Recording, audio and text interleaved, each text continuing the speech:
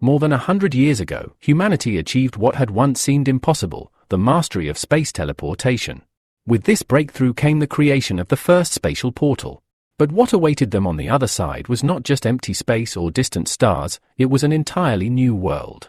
A realm filled with unknown mysteries and unimaginable dangers.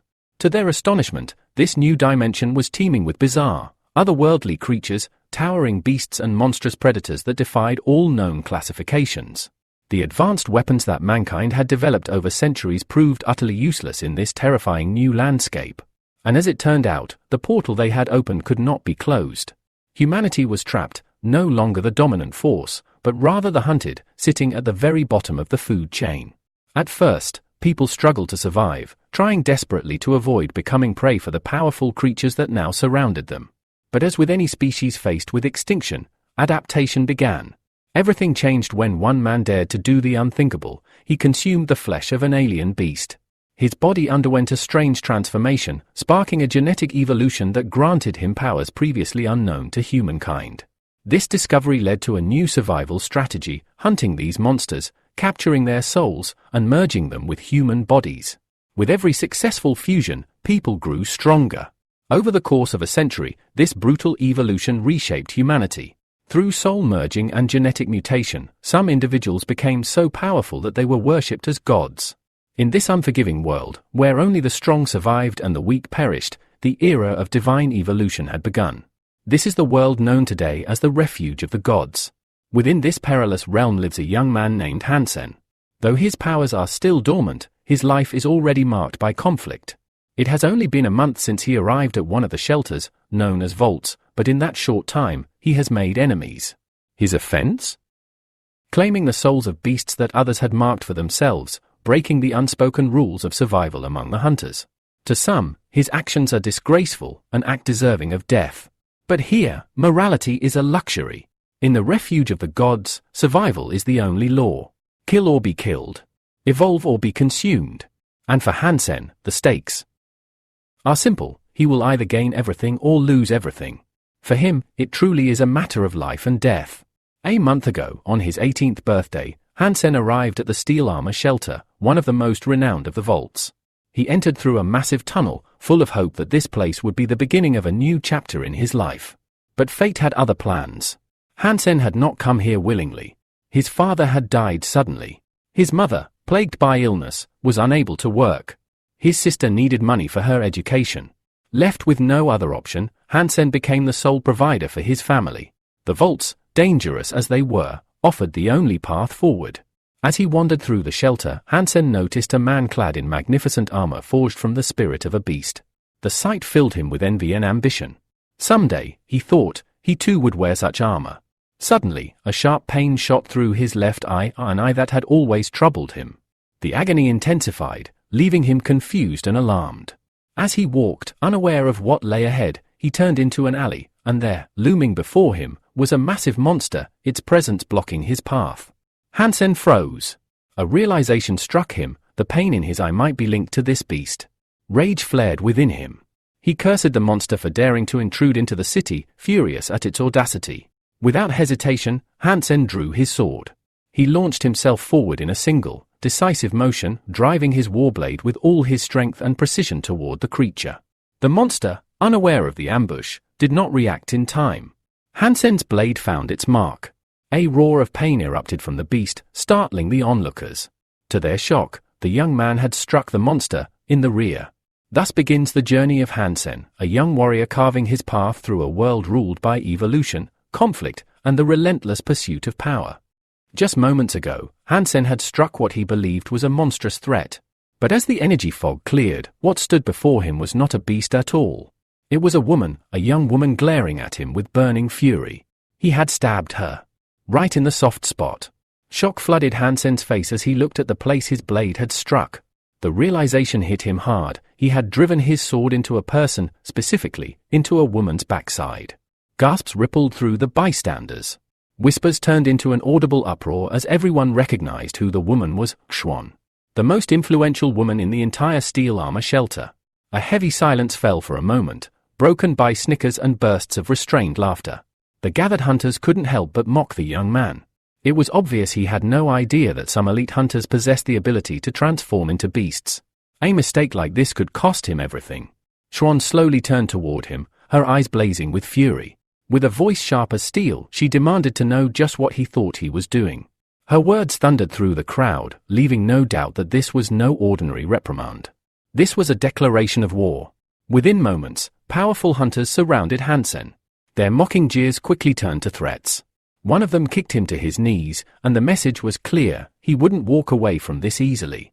Xuan stepped forward and made her stance known: anyone who dared to help Hansen would be considered her enemy. Her authority in the steel armor shelter was absolute. The angry hunters leaned over Hansen, demanding an explanation for what he had done. To them, he had attacked their goddess. Hansen, trembling and clutching his head, was overwhelmed with horror. The reality of what had happened finally sank in. This can't be real, he thought. This has to be a nightmare. But there was no waking up.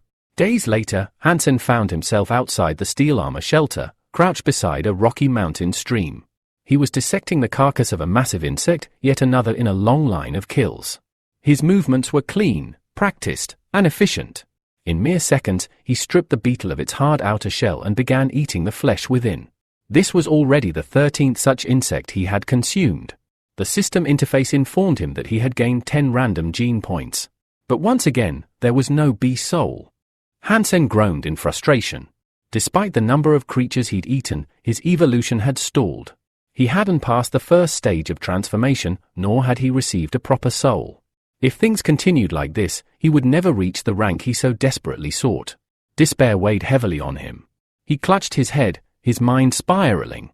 The truth was undeniable: the meat of low-level creatures held little value in the process of genetic evolution. A month had passed since he entered the steel armor shelter, yet he still hadn't undergone a single physical renewal. He had even considered hunting stronger monsters. But the last time he tried, he barely escaped with his life. That memory haunted him. Blooded and broken, he had limped back to the shelter to heal. The wounds had closed, but his confidence hadn't. Perhaps, he thought, joining a group of more experienced hunters would increase his chances of success. But before he could make a decision, it happened again. The familiar, stabbing pain returned to his left eye.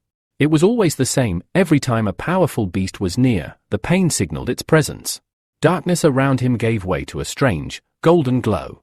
The light grew stronger, slowly approaching. Hansen's pulse quickened. What kind of creature radiated such brilliance? Then he saw it, a massive black beetle, unlike any insect he'd encountered. Its size and aura were overwhelming. The system didn't recognize its genetic origins. Hansen knew immediately, this wasn't just another ordinary bug. Holding his breath, Hansen dropped into hiding. His heart pounded. As the creature crept closer, illuminating the entire forest path in golden light, he prepared to strike. With a burst of speed, Hansen leapt from the shadows. He lunged forward and plunged his combat blade into the beast's shell with all his strength. The system chimed. Congratulations! Black Divine Blood Beetle killed. Soul of a Divine Blood Beast obtained. Hansen froze, stunned. A Divine Blood Beast? He could hardly believe it. Insects didn't yield souls of that class, at least, they weren't supposed to. There were 4 known beast classifications: normal, primitive, mutant, and divine blood. The last was the rarest and most sought after. Divine blood creatures were considered near mythical, and even in a place as dangerous as the steel armor shelter, such kills were incredibly rare. Countable on one hand. Shaking with anticipation, Hansen opened his status profile. It was true. He had received armor, a soulbound gift from an unknown divine blood black beetle. In a world where survival meant becoming something more than human, Hansen had just taken his first step toward true evolution. Hansen couldn't believe it. His long-awaited wish had come true far sooner than he had ever imagined. The body of the slain black beetle began to glow intensely. A brilliant column of energy surged out from the corpse, racing toward him at an incredible speed. As it reached him, the beam burst into countless glowing tendrils, each one weaving through the air like serpents made of light. They encircled him, drawing closer until they touched his body. In the next instant, the tendrils wrapped tightly around him, cocooning him in luminous coils. The sensation was warm and strangely pleasant. Then came the transformation. Before his eyes, his body was engulfed in radiant, golden armor. Plates of shimmering divine steel formed over his skin, locking into place like living metal. Within seconds, Hansen was completely transformed, no longer just a man, but a warrior cloaked in magnificent divine beast armor. He leapt into the air, amazed at how light and agile he felt despite the armor's heavy appearance. The strength, the fluidity, everything about it was beyond anything he had ever experienced. This was far more advanced than the primitive armor worn by hunters in the steel armor shelter. Hansen couldn't believe it. For so long, he had only admired such equipment from afar, or jealous of those strong enough to claim it. And now, he was wearing it himself. Eager to test its power, Hansen approached a massive boulder. He raised his arm and struck. The rock exploded into fragments with a single hit. He stood in awe of his own strength, heart pounding with excitement. Later, back in his room at the steel armor shelter, Hansen sat in front of a pot of boiling soup. Though the meat of slain monsters tasted awful, he considered wasting it a crime. Resources in this world were precious beyond measure. He activated his holographic interface. To his astonishment, the meat from the divine black beetle had granted him 6 divine gene points, far more than he'd hoped for. He smiled. With a bowl of soup made from such a powerful beast, his physical strength would surely continue to grow. As he stirred the broth, his attention was drawn to something inside the beetle's remains, an object unlike any he'd seen. Nestled within the remains was a small, radiant orb. It pulsed with mysterious light. This wasn't part of the insect's anatomy. Curious, Hansen examined it closely.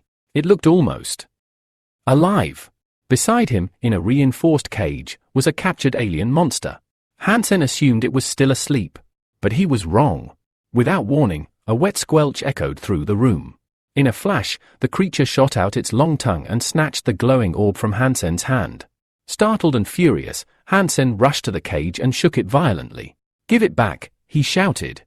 But the monster ignored him. It swallowed the orb whole. Then, silence. For a moment, Hansen wondered if the creature had just killed itself. But his thoughts were cut off as the alien began to convulse violently. A bright green glow seeped from beneath its skin. Its body swelled rapidly, pressing against the iron bars of the cage. The metal groaned, then cracked. With a bone-chilling roar, the creature shattered the cage and charged at Hansen. Reacting on instinct, Hansen drew his blade. The clash was short but brutal. In a final desperate move, Hansen struck with all his strength. The blade sank deep, and the creature collapsed with a savage cry. Panting, Hansen stood over the twitching corpse, shaken from the near-death encounter. A system prompt flashed: primitive green lizard killed. Soul not acquired. Flesh and blood may grant a random increase in primitive genes, 1 to 10 points. Hansen frowned. A primitive class beast? That didn't make sense. Before consuming the orb, the monster had been far weaker. The pearl must have caused it to evolve rapidly. That much was clear. Curious and cautious, Hansen dissected the body, retrieving the glowing orb from within. He turned it over in his hand, deep in thought. If it could mutate a low-tier creature into a formidable threat in mere seconds, what could it do to him? Resolved, he brought the pearl to his lips. This might be the catalyst he needed to finally rise to power. Elsewhere, within the steel armor shelter, a heated family argument was unfolding. Hansen's mother and her daughter sat across from discontented relatives. Tension filled the room. The dispute centered around a bitter topic: the inheritance left behind by the previous generation. All of it had ended up in the hands of Hansen's mother. And not everyone was happy about that. Back at Hansen's family home, the atmosphere had grown tense. His relatives had gathered, pressing his mother to return their supposed share of the inheritance. They claimed that if she did so, she would be allowed to stay in the house alone with her daughter. Hansen's second uncle stepped forward, arguing that she had benefited from the house long enough. Now, it was time to divide the property fairly among all the heirs. The first uncle chimed in full agreement, his tone bitter. He complained that his family had received absolutely nothing from the inheritance, even though they had just as much right to it. One of the women present made a calculated offer. She stated that the house was worth 3 million and proposed giving each party 1 million, leaving the house for herself. But Mama Hansen's voice trembled as she explained that they didn't have 2 million. They were poor. If the house were sold, she and the children would be left homeless. The uncle's face twisted with frustration. He snapped back that she wasn't the only one with problems. His children, unlike hers, hadn't even received an education. Now he needed money, desperately. Realizing the conversation was going nowhere, the man gave her an ultimatum: either sell the house or be taken to court. With that, the relatives left. Mama Hansen sat silently on the porch, her thoughts spiraling in despair. She stared at the worn floorboards, her heart heavy. Hansen was furious. How dare they come and try to take the old house, his father's house, from them?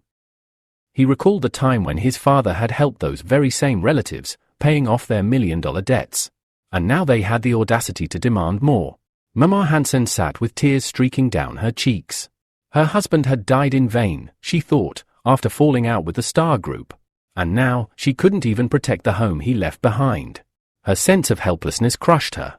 But Hansen gently placed a hand on her shoulder. He told her not to worry. He had already contacted a lawyer, a professional who promised to defend them. The reassurance gave her a glimmer of hope. Maybe, just maybe, they wouldn't lose their home after all. Still, Hansen was seething inside. He was furious that his relatives would stoop so low as to harass his mother and sister. One way or another, he vowed, they would be held accountable. Meanwhile, at Star World Station, the transport hub linked to the steel armor shelter, people bustled through glass corridors. Loudspeakers echoed announcements through the air. The president has completed the third evolution and has entered the fourth space of God's refuge, approaching the realm of a demigod. Hansen stood among the crowd, his mood foul. He had achieved nothing. He was still struggling just to survive, while others were soaring to unimaginable heights. Another announcement came through: a genius has entered the second space, with a divine gene mutation score of 100. Hansen couldn't believe it. 100 points? That was unheard of. Sitting inside a carriage, he stared out the window as another voice declared, yesterday, a council member displayed extraordinary courage. After tracking a demigod warrior, he engaged in an uneven battle and emerged victorious, showcasing flawless combat technique. It was too much. Hansen felt defeated, like fate itself was mocking him. Despite his best efforts, success always seemed out of reach. Still, he tried to shake off the self-pity. He had the crystal now, and with it, a chance. Maybe he wouldn't reach 100 divine gene points. That was a dream too distant. But he still had hope in the original gene mutation. That, at least, was within reach. His goal was clear: head to the Valley of the Winds. There, he would hunt basic alien monsters. He had no choice. He needed to earn money, and fast. 2 million credits to save the house. Tears welled in his eyes. The burden weighed heavily on him. But he clenched his fists. He had no time to cry. He had to fight. Suddenly, his thoughts were interrupted by a sharp, echoing sound. He looked up. In the sky above, a wind mantis streaked toward him at high speed. A smile tugged at Hansen's lips. He was glad he spotted it first. These creatures were notoriously hard to detect. Though classified as primitive-level beasts, they possessed terrifying speed. Fortunately, their defense was poor, making them ideal targets. Hansen sprang into action. He lunged forward, ready to end the fight quickly. He figured the creature's blood alone would be enough to aid his next step forward. But the wind mantis acted oddly. Instead of fleeing like others of its kind, it hovered above him, then suddenly flared out its legs and dove straight at him in an aggressive, frenzied attack. Hansen's eyes widened. This wasn't normal. Before he could react, the mantis struck. Hard. Each blow from the wind mantis's claws slammed into Hansen's armor with jarring force, momentarily knocking him off balance. As he stumbled back, a flicker of doubt crossed his mind: had he underestimated the creature? Its speed was far greater than he had anticipated, and the strength behind its strikes caught him completely off guard. Breathing heavily, Hansen glanced down at his armor, expecting to see cracks or at least dents. But to his amazement, the surface was still flawless. He couldn't believe it. The armor hadn't taken a scratch. Relief washed over him, quickly replaced by growing confidence. If this suit could withstand an assault like that, then perhaps he truly was ready to reach new heights in battle. As he steadied himself, a system notification popped up in front of his eyes: primitive-level wind mantis eliminated. Hunt successful. That confirmation only fueled his rising determination. He raised his eyes to the sky and froze. Dozens more wind mantises now hovered above him. They had been drawn by the battle. Their wings shimmered in the light, creating a haunting hum as they swarmed the area. But Hansen stood his ground. He believed in the armor now. Death no longer felt like an immediate threat. Even mutated beasts wouldn't scare him with this kind of protection. One by one, the mantises dove at him, claws flashing. But their strikes bounced off harmlessly. His defense held strong. Drawing his combat sword, Hansen unleashed a whirlwind of attacks. His movements were fluid, his strikes precise. Blade met kiting with deadly efficiency as mantis after mantis fell. More system messages arrived. Kill confirmed. Primitive level wind mantis defeated. Hunt successful. He stopped counting after the 10th kill. There were too many. A veritable storm of wings and limbs circled around him, yet none could touch him. Fueled by adrenaline and confidence, Hansen charged into the insect horde without hesitation.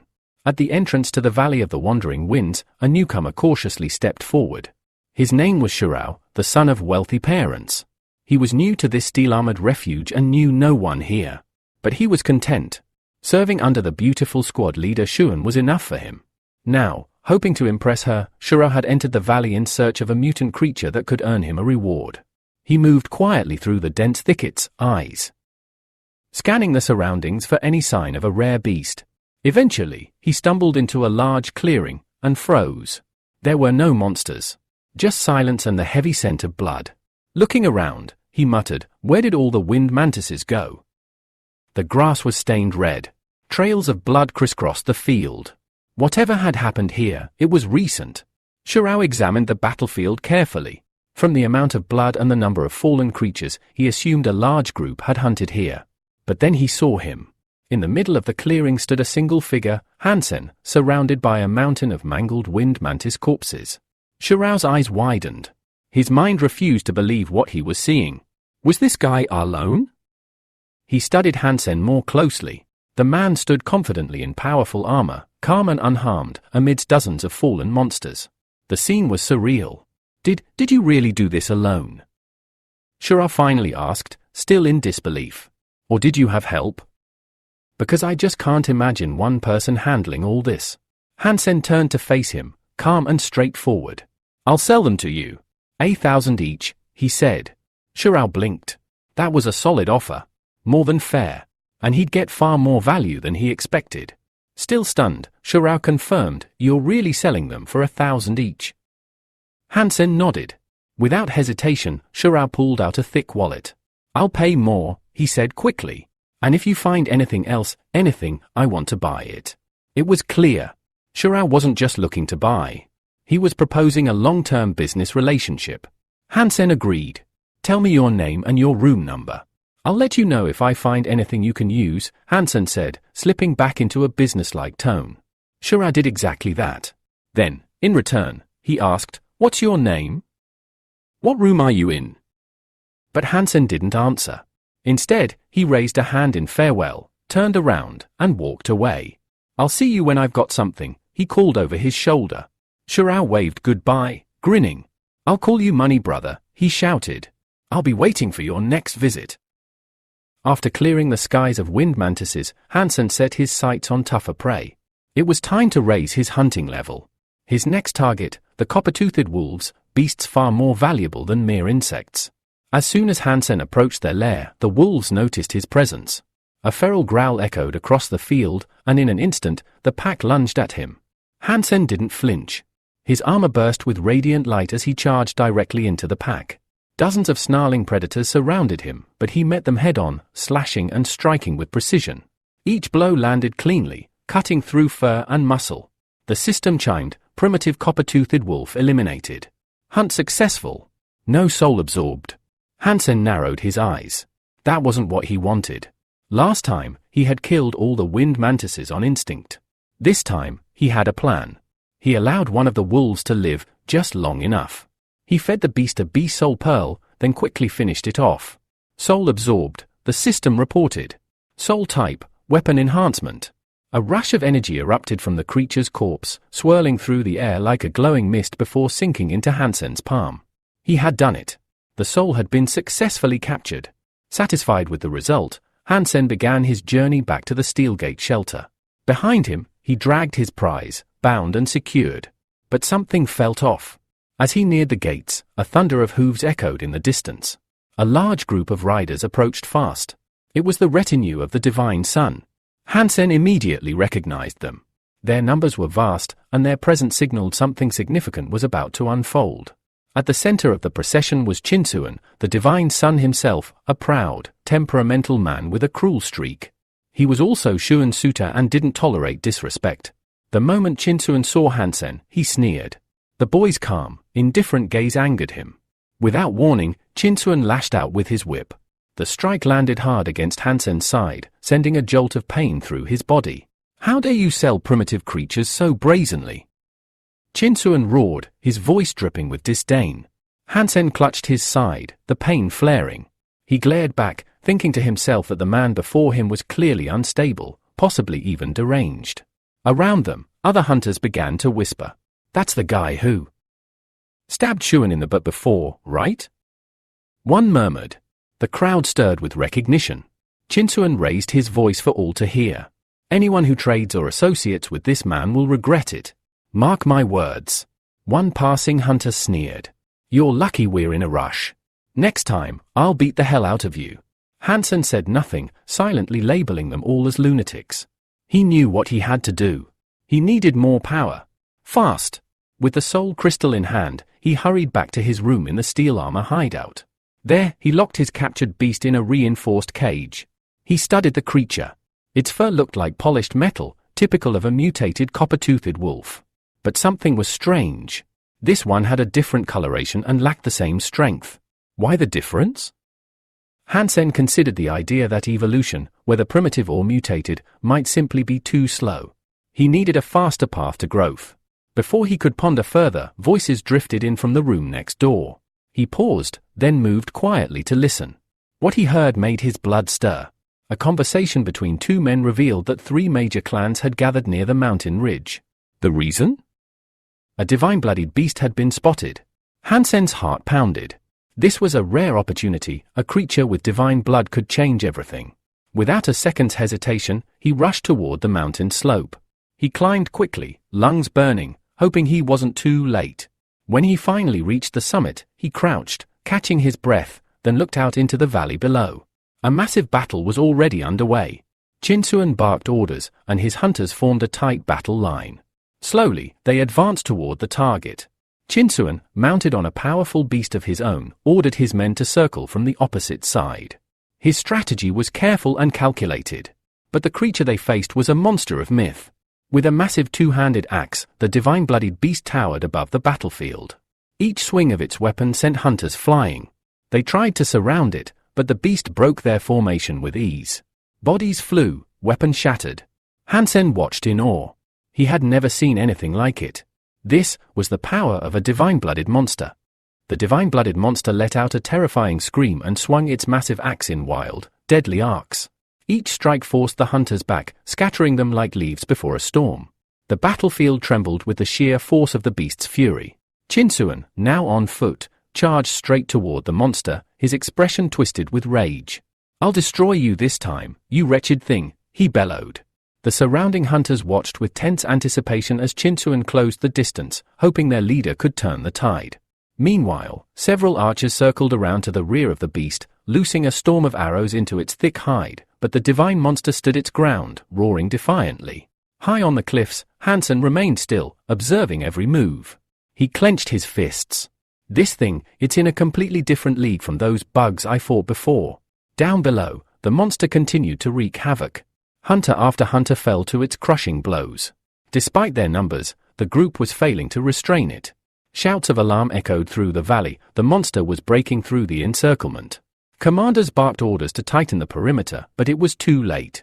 The beast dropped to all fours and bolted through a gap, fleeing into the wilderness.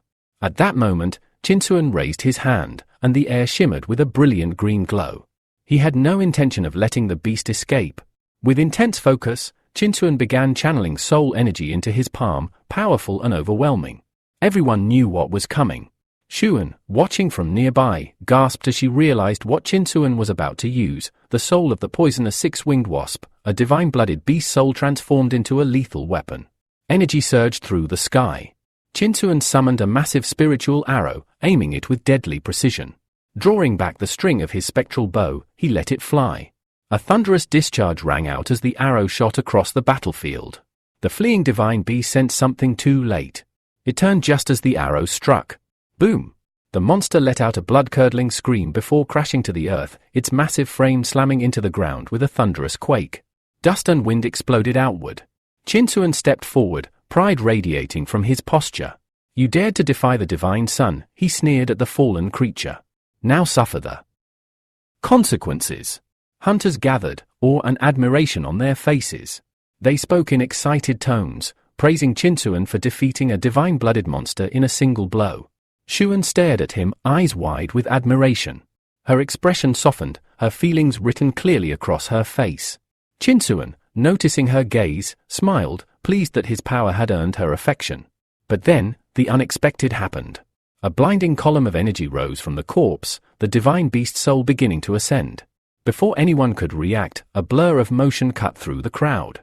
Something, or someone, raced past them at impossible speed. Gasps erupted. Hansen? In a flash, Hansen grabbed the divine monster's massive axe, still brimming with energy, and took off without hesitation. Shinsuan's jaw dropped. His eyes widened behind his glasses as he realized what had just occurred. The axe, the soul. Stolen. By him. By that reckless brat he barely tolerated earlier. Still disguised under the nickname Money Brother, Shinsuan was frozen in disbelief. Someone had just robbed him, in front of everyone. The crowd stood speechless. But Hansen didn't care. He dashed away, the colossal axe slung over his shoulders. His thoughts raced. This is insane. I just got a divine-blooded beast soul, and a weapon that could make me rich beyond imagination. Behind him, Shinsuan exploded in fury. After him, he roared. His face twisted with rage, he summoned his beast mount, the black brow horse, and leapt onto it in a single bound. His subordinates followed his lead, curses flying from their mouths as they chased the thief who had dared defy their leader and steal their victory. Hansen ran, pushing himself to the limit, but the axe was heavy. With each step, his breath grew shorter, his strength draining fast. Behind him, the sound of hooves and shouting grew louder. They were gaining on him. He glanced back. A horde of angry hunters was closing in, and fast. His legs burned. The divine genes in his body screamed, working overtime, but even they had limits. Shinsuan narrowed his eyes as he gave chase. How much longer can he keep this up? He growled. He's finished. Hansen knew it too. His lungs burned. His arms ached from the weight of the axe. The pain was unbearable. He stumbled. The footsteps behind him grew louder. He looked up at the sky, then closed his eyes. Mother. Sister. I'm sorry. He had risked everything. And now, it seemed, he had lost. At a critical moment, Hansen hears the voice of his deceased father, clear and resolute, asking him if he's truly going to give up. A vivid image of his father forms in his mind, questioning whether Hansen really believes that surrender is the only way out. Memories of childhood training sessions with his father come rushing back. He recalls the times his father told him that giving up was never an option, that life itself is just a game, and in games, you keep moving forward. The voice urges Hansen to climb the mountain ahead, destroy the NPC stationed at the summit, and gain 2 full levels. But Hansen hesitates. The mountain is crawling with monsters, and the path to the top seems almost suicidal. At the peak, the NPC is heavily guarded by relentless beasts. Still, the father's voice cuts through the fear. A danger is part of life, but living in fear of it is not. In a vision, Hansen sees his father ready for battle. He draws a bow, an unusual container attached to the arrow. He speaks of genetic evolution as an adventure open to all. With a single, precise shot, he fires. The arrow strikes, and the container releases a strange gas that spreads rapidly across the battlefield. Without hesitation, the father pulls out his combat blade and charges into the horde of monsters. He fights with incredible skill, cutting down enemies one by one, pushing forward until the path is cleared. Reaching the summit, he levels his weapon at the NPC, prepared to finish the mission. Turning to Hansen, the father delivers a final lesson: survival demands risk. If Hansen avoids hardship, how can he ever grow? He reminds his son that in this world, just like in reality, humans sit at the bottom of the food chain. The only path to survival is strength. He shares a hard truth: the faster Hansen becomes powerful, the better his chances. The psychological pressure is overwhelming for Hansen. His heart races. He remembers his father thinking that Hansen is still too kind, too innocent to grasp the brutality of this world, but sooner or later, he'll have to. In the game, the father can support him. But in life, Hansen must learn to stand alone. In a final, heartbreaking moment, the father grips Hansen's hand, filled with love, and drives Hansen's own sword into his chest, transferring his power to his son. Hansen screams, unable to comprehend what just happened. The system chimes in. Hansen has advanced to the next level. His father's words echo in his mind: if you want to survive, you must become stronger. That's the only secret. Realizing there's still hope, Hansen refuses to give up. He sprints forward as the hunters close in. Chinswin, one of the pursuers, jumps from his mount and yells in fury. Sword drawn, he charges at Hansen, determined to end it. But Hansen still believes in a slim chance. He activates a desperate transformation, emerging with the soul of the Blood Destroyer beast. The transformation unleashes an enormous burst of energy. A brilliant column of power shoots into the sky, forcing everyone around to freeze in shock. Even Jinsu halts his attack, stunned, whispering that what he's witnessing should be impossible. It breaks every rule of the game. Hansen completes the transformation. His body changes, turning into a massive, powerful centaur. He charges forward, gaining momentum and leaving the hunters behind. With confidence, he shouts that no hunter, no matter how experienced, can defeat a transformed soul. The hunters think he's lost his mind. Fusion between two beast souls is a dangerous, nearly suicidal experiment, especially during a chase. Shuen, observing from a distance, watches in disbelief as Hansen speeds farther away. While the hunters curse and yell that he's no longer human, one of them radios the commander, warning that continuing the pursuit is too risky. Ahead lies a mountain serpentine trail that's nearly impossible to navigate during a chase. Xian, watching the chaos unfold, can't help but feel admiration. Not only did Hansen steal the golden axe, but he also absorbed the soul of a vile creature right under the nose of the Son of God. Left with no other option, the hunters give up the chase. Frustrated, they turn to criticizing their commander, blaming him for wasting the divine beast's one-time use arrow and failing to achieve anything, while Hansen narrowly escaped death and vanished into safety. Exhausted, Hansen collapses in the forest, gasping for air. He knows that his transformed state only lasts 7 to 8 minutes. Wiping sweat from his brow, he realizes just how lucky he was. If gods had been chasing him, he wouldn't have made it out alive. Despite his successful escape, Hansen's mind is far from at ease. He's now worried about the golden axe. Unlike a beast soul, it can't be hidden easily. Worse, he has made the Son of God himself his enemy. Hansen reflects on the reality of his situation. The beast soul isn't something he can sell, but he hopes to gradually earn 2 million from the axe over time. The initial fear begins to fade, giving way to satisfaction. This single hunt wasn't just a win, it was a humiliation for 3 major families. Back at the main gates of the shelter, the hunters continue to discuss the mysterious young man who vanished into the forest. They sneer, calling him a coward, yet beneath their contempt lies a grudging recognition. He's caused them significant trouble. As if mocking their assumptions, Hansen himself now approaches the gates. He decides to set the axe aside for the time being and focus on mastering the beast's soul. But just as he arrives, a hunter stops him, announcing that a search will be conducted. Another guard scoffs, saying it's a waste of time. The kid doesn't look like a smuggler or someone worth watching. The first hunter listens, shrugs, and casually pushes Hansen aside, telling him to get lost. A small, amused smile crosses Hansen's lips. He walks past the guards, fully aware of the irony. They had no idea they'd just let the very person they were looking for walk right by them.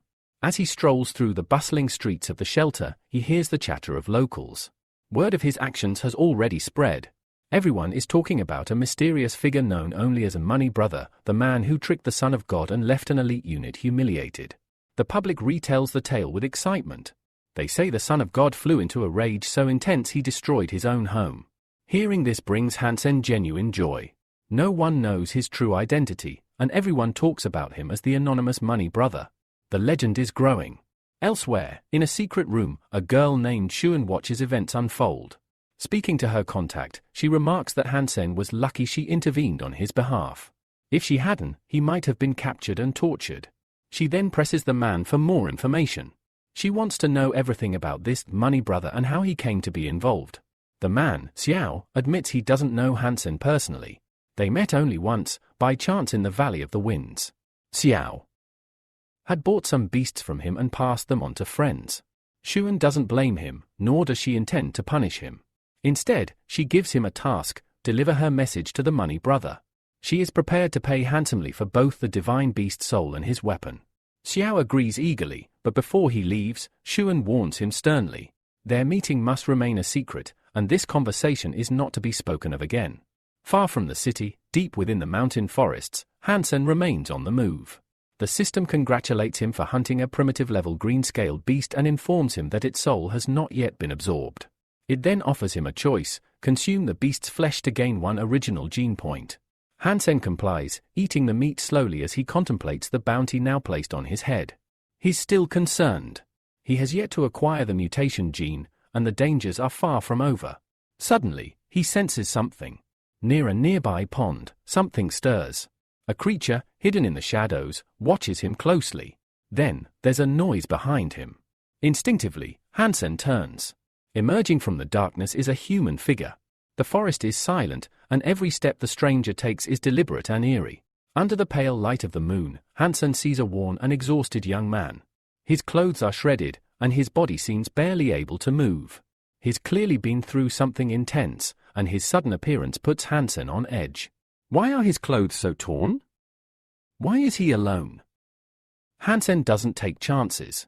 He raises his voice, ordering the man to stop. He warns him not to go further. There are bloodthirsty crocodiles up ahead. The stranger looks up and asks where he is. Then, he demands directions to the Sanctuary of Glory. Hansen replies that he's never heard of such a place. The only shelter nearby is steel armor. The man repeats the name under his breath, confused, and then mutters that he must have wandered into the wrong sanctuary altogether. After a brief silence, his tone shifts. In a commanding voice, he demands that Hansen escort him to the Sanctuary of Glory. That crosses the line. Hansen is instantly irritated. Who is this guy to give him orders? Hansen decides for himself what he does and where he goes. He's not about to follow someone else's commands, especially not from a stranger. With controlled annoyance, Hansen tells the man to head south. If he hurries, he might make it out of the forest before nightfall. Hansen, trying to shake off the stranger, confidently declares that he's heading out on a hunt and doesn't have time for meaningless talk. He hopes the blunt dismissal will be enough to make the man leave, but he's wrong. In the very next moment, Hansen is struck violently from behind. The blow is so forceful that he's hurled several meters through the air, crashing to the ground and hitting his head hard against a rock. Dazed, he slowly rises, clutching his head, fury simmering just beneath the surface. Gritting his teeth, Hansen demands to know what the hell the stranger is doing. But the response is pure arrogance. The stranger coldly orders him to shut up and take him where he wants to go, now. The tone is commanding, disrespectful, and completely dismissive, only adding fuel to Hansen's rage. Without another word, Hansen activates the beast soul. A vibrant flame of energy ignites in his hands, quickly taking the form of a radiant, magical spear. With a steady voice, he warns the stranger he will not be treated like trash. The stranger brought this on himself. Hansen strikes fast, unleashing a series of swift and precise spear attacks. But to his shock, the stranger dodges every blow effortlessly, moving with unbelievable agility. Then, with a sneer, he mocks Hansen's technique, dismissing it as child's play. Even without a beast soul of his own, the stranger doesn't consider Hansen a real threat. Then it happens. The stranger gathers a terrifying amount of energy in his hands, a condensed field of raw, destructive force. He lashes out with it, landing a brutal blow. Hansen tries to block it with his magical spear, but the attack is so overwhelming, it shatters the spear in two. Stunned, Hansen reels from the impact. How could someone destroy his spear with their bare hands? The stranger answers the unspoken question with chilling confidence. He reveals that he uses ancient martial arts capable of unlocking dormant genetic potential, techniques that produce explosive force, akin to nuclear fusion. It's a skill available only to those in the middle stage of training. With contempt, the stranger raises his hand toward Hansen, calling him an idiot and giving him a final ultimatum: guide him to the sanctuary or die. Hansen snaps. His fury erupts like a volcano. Who the hell does this guy think he is? Hansen roars back that if the stranger wants directions, he'd tell I'll get them, but the road leads straight to hell. In an instant, Hansen transforms, donning his divine beast soul armor. The suit radiates with power and menace. He launches a furious assault, striking with lightning speed and savage force. But again, the stranger evades every attack with calm, calculated ease. Then, moving into position, the stranger lands a punch at close range. It collides with Hansen's armor, unleashing a burst of energy that blasts both fighters apart. The clash is so intense it shakes the battlefield like a violent storm. Still recovering, Hansen stares in disbelief. Even his armor, crafted from the soul of a divine beast, is taking damage. That shouldn't be possible. The stranger starts laughing, his voice filled with rage and envy. He realizes Hansen is wearing divine beast soul armor strong enough to endure techniques like the ice muscle and jade bone. That fact alone enrages him. With venom in his voice, the man spits out that Hansen isn't worthy of wearing such sacred equipment. He demands that the armor be handed over immediately. Without hesitation, he charges again, this time with even greater force. Hansen is battered by the next wave of blows. The stranger's strikes are too strong, each one feels like it's going to break him. Then, seizing him by the leg, the stranger lifts him and slams him into the ground with devastating force. The pain is excruciating. Hansen screams. The stranger, standing over him, scoffs coldly. He declares that a weakling remains a weakling, no matter what power he's been granted. He mocks Hansen for refusing to give up the armor peacefully. But then, everything changes. A surge of power explodes from Hansen's body. In a blinding flash, he transforms, ascending to a new level. The energy that bursts forth is raw, unstable, and violent. In one clean, brutal motion, he delivers a crushing blow to the stranger's head. Caught off guard, the stranger reels from the impact. For the first time, he feels pain, real, sharp pain. The expression on his face shifts from arrogance to stunned disbelief. Hansen's blood boils. The fury that's been building inside him finally erupts, engulfing him completely. His eyes burn with rage. The real fight has only just begun. Hansen hovers in the air, his body now radiating a powerful energy field. His transformation is complete, and he stares down at the enemy below with cold finality. In a chilling voice, he declares the stranger's fate. He is doomed to die today. The stranger, once confident and arrogant, now looks up in horror. He realizes too late, he's made a fatal mistake. What stands before him is no longer the same Hansen. Drawing upon the soul of the divine beast, Hansen unleashes a devastating assault. The energy surrounding him takes shape, morphing into the terrifying figure of a colossal alien creature. Then, in a blinding flash, Hansen charges. The stranger throws everything he has into defending himself, summoning every ounce of skill and strength. But it's not enough. The beast soul's overwhelming power crushes everything in its path. The stranger is sent crashing to the ground. Stunned, he can barely react before Hansen descends upon him, striking again and again. Each blow is brutal, filled with all the anger and humiliation Hansen has held back until now. The stranger's defenses crumble. Blow after blow rains down. Hansen has become a merciless force of destruction, consumed by fury. His opponent, now broken and helpless, finally pleads for mercy, acknowledging his defeat. But it's far too late.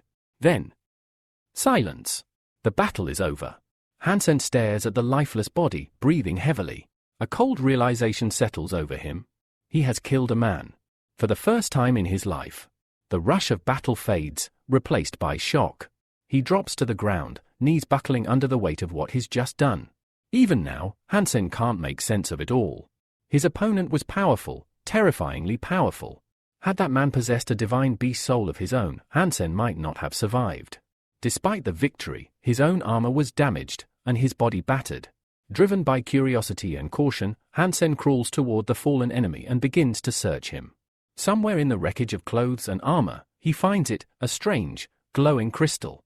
Small, bright, and clearly high-tech. It looks like a memory chip.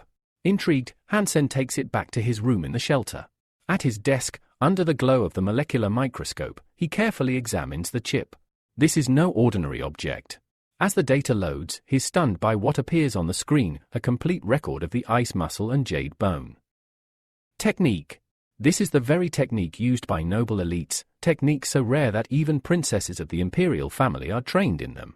Hansen once dreamed of acquiring this nuclear-level gene technology, but it was far beyond his reach.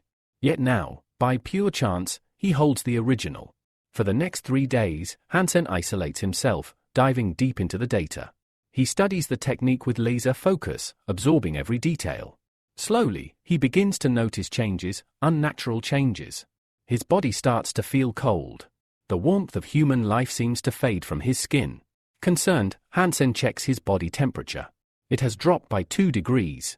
His suspicions are confirmed. This technique is changing him, transforming his very biology. As he stares at the chip in his hands, he wonders, how could something this powerful have simply been carried around in such a dangerous world? Just then, his phone rings. On the other end is an old friend, calling with excitement and urging Hansen to come out right away. When Hansen asks where they're headed, the answer is vague and playful, "You'll find out soon enough." He agrees. Later, Hansen finds himself sitting in his friend's car. He's quiet, listening absently to the lively conversations around him. One of his companions recounts an exaggerated tale, how the mysterious money brother transformed into a golden centaur and vanished before anyone could catch him. Hansen says nothing.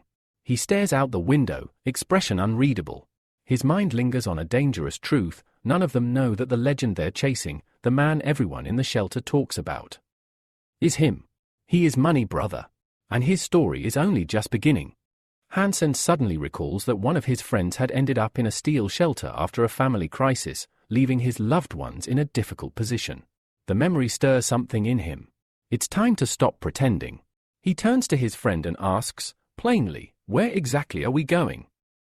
His friend smiles and replies cryptically, "We're almost there." Minutes later, their car pulls up in front of one of the massive martial arts stadiums. As Hansen steps inside, he's stunned by the sheer number of people, an overwhelming crowd, chanting in unison, their voices echoing off the stadium walls. They are all here for the same reason, to witness the arena's star, the Son of God, ranked 5th in the first shelter.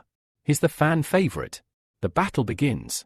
A blinding flash of energy erupts in the arena as one of the monster fighters undergoes its soul transformation. Hansen watches, captivated. The atmosphere is electric. Caught in the moment, he suddenly shouts in support of one of the fighters.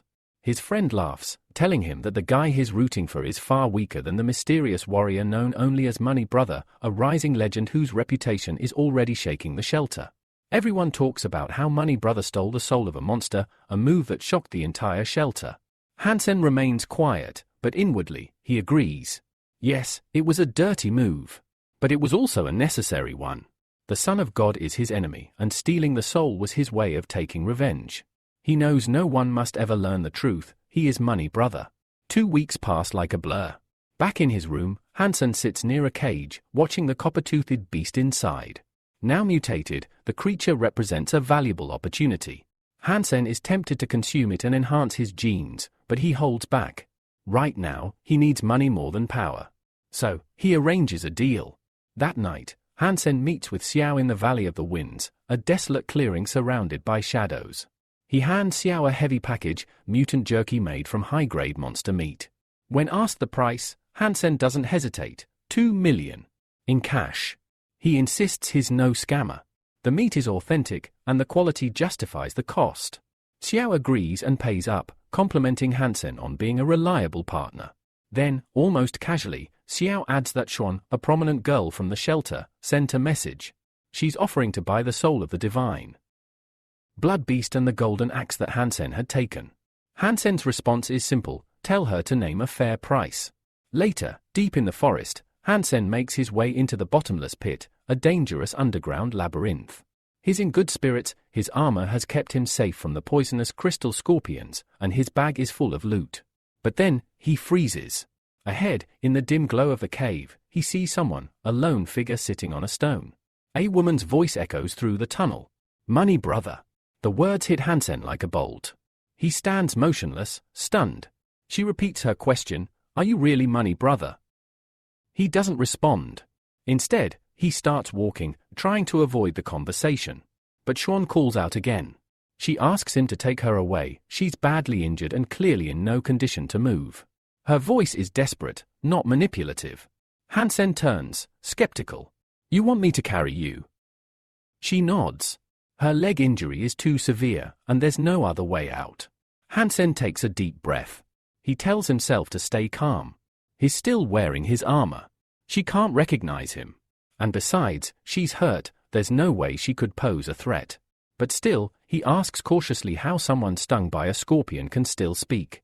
In response, Xuan shows him the shattered remnants of a monster's soul, explaining how the scorpion struck just as the dragon's power within her faded. Hansen steps closer. But Xuan is ready. She whips out a dagger and warns him not to try anything. The blade in her hand was forged from the soul of the poison heart butterfly, and not even his armor might withstand it. Hansen stops, raising his hands in surprise. I didn't even think about that, he replies honestly. He wasn't here to hurt her. But now, things have just gotten much more complicated. Hansen doesn't intend to hurt Xuan, after all, she's the one who asked him for help. When she promises to pay him generously if he gets her out of the cave safely, Hansen shrugs it off, saying he doesn't need money right now. But then he remembers the scorpion she mentioned. He turns back to her. Is the scorpion dead? Confused, Xuan points to its remains nearby, wondering why he cares. As she notices his heavy bag, filled with dead scorpions, realization hits her. How did he survive fighting so many poisonous monsters without a scratch? Hansen smirks. He tells her that as payment, he'll be taking the soul of the mutant, and he'll also be keeping the scorpion's body. Soon, they're trekking through the forest again. Hansen carries Xuan on his back, walking carefully near the bottomless pit. As they near the shelter, she asks him to take her all the way to the front gates. But Hansen refuses. If people see them together, it could expose him. Too risky, he says. Xuan, meanwhile, can't stop thinking about how casually he ate crystal scorpion meat earlier, as if it were a common meal. The idea of it makes her stomach turn. Hansen stops. The shelter's close. Call for help from here, he tells her, holding out his hand. Now pay me. Without a word, Xuan throws the mutant soul to him. Did you get the message? He catches it easily and then says, the golden axe and the divine blood beast soul will cost you 2 million. Xuan is shocked. She argues that those items are nearly useless inside the shelter, their value outside doesn't apply here. 1 million, tops. That's her final offer. Hansen turns around and starts to walk away. Fine. I'll let you know the time and place for the next meeting through Xiao. Xuan glares at his back, furious. In her mind, Hansen is nothing but a greedy opportunist, a Kermagin, always squeezing profit from every situation. Later, Hansen returns to Steel Armor Shelter, but something feels wrong. Despite being in disguise, he senses unease. It clings to him like fog. Then, on the street, he sees an old friend, but the guy quickly turns his head and pretends not to notice him. Hansen watches in silence. The fear on his old friend's face is unmistakable. He doesn't want anything to do with Hansen anymore. Moments later, Hansen hears footsteps behind him. A familiar voice calls his name. He turns. It's the same friend, now speaking. Directly. You crossed Xuan, and the Son of God. I want nothing to do with it, the friend says coldly. From now on, let's pretend we were never brothers. Never even knew each other. I'm starting a new life. Hansen listens quietly, then nods. Fine. From now on, we're strangers. He walks away, holding his emotions in check. But deep down, he admits the truth to himself, they were never really friends. Back in his room, Hansen looks over his haul. The desk is piled with valuable artifacts and 2 briefcases stuffed with cash. He picks up a bundle of bills, his heart swelling with joy. At last, he says to himself, now my family can finally live a good life. That weekend, Hansen takes his mother and sister out for a walk around the city, a rare treat. He wants them to have a carefree day and forget their struggles. They stop in front of a luxurious pastry shop. Didn't you always want to try sapphire ice cream? He asks his little sister, smiling. Her face lights up. You're the best brother ever? Their mother, however, hesitates. She warns Hansen that this place is too expensive and that he should save the money he worked so hard to earn. But Hansen gently reassures her. Don't worry, Mom. Now that I've gone through gene mutation, I'll grow stronger, and I'll earn even more. You'll never have to worry again. The family heads inside the fancy shop and walks up the staircase to the 2nd floor, excited to enjoy a special moment together. But halfway up the stairs, an employee blocks their path. His face cold, the man says firmly, you can't go up there. Just like that, the mood shifts. As Hansen and his family try to ascend to the 2nd floor of the luxurious pastry shop, an attendant steps in their way. He gestures to a nearby sign and states firmly, the 2nd floor is reserved for celebrities and aristocrats only. The meaning is clear, this place isn't for people like them. Hansen is stunned. He thought having money meant he could go wherever he pleased. But this moment shows him the hard truth, wealth alone isn't enough. Class and status still draw the real boundaries. His mother gently steps in, trying to calm him. It's fine, she says. Buy your sister some ice cream, we'll wait for you outside. Hansen tries to hide his rising anger. But inside, the humiliation stings. That simple wooden sign, it wasn't just a rule, it was a wall. Right then and there, Hansen makes a vow. One day, he'll be someone powerful enough that no door will ever close to him, or to his family, again. The vault is a vast metropolis, divided into districts and connected by high-speed rail. Inside one of the crowded train cars, Hansen rides quietly, annoyed by how packed it always is during these hours. Suddenly, the train jerks to a violent stop. Passengers are thrown off balance, and Hansen is among them. He crashes hard right into a girl next to him. Worse yet, his hand accidentally lands on her chest during the fall. Mortified, Hansen scrambles to apologize, but he doesn't even get the words out before, wham! The girl punches him in the face. As he reels from the hit, still apologizing, the girl glares at him with fury. And that's when it clicks, they know each other. It's Soon, the same girl from his earlier misadventures. "What are you doing here?" Hansen mutters, rubbing his sore cheek. "You again?" Soon snaps. "At first, I thought you were just stupid, now I know you're a pervert and a scoundrel." The other passengers start whispering. They'd all seen the accidental contact. It didn't look good. Hansen desperately tries to explain, "It was the train. I fell." But Soon cuts him off. "Maybe I'd believe that if this weren't the second time. Or did you forget the knife you stuck in my butt?"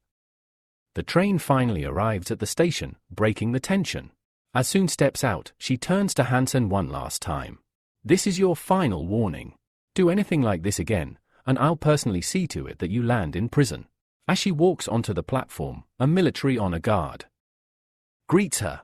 The soldiers salute and call her mistress, revealing her status as the commander of the local garrison.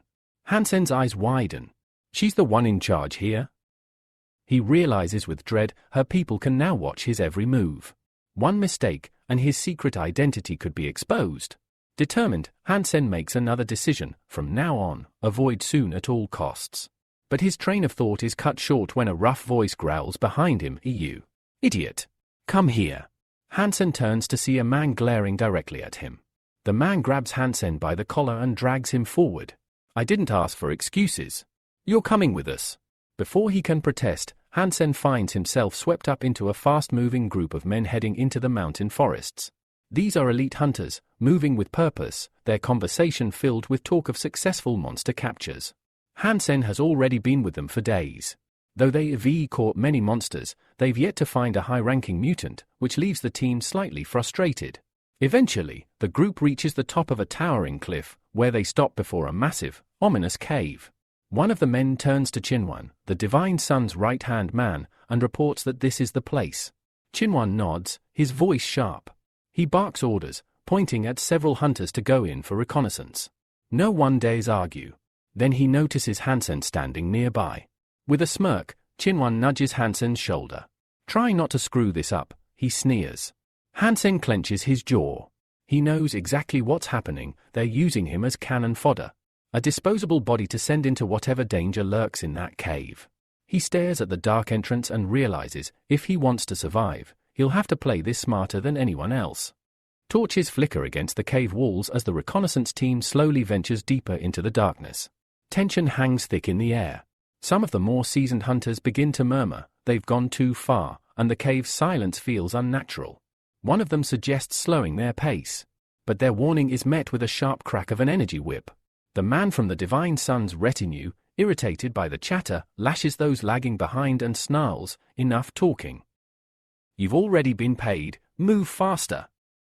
The group pushes forward, their fear growing with each step, until the path opens into a massive chamber. Before them lies a vast, underground lake, its surface perfectly still, smooth as glass. The mercenaries pause, stunned by the eerie beauty of the place. One of them steps forward. "The road ends here, sir. There's nothing but water." Without hesitation, the Divine Sun subordinate raises his hand, and several glowing capsules materialize in the air, transforming instantly into inflatable boats. The hunters stare in awe. Most had never even seen technology like this. "Get across," he orders. Hansen watches silently, noting how well prepared these people are. They knew what they were looking for, this wasn't a blind exploration. The mercenaries board the boats, which begin gliding slowly across the black water. But Hansen notices something disturbing. the Divine Sun's men aren't boarding. Only the hired mercenaries are being sent across. A chill creeps down Hansen's spine. Something's wrong. Then a splash, followed by another, and then a deafening roar tears through the chamber. From beneath the lake, a massive beast rises, a hulking, terrifying monster. Hansen's breath catches. The creature emerges fully from the depths, its scales black as obsidian, its eyes burning with hellish red fire. It's a black dragon. A rare, divine blood beast. With a monstrous roar, the dragon shatters the boats in a violent wave. Mercenaries scream, tossed into the freezing water. Chaos erupts as men beg for help, splashing desperately toward shore. On land, Chinsuan, the Divine Sun's second-in-command, smiles. At last, he says, the divine blood beast has shown itself. Then, the dragon strikes. It surges forward and snaps one of the mercenaries in half with its jaws. Panic spreads like wildfire. Hansen realizes what's really going on. This was never a reconnaissance mission. It was bait. Chinsuan cracks his energy whip again, barking at the mercenaries to hold their ground. You were paid. Fulfill your duties, or I'll kill you myself. He doesn't care who dies. The Divine Sun had been hunting this beast for a long time, and he was willing to sacrifice dozens of lives to get it. Terrified whispers circulate among the mercenaries. Despite their fear, a few decide to risk it, hoping that sheer numbers might let them outrun the dragon. Hansen, however, sees the truth. They're being fed to the beast to buy time. Suddenly, the dragon vanishes beneath the surface. Now's the chance, someone shouts. A desperate rush begins, mercenaries flailing across the lake, praying they'll make it to the other side. Hansen grits his teeth. He's not dying here, not for Chinsuan, not for anyone. As the massive shadow moves beneath the water again, he activates his hidden identity. In a flash, he dons his battle armor, using the chaos to slip away from the main group unnoticed. He will survive. No matter what. Then, boom! The dragon breaches the water again, smashing another boat to pieces. Bodies fly into the air, and blood stains the lake's surface. Of the 40 who crossed, only 7 survive. A shaken hunter reports to Chinsuan, the beast must be full. It's safe now. Satisfied, Chinsuan waves his men forward. Confident that the dragon won't attack again, the Divine Sun's entourage boards the remaining boats and sails across without incident. Their plan worked. The beast had been fed. The threat had passed, for now. But Hansen, watching from the shadows, knows one thing for certain: he will never forget this betrayal. The party continues deeper into the cave, their path lit by flickering torches. Each step is cautious, every breath held in suspense. Then, hidden behind a narrow crevice, the group discovers something extraordinary: 2 enormous eggs nestled carefully in the shadows. Chinsuan's expression twists into something dark and grotesque, like a demon savoring his prey. His eyes gleam with greed as he stares at the divine blood creature eggs. With these, he thinks, he can raise his gene count and increase his power. Take them, he barks at 2 mercenaries. The mercenaries obey without question. As they lift the eggs, they're startled by the immense weight. But before they can fully process it, a deafening roar erupts. A giant black dragon appears, its jaws wide open, unleashing a terrifying cry that shakes the cave walls. The mercenaries freeze, clutching the precious eggs, helpless before the monster. Chinsuan, snarling in frustration, calls them useless. He draws his sword and charges forward, shouting for his men to distract the beast while he retrieves the eggs himself. The hunters and mercenaries rally together, doing everything they can to divert the dragon's wrath. Amid the chaos, Chinsuan reaches the mercenaries and snatches the eggs from their hands. As the dragon's rampage grows more violent, Chinsuan clutches the eggs to his chest, retreating as fast as he can, triumphant.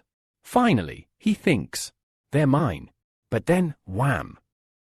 A powerful strike lands squarely on Chinsuan's face, sending him reeling. The eggs fall from his grip. Before him stands Hansen, clad in full battle armor, holding both eggs. Calm and defiant, he says, "You're celebrating too early." Chinsuan, blood streaming from his broken nose, looks up and recognizes the attacker. His rage explodes. Money, brother. Again. Hansen, however, feels the tide turning. Things are finally going his way. He's nearly reached one of the inflatable boats, but he suddenly stops. He senses something above him. He looks up. Another dragon. Turning around, he sees Chinsuan and his men rushing toward him. Hansen tosses one egg back to the furious Divine Sun, thinking to himself that the hunters can wait, the dragon is the real threat now. Shinsuan catches the egg.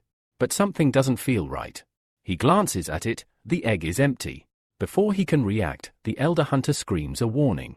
And then, a second massive black dragon explodes from the water behind him, mouth wide open, unleashing a roar that freezes everyone in place. Shinsuan screams in fury, "Money, brother! Your death will be long and painful." But Hansen has already escaped. At the steel-armored shelter transport station, Hansen is brimming with satisfaction. Not only did he survive, but he tasted the black dragon's egg and humiliated his enemy in the process. His divine gene count has increased by 13 points. One step closer to the power he dreams of. Just as things seem calm, Jan appears, blocking his path. She glares at him. "Where were you?" she demands. "Did you really think I'd let you disappear for days without saying anything?" Hansen, caught off guard, doesn't know what to say. He doesn't want to provoke her, but her sudden appearance throws him off balance. Soon, they're in the sparring room of the training complex. The air is thick with tension. Jan sets the terms, "If you defeat me, I won't bother you again." Hansen knows this won't be easy. Jan is no ordinary opponent. She possesses nearly 100 divine genes and is a highly experienced combatant. Worse, she also has multiple high-level souls, though she graciously agrees to leave them out for this fight. Instead, she sets a new rule: take 50 of my hits, and we're even. Hansen quickly realizes standing still would be suicide. He'll never survive her full-strength blows unless he stays mobile and takes the initiative. Jan assumes her fighting stance and begins the countdown. The moment she says start, Hansen strikes. A lightning-fast blow lands cleanly on her face before she can react, shaking her confidence. The sparring match has begun, and Hansen isn't holding back. Suan clutches her bruised face, stunned by Hansen's unexpectedly brutal strike. She hadn't anticipated such a fierce attack, and it puts her in a tough spot. Hansen feels awkward. He actually hoped she'd block the blow. Embarrassed, he rushes forward to apologize but inwardly wishes only to escape this fight as quickly as possible. He's unsure how this will end and worries he might be making a mistake. Just then, after landing a hit himself, Hansen regains focus and invites Suan to continue the match. Without hesitation, Hansen delivers another lightning-fast punch. Suan fails to parry again, confirming how shockingly strong and fast Hansen is for her. She drops to her knees, nursing her bruised nose. Feeling a bit guilty, Hansen reminds her that she had told him to attack first, so he did what she asked. Yet, in his mind, he knows this opportunity won't come again, and he can't stop now. Suan's anger ignites like wildfire. Her eyes flash with rage, and she screams that she will kill him. Launching a powerful counterattack, she forces Hansen to dodge with all his remaining strength. Realizing that speed and endurance are his only hope for survival, Hansen fights to keep up as Suan's body transforms, her anger manifesting physically as a demonic aura and a radiant energy field pulsing around her. After the brutal sparring, Hansen limps out of the training room, face battered and bruised. He admits to himself that he failed to withstand 50 hits and has a long way to go. This defeat sharpens his resolve. He is still too weak and must train harder to grow stronger. Every failure is a reminder of how vital preparation is. Meanwhile, Suan takes a shower, feeling unsettled by the fight. Though Hansen attacked unexpectedly, she's disturbed by her inability to block even 2 of his strikes. Curious and concerned, she reviews the fight's video replay in her room. Watching carefully, she acknowledges Hansen's powerful punches but notes his moves are somewhat formulaic, which she believes could be exploited next time. She's intrigued by his explosive strength and decisiveness, pondering just how serious a threat he might become. Suan suspects Hansen behaves like a professional killer, focused on landing one decisive blow, and wonders if his skills are innate or trained. Regardless, she finds him too vile and contemptible to forgive.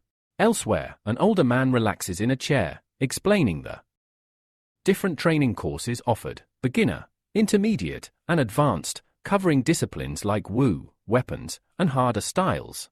His surprised Hansen chose the advanced and notoriously difficult Evil Ghosts technique, which requires exceptional physical fitness. This makes the man question how serious Hansen truly is. Hansen brushes off concerns and hands over a card loaded with 1 million in currency, confident he can handle the challenge. He knows he's stronger than before thanks to mastering the ice muscle and jade bone techniques, but understands he still needs more experience to fully harness them. Spying on other training sessions, Hansen is shocked by what he sees, hardly serious training, more like awkward touching and clumsy grappling. It's a disgrace. Grabbing his head in disbelief, he worries that Jianyu will be furious if he uses these odd techniques in their sparring. Realizing there's no turning back, Hansen resolves to train hard, especially since he's already paid for the course. After several days, he feels clumsy himself, much like the old man who teaches him, but he hopes this new technique will be useful when facing tougher opponents. Back in his room, Hansen watches his mutated monster pet. The crystal he gave it is accelerating its transformation, potentially turning it into a divine beast. This fills Hansen with hope and excitement, opening doors he never imagined. Later, alone in the forest near the shelter, Hansen reflects on how he hasn't seen the Son of God or his followers in quite some time. What's happening with them now? While he still has time, Hansen decides to test and study the spirit beast he received from the girl, curious about what might emerge. Suddenly, from the energy field on his hand, a small, adorable kitten materializes. Hansen can't help but feel puzzled. He expected a fierce or wild spirit beast, not a tiny, cute feline. He wonders if the girl was mocking him with this weak ally. Holding the kitten, he questions what use such a fragile creature could possibly have in battle. Still, Hansen extends his hand and commands the three-eyed mutant cat to attack the large monster nearby. The huge beast stops grazing and watches cautiously as the kitten approaches. The cat growls and leaps at the monster, only to be swiftly kicked away and sent tumbling back to Hansen's feet. Hansen is surprised and disappointed by how weak the spirit is. In a real fight, the kitten would have been easily killed. The little cat sits by Hansen's feet and meows pitifully. Hansen realizes that with such a helpless companion, he's unlikely to become a powerful hunter anytime soon. He suspects the girl tricked him, giving him a spirit beast meant only for show. Accepting that this home spirit offers no real battle advantage, Hansen draws his combat dagger and charges the monster himself. Later, Hansen picks up a large piece of meat from the fire and offers the kitten a small portion. The cat eagerly drools over the treat, which surprises Hansen. Unlike typical spirits that return to the void to recover, this one eats real food, and with a huge appetite, even more than Hansen himself. Despite the kitten's uselessness in combat, Hansen finds its company enjoyable, and that alone brings some comfort. Suddenly, a loud scream cuts through the air, pulling Hansen's attention away from the kitten. A young man bursts from the nearby bushes, running toward Hansen and shouting desperately for help. A few seconds later, loud stomping sounds echo through the air, and clouds of dust rise as Hansen realizes the young man is being chased by a pack of huge monsters. The stranger, terrified, begs Hansen for help and promises to pay him handsomely. The desperation in his voice reveals his urgent will to survive. Without hesitation, Hansen jumps up and starts running. He warns the stranger that the herd could easily trample them, and no amount of money would matter if they don't find shelter quickly. Hansen races toward a steep cliff, grabbing a sturdy vine to climb up to the plateau, a potential safe haven. The stranger follows close behind, screaming for help and pleading to be lifted up. Hansen reaches out, telling him to hurry before the monsters catch him. The stranger grabs Hansen's hand tightly, and together they climb to safety on a small ledge. Hansen explains they'll have to wait there until the monsters move on. The stranger lights a cigarette and begins sharing his story. He's been traveling for a long time and lost the souls of the animals he was carrying. Starving, he stumbled upon a large pack of monsters, which became a nightmare for him. Hansen notices the cigarette is expensive, signaling the stranger isn't poor. Grateful for the rescue, the stranger asks Hansen's name and inquires about the Glory Shelter, hoping to find useful information. Hansen tells him about a steel armor vault 2 days away but admits he's never heard of a Glory Shelter. Frustrated and angry at being lost, the stranger curses his misfortune. He looks down at the pack of monsters below and assures Hansen not to worry, promising a generous reward once they escape. The stranger asks if Hansen has any water or food, explaining he hasn't eaten in days. Hansen offers a glass of water and a piece of dried monster meat, but tells the stranger it will cost him 10,000. Outraged, the stranger calls it robbery and doubts they'll get along. Hansen shrugs and says the stranger can eat elsewhere if he doesn't like the terms.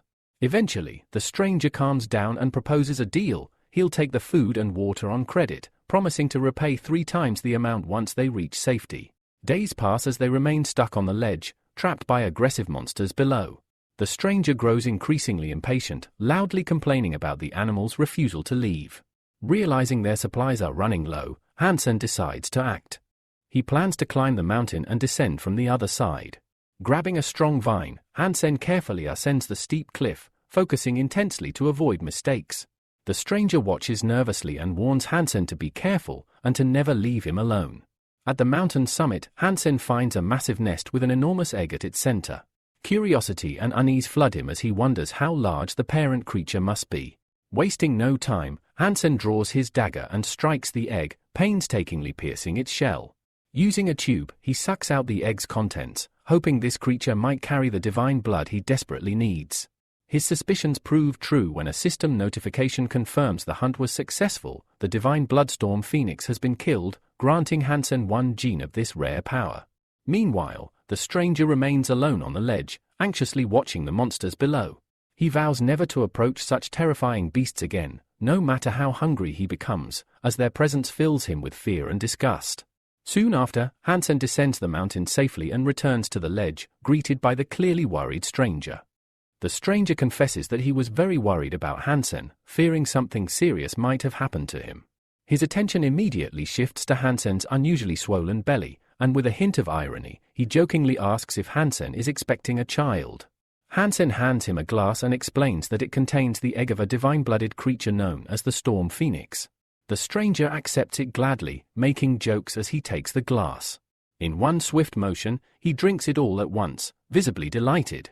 Curious, Hansen asks the stranger what a phoenix egg tastes like, adding that he has now gained one divine gene. The stranger's expression changes instantly. Overwhelmed with gratitude, he starts addressing Hansen respectfully as a sir, thanking him deeply for such a generous gift. He promises to repay Hansen's kindness and protect him from anyone who dares show disrespect. Hansen, however, warns the stranger that his reputation in the shelter isn't the best and suggests he keeps his distance. The stranger refuses to back down, insisting that Hansen has treated him as a friend and that he intends to repay that friendship with loyalty and protection. At that moment, the pack of animals that had been guarding them at the foot of the mountain suddenly retreats into the forest, leaving them in safety. The stranger bids Hansen farewell, waving goodbye and expressing that it was a pleasure to meet him. The scene then shifts to a busy transit station shelter, a bustling transport hub filled with non-stop activity. Hansen walks along the platform in high spirits, reflecting on the fact that the Storm Phoenix egg has granted him 5 more divine genes, bringing his total to 18. He plans to go home to rest. But his mood quickly changes when he encounters a girl blocking his path. Hansen greets her warmly, calling her boss and trying to keep the conversation light and friendly with jokes. However, Shounen responds with strict seriousness, commanding Hansen to follow her. Though Hansen tries to maintain a friendly facade, he feels irritated and reluctant to engage with her. After a while, they arrive at the training center, stepping into the sparring room where the atmosphere instantly grows tense. Hansen knows he has reached the peak of his demonic possession technique and believes that facing Shounen this time will be easier than before. Suan announces the start of the sparring and begins moving around the room with incredible speed. At the last moment, Hansen notices her close approach and prepares to kick him. He feels genuine relief that he spotted the attack in time and narrowly dodges Shouen's blow. Having studied Hansen's technique well, Suan realizes he is capable of sudden, explosive attacks. Determined not to give him any chance for surprise moves, she decides to keep him constantly on guard. Despite her swift movements, Hansen manages to anticipate Shouen's next strike. With a sharp reaction, he sidesteps her attack and seizes her leg, effectively cutting off her momentum. In one fluid motion, he executes a powerful throw, slamming her to the ground. Without hesitation, he transitions into a painful leg hold, bending her limb to restrict her movement.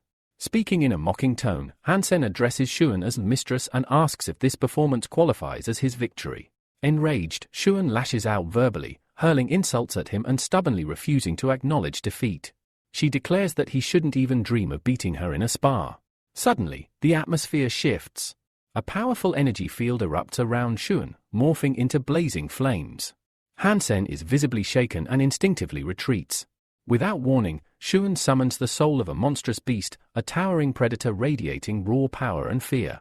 Faced with the terrifying spirit, Hansen panics. He shouts at her, reminding her that they had agreed not to use animal souls in sparring. He barely dodges the beast's devastating strike as it crashes into the arena wall, sending concrete debris flying and plunging the area into chaos. As the dust settles, Shouen's body begins to take on a demonic form. Her energy flares with fierce intensity, and her relentless pressure becomes overwhelming. Hansen watches in stunned silence as she exits the arena, leaving him to grapple with his own limitations. He clutches his head in despair, realizing just how vast the gap is between his strength and hers. Strength he once took pride in now feels utterly insignificant. Yet, Shounen acknowledges that Hansen has grown. She admits, albeit grudgingly, that he's improved enough to not only resist her strikes but to provoke her into unleashing her beast soul, something she hadn't anticipated. In the days that follow, both continue training intensively in the sparring arena. Shounen, still fuming, accuses Hansen of playing the fool and resolves to teach him a lesson for his supposed deception. Hansen, sensing that she's deliberately trying to provoke him, chooses to remain calm. He views this ongoing challenge as an opportunity to sharpen his skills and considers himself lucky to have such a formidable woman as a sparring partner. However, he's still troubled by her harsh demeanor and complete lack of tenderness. Then, an unexpected voice calls his name. Turning, Hansen sees a girl confidently announcing that she's completed her initiation and can now leave the shelter. He instantly recognizes her as a former classmate from elementary school. Smiling, he reminisces on how quickly time has passed and begins to strike up a conversation. But their reunion is abruptly interrupted by a jet car landing beside them. A stern man steps out, clearly irritated. He scolds the girl for not using the home teleport again, forcing him to come looking for her. He warns her about the dangers of such travel, mentioning that transfer stations are full of raga muffins and insisting she be more cautious. The girl tries to defuse the situation, explaining she was simply catching up with an old friend. But the man, exuding arrogance, gives Hansen a scornful glance. Hansen politely introduces himself and extends his hand, only to be coldly rejected. The man declares Hansen unworthy of being the girl's friend and warns him to stay away, threatening consequences if he doesn't comply. Deeply insulted by the man's rudeness, Hansen asks if he even knows who he's speaking to. The man is taken aback by Hansen's boldness and, irritated, demands clarification. The confrontation escalates. The man threatens to put Hansen in his place and charges at him. But Hansen, thanks to his intense training, is more than ready. He's mastered close-quarters combat and learned to harness demonic possession, skills that now give him the edge. Effortlessly, he dodges the incoming blows, swiftly closes the distance, and grabs the man by the collar. With precision and strength, he hurls the man to the ground. The girl screams out in alarm, pleading with Hansen to stop. Hansen loosens his grip and reassures her that the man is tougher than glass and won't break. He clarifies that he didn't mean to harm him, this was merely his way of saying hello. With that, Hansen checks the time and announces he's heading home. He turns to the girl and says they can catch up over dinner another time. Left fuming and humiliated, the man seethes. He repeats Hansen's name under his breath and vows to take revenge. The defeat is not something he will forget, or forgive. As the girl watched Hansen walk away, a man's voice broke the silence behind her. He remarked that her friend was quite an interesting one. The girl, sensing trouble, quickly asked him not to do anything to Hansen. The man simply smiled, a sly, knowing grin creeping across his face. He suggested that she should invite her new acquaintance to dinner sometime. After all, in his words, Hansen had given him a generous gift, and it was only polite to repay it. Though she agreed to the idea, the girl couldn't shake the feeling that the man had something far more sinister in mind. Meanwhile, Hansen was back in his room, seated in front of his computer. He was deep in thought, reflecting on how he hadn't been able to hunt animals in the mountains lately. Determined to find an alternative, he scoured a forum for any promising opportunities. Soon, one offer caught his eye. Someone was willing to pay a high price for the souls, flesh, and blood of mutant beasts. But Hansen knew how rare such materials had become, it wouldn't be easy to fulfill that request. Then, another advertisement stood out. A private client was hiring escorts, offering generous compensation. The only condition was the ability to take down 10 primitive creatures alone. It was a challenge, but one Hansen believed he could meet. He decided to respond to the offer, but he'd need a reliable weapon first. His old bronze crescent spear had broken during the last battle, so he started browsing for a replacement. That's when he found it, a Black Knight Series dual alloy bow paired with Demon's Edge Series arrows. The combination boasted exceptional killing power. On the market, it would cost at least 7 million credits. Strangely, the listing had been up for a while, with no buyers. Hansen studied the specs. The bow had a maximum range of 800 meters and could pierce armor from 300 meters away. However, there was a catch. According to the association's regulations, the weapon could only be used by those with over 7 power points. Hansen wasn't sure if he qualified, but he hoped his training, especially the ice muscle and jade bone techniques, might be enough to meet the threshold. He only had 1 million credits left, but he placed an offer anyway. Hours passed with no response. Hansen began to suspect the listing was outdated or that the seller was unimpressed by his offer. But then, to his surprise, a notification came through. The seller had accepted. Overjoyed, Hansen knew he'd secured an incredible deal. The next day, a transport company employee arrived at his room with a delivery. Hansen signed the documents, and the moment the worker left, he tore open the box to inspect his new weapon. He pulled the bowstring back, feeling its power. A thought flashed in his mind: this weapon would allow him to avoid close combat when facing beings of divine blood. He remembered that he'd already stolen prey from the Son of God twice before. That thought filled him with satisfaction, and he vowed to do it again. When he arrived at the designated meeting spot, he was surprised by the crowd that had gathered. Then, a stranger pointed directly at him and shouted that he recognized Hansen. The man laughed and called him an ass maniac, making fun of the bow slung across Hansen's back, which, he joked, suited him perfectly. Among the crowd, Hansen spotted an old acquaintance who pretended not to know him. The men teased him, asking if he was seriously here to get hired as a bodyguard. The first man continued his mockery, recalling the embarrassing incident where Hansen accidentally stabbed a man named Jan in the buttocks. Despite the laughter, Hansen kept his composure. He told them that if they didn't think he was fit to protect them, he would simply leave. But the man who had been joking earlier suddenly turned serious. That's not the case at all, he declared. Then, in a commanding tone, he ordered Hansen to stay. He would be his personal bodyguard. Those nearby were surprised by the decision. They asked the young man if he was sure and whether it was a wise move. The young gentleman, however, was resolute. He handed Hansen an employment contract and told him to sign it. One of the guards, clearly displeased, voiced his disapproval. He muttered that Hansen was just lucky and warned him not to disappoint their employer. Soon after, the group began moving through a forested area near the shelter. As they advanced cautiously, someone pointed to a patch of dense bushes up ahead. He claimed he'd just spotted a primitive creature hiding within. Tension rose in the air. The mission was only beginning. The group turned their heads, eyes narrowing as a blur of motion darted through the nearby bushes. A shadowy animal figure rushed past, barely visible through the thicket. Without hesitation, young Master Yuan issued an order to his hunters, who immediately sprang into action, charging into the underbrush in pursuit of the creature. The senior hunter shouted after them, reminding the team to ensure the young master's safety above all else. From his elevated position on a small hill, Hansen calmly readied an arrow. Drawing it from his quiver, he took aim and released it with practiced precision. The arrow cut through the air, but struck a tree trunk, nowhere near the beast's last location. Hansen noted that his Spirit of Destiny arrows were just as powerful as expected, but he needed to adjust the bow's draw weight for better control. The senior hunter, ever critical, smirked. He mocked Hansen's shot, saying that if he couldn't hit a target from just 20 meters away, he had no business calling himself the bodyguard of young Master Yuan. Unbothered, Hansen responded coolly. He hadn't meant to hit the animal, he was merely testing the arrow's balance. But the elder hunter wasn't convinced. That didn't look like practice, he muttered. It looked like an embarrassment. Nearby, Hansen noticed a familiar face, an old acquaintance standing silently among the crowd. It was clear from the man's expression that he didn't want anyone to know they had history. Meanwhile, the hunters had successfully driven the beasts into a dead end, herding them toward the base of a steep cliff. From his vantage point, Hansen watched the hunt unfold. Young Master Yuan was clearly elated. His team had managed to trap 3 black-spotted primitive beasts. The hunters urged him to be cautious, but Yuan, eager to test himself, lunged forward and attacked the predators with a blade known as the Pain Blade.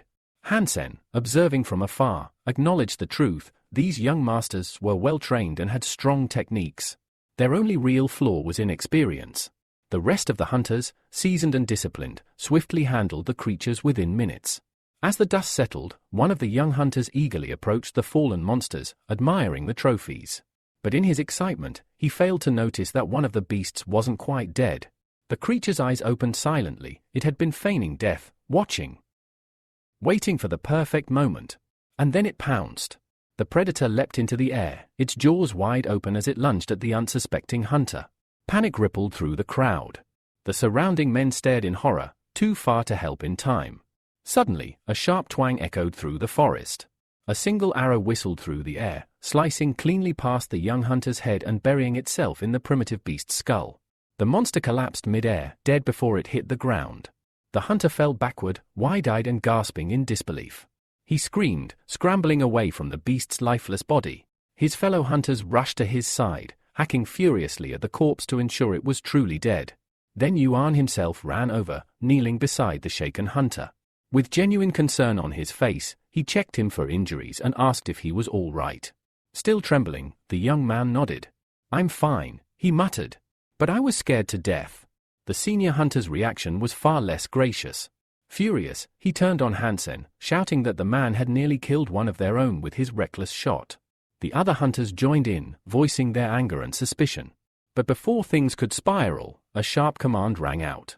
"Stand down," young Master Yuan ordered, his voice cutting through the tension. The senior hunter, clearly displeased, glared at Hansen. He asked why the man was still here, hadn't he been dismissed? Suddenly, Yuan strode forward. Without a word, he seized the senior hunter by the throat. His voice was cold and composed as he clarified, he had told the man to leave. Yuan's eyes blazed with fury. "I pay you to provide security," he snapped. "Where were you when one of my men was being attacked?" He didn't stop there. The young master continued dressing the man down, accusing him of inaction and cowardice, and now, trying to shift blame onto the only person who actually saved someone. The senior hunter stood his ground, reminding Yuan that firing him meant breaking their contract. He would be owed compensation. Without hesitation, Yuan pulled a thick wad of cash from his pocket and tossed it contemptuously into the air. "Take your money and leave," he spat. "You're useless." The older hunter stormed past Hansen, glaring daggers at him. His eyes were full of rage and humiliation. It was clear he bore Hansen a deep grudge. Meanwhile, the young hunter who had been saved approached Hansen, bowing his head in gratitude. "Thank you," he said sincerely. Hansen only smiled. "It was nothing," he replied modestly. "I'm just glad you're safe." Yuan's gaze lingered on the bow in Hansen's hand, Doomed Soul, a weapon that could only be used by those with a power level of at least 7. He raised an eyebrow. "Are you really level 7? He asked. Before Hansen could speak, the young hunter who'd just been rescued answered confidently, "He has to be. There's no way someone below level 7 could shoot like that." Young Master Yuan studied Hansen closely. The precision, the speed, no hesitation. He wasn't just strong, he was controlled. The young master mused aloud that Hansen's level had to be even higher than 7, perhaps 8 or more, just to be able to draw and fire that bow with such perfect form and deadly accuracy. Impressed, he stepped forward and extended a hand. "I hope we can work together for a long time," he said sincerely. Hansen shook his hand, feeling a sense of quiet pride. This wasn't just a job, it was recognition. A wealthy employer with insight and intelligence like Yuan was hard to come by. Hansen felt he had finally found someone worth following. 2 days later, Hansen returned to the shelter. At the gate, he was met by a group of hunters. One of them, a familiar face, mockingly asked if he had made a fortune yet. It was the senior hunter, the same one who had been humiliated and thrown out by young Master Yuan. His tone was sharp and laced with venom. Stepping closer, he growled that he didn't appreciate Hansen being there. And then, without warning, he lunged. Drawing a knife, the older man hurled himself at Hansen, shouting that he'd teach the boy a lesson. Hansen's old acquaintance, watching from the side, said nothing. He pretended not to know Hansen, too scared, or too cowardly, to intervene. The dagger whistled through the air, but Hansen was gone. In the blink of an eye, he had vanished from where he stood. Before anyone could process what had happened, Hansen reappeared beside the senior hunter. With a fluid motion, he grabbed the man's arm mid-strike, twisted it effortlessly, and disarmed him. The knife fell into Hansen's hand. The hunter hit the ground, stunned. The onlookers stood frozen. Their eyes were wide with disbelief. How had this quiet young man just taken down an experienced hunter so easily? Even Hansen's old friend looked on in shock, remembering a time when Hansen was weak and hopeless, barely able to kill a black beetle, scraping by just to survive. But this was someone entirely different. Still pinned to the ground, the senior hunter screamed at the others. "What are you waiting for? Help me," he bellowed, furious and humiliated. But Hansen wasn't done. You talk too much, he muttered, twisting the man's arm harder until a scream ripped from his throat. The other hunters sprang into action, drawing their weapons and rushing toward Hansen in unison. In response, Hansen took the dagger, her gleaming blade now pulsing with energy, and made a series of calculated movements. Lines of radiant light crackled in the air around him. The hunters skidded to a stop. They stared, stunned. This wasn't normal. This wasn't something they had seen before. That glow, that pressure. It was something else. Hansen glanced down at the knife, eyebrows raised. Who? Ruby steel, he murmured. That was a top-tier weapon. Blades like that could sell for over $1 million. A smirk tugged at the corner of his lips. Yeah. I've been needing a short dagger like this. Behind him, his former friend watched in disbelief. This couldn't be the same Hansen. Not the weak boy who once barely survived. Not the failure who hunted insects. But Hansen wasn't interested in nostalgia. He turned back to the wounded man on the ground. This knife's too good for someone like you, he said. So I'll be keeping it. Tucking it into his belt, he turned his back and walked away, each step deliberate and calm, as if nothing in the world could stop him. But it wasn't over. The senior hunter roared from the ground. Stop right there, he ordered. This isn't finished yet. One of the other hunters echoed his anger. You're too arrogant, he snapped. You think too highly of yourself. Suddenly, another rider appeared, blocking Hansen's path. He was a powerful man on horseback, cloaked in dark leathers, and his mere presence made the air feel heavier. The older hunter pointed at Hansen, his voice full of bitterness. That bastard injured me. And stole my weapon. Avenge me.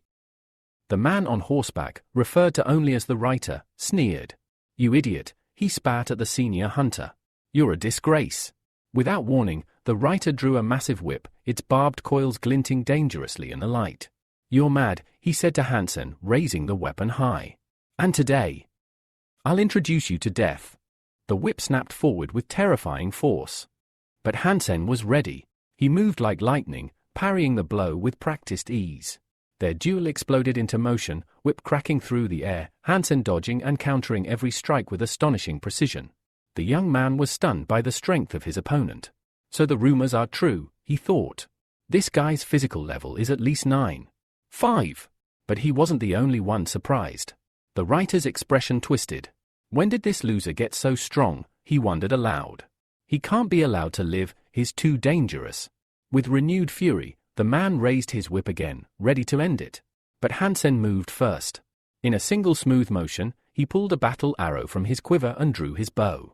The tension in the air thickened instantly. The arrow pointed straight at the man on horseback. For the first time, real fear flickered in the writer's eyes. He hadn't expected this. He thought Hansen would run, submit, not draw on him. Now, with the arrow aimed squarely at his chest, that confidence began to crack. Silence fell over the group. Everyone held their breath. The hunters nearby were stunned. None of them could believe what they were witnessing, a lone young man aiming a drawn bow at Tanyang, the strongest among them, the so-called son of God. Faces full of disbelief and confusion turned toward Hansen, who stood unmoving, the string pulled taut, the arrow ready to fly. Hansen could feel the strain in his muscles. Holding a bow at full draw wasn't easy, and it drained his strength by the second. But he couldn't show weakness. Not now. His eyes locked on Tanyang. Move again, he warned coldly, and I'll kill you. His voice wasn't raised, but its calmness was more terrifying than a shout. The confidence in it sent a chill through the air.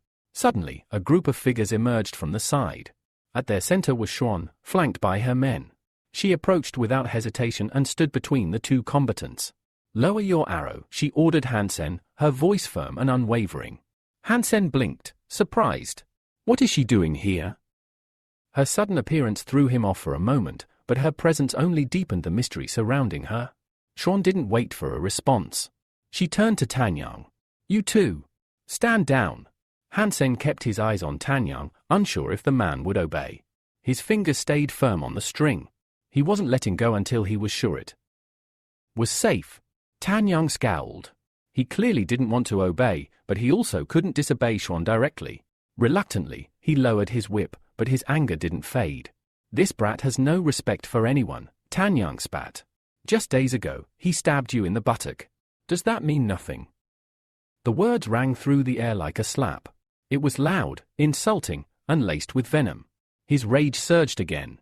He challenged me today, humiliated me. I won't let this go. But before he could act, Shounen raised her hand. A blazing energy flared to life in her palm, and in an instant, she launched a focused energy beam directly at Tanyang. It struck his whip arm with a thunderous impact, the force knocking him clean off his horse. Gasps erupted from every corner. Tanyang hit the ground hard, his weapon flying from his grasp. His men rushed to his side, panicked and scrambling, asking if he was all right. Shounen didn't even flinch. I can handle my people, she said sharply. I don't need others interfering. With grace and authority, she passed by Hansen, her voice low and commanding. Follow me. Now. Hansen hesitated only a second before obeying. He could tell this was not a request. Behind them, Tanyang glared with seething hatred.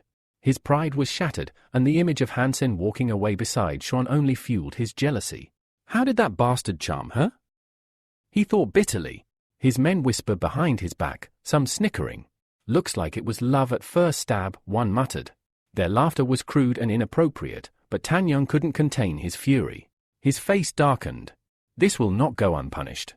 Later, Hansen learned that Shounen wanted him to join her sharpshooting team. But the idea didn't excite him. His mood didn't match her plans. Shounen, however, was undeterred. You can channel the spirit of fate, she told him. That means you're not just a good shot, you're a rare one. She stepped closer. You challenged someone powerful today. If I hadn't stepped in, you'd already be in trouble. I suggest you stop pretending you can do everything on your own. Hansen nodded slowly, appreciating her concern. Thanks, he said. But I can handle myself. Shounen didn't flinch. Maybe, but I'm the only one here with an elite marksman squad.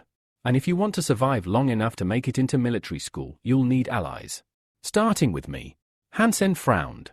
Who said I want to go to military school? I don't even have the physical fitness to hit level 10. Shaunen's eyes narrowed with conviction. That standard is high or for ordinary people. But you're not one of them. Hansen stared at her, suspicion creeping into his voice. What are you trying to say? She didn't hesitate. You might look like a newbie, but I've seen enough to know what you really are. And I need what you bring to my team. Hansen studied her face, trying to gauge her intent. Then, with a smirk, he asked, so, you're still mad about that whole stabbed you in the butt thing? The reaction was instant. Shaunen's face turned crimson and she exploded with fury. Don't you dare bring that up again, she screamed. Her shout echoed down the hall, and everyone nearby turned to look. Hansen just raised an eyebrow, more amused than apologetic. In her eyes, without military education or a noble title, Hansen had no future in the army, no chance at advancement. He'd be cannon fodder at best, just another nameless private. Her assessment was harsh, but grounded in realism. But Hansen wasn't the kind to accept such a fate. He looked her straight in the eye. Why are you so sure I won't earn a noble title? There was steel in his voice. He declared his plan. He would continue mastering the icebone technique, harness the power of higher-level genetic crystals, and climb the ranks himself. His words weren't boastful, they were a challenge to fate. Shounen didn't like being challenged. With a scowl, she grabbed him by the lapels and shook him hard. Don't question me, she barked. Join my squad. Now.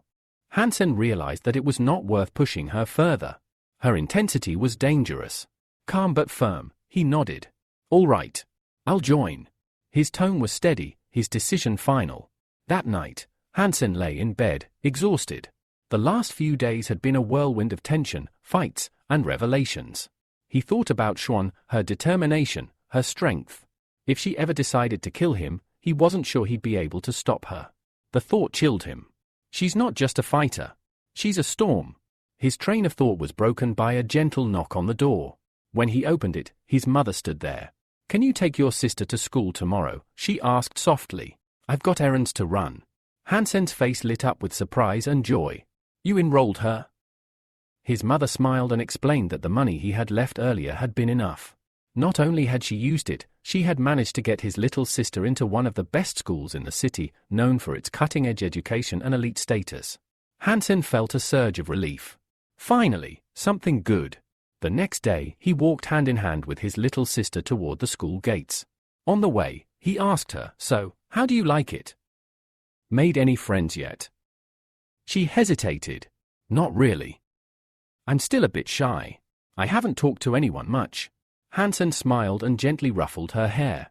That's okay. Just be kind, be yourself. Take your time. And if anyone bullies you, you come to me first, got it? The girl nodded, a small smile forming. His calm, protective presence gave her the courage she needed. But just as they reached the school, Hansen froze. He spotted a familiar figure in the crowd, his first uncle, standing with his own child. Their eyes locked. The uncle's expression soured instantly, his surprise quickly turning to suspicion. He walked over, his voice restrained but cold. What are you doing here? Hansen remained composed. Just bringing my sister to school. The uncle sneered. This school costs millions. Where did your family get that kind of money? Then came the accusation, you still haven't given me my share of the house. According to the contract, everything should be split equally. So, where's my part? Hansen's gaze turned sharp. Did you even read the contract? He reminded the man that his late father had paid off 2 million of the family's debt out of his own pocket. That debt, Hansen argued, cancelled any claim the uncle had. No one in your branch gets a single coin more, Hansen said icily. The man's voice rose. You little brat. You think you can cheat me? I'll go talk to your mother right now and set things straight. Hansen didn't flinch. If you trespass onto our property, I'll have the right to shoot you. His voice was low, calm, and utterly cold. The uncle snapped. You arrogant little mutt, he shouted, and lunged. But Hansen was faster. He stepped in, caught the man's fist effortlessly, and with a swift, fluid motion, lowered his stance and executed a perfect throw. The uncle hit the ground hard, stunned and humiliated. Standing over him, Hansen looked down with eyes like steel. If you want to die, feel free to come to my house again. The words weren't loud, but they carried the weight of finality. Nearby, his little sister had watched everything. Her eyes were wide with fear, but behind it, there was something else.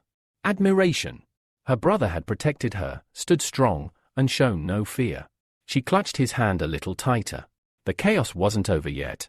The uncle's wife, trying to comfort their crying child, gently hushed him and said, "Don't be afraid. I'll take you to school now, and then I'm calling the police to have that hooligan arrested." Hansen didn't flinch. Calmly, he turned to his uncle. "You should relax," he said coldly.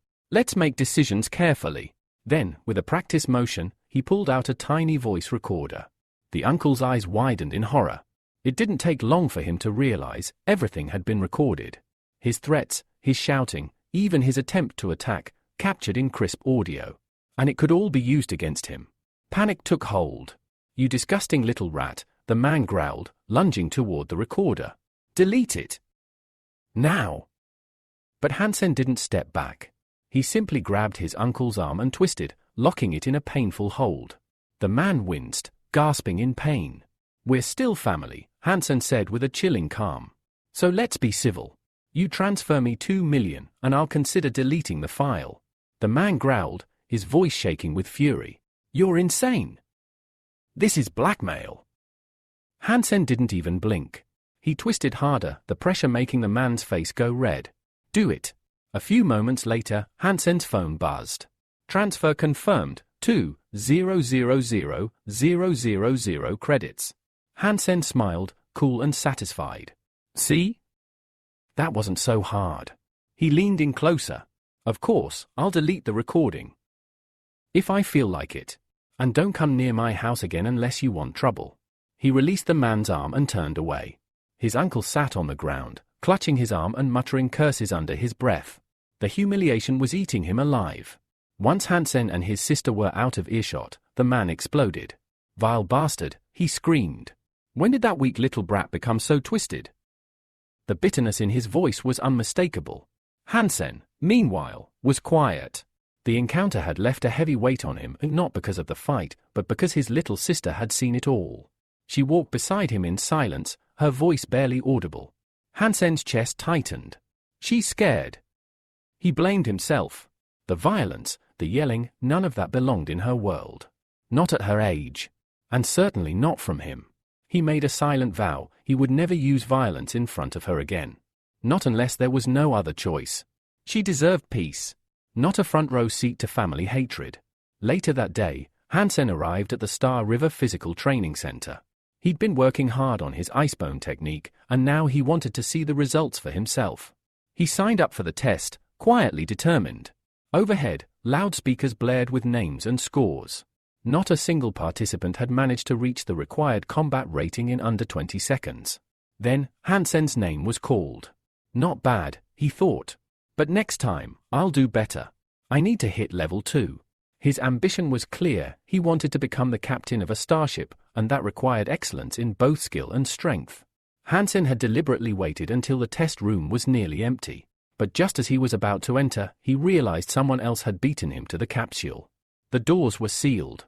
Curious, he walked over to the observation screen to see who it was. What he saw made his eyes narrow in surprise. Inside the training capsule, a participant was unleashing devastating attacks using a bee-soul, a rare technique where ones will bonded with the power of a creature. The robots inside the simulation were being shattered one after another. Robots charged. He tore through their cores with a single blow. With each step forward, his strikes grew fiercer, power and fury combining in perfect rhythm. The training capsule echoed with the metallic wail of broken machines. Hansen surged forward. He wasn't just participating, he was dominating. He wasn't done yet. Back at the physical training center, a stunned young man stared at the results on the screen. 10 seconds. That's impossible. He blinked again, trying to process what he'd just witnessed. In disbelief, he whispered, he cleared the test, in just 10 seconds. Outside the center, word spread fast. Crowds had gathered at the entrance, buzzing with excitement. Did you hear? Someone said. A newbie destroyed all the robots in only 10 seconds. No way, that armor, wasn't that the money guy's beast gear? Another chimed in. Inside, many recognized the armor. It wasn't just any suit, it belonged to someone with deep resources.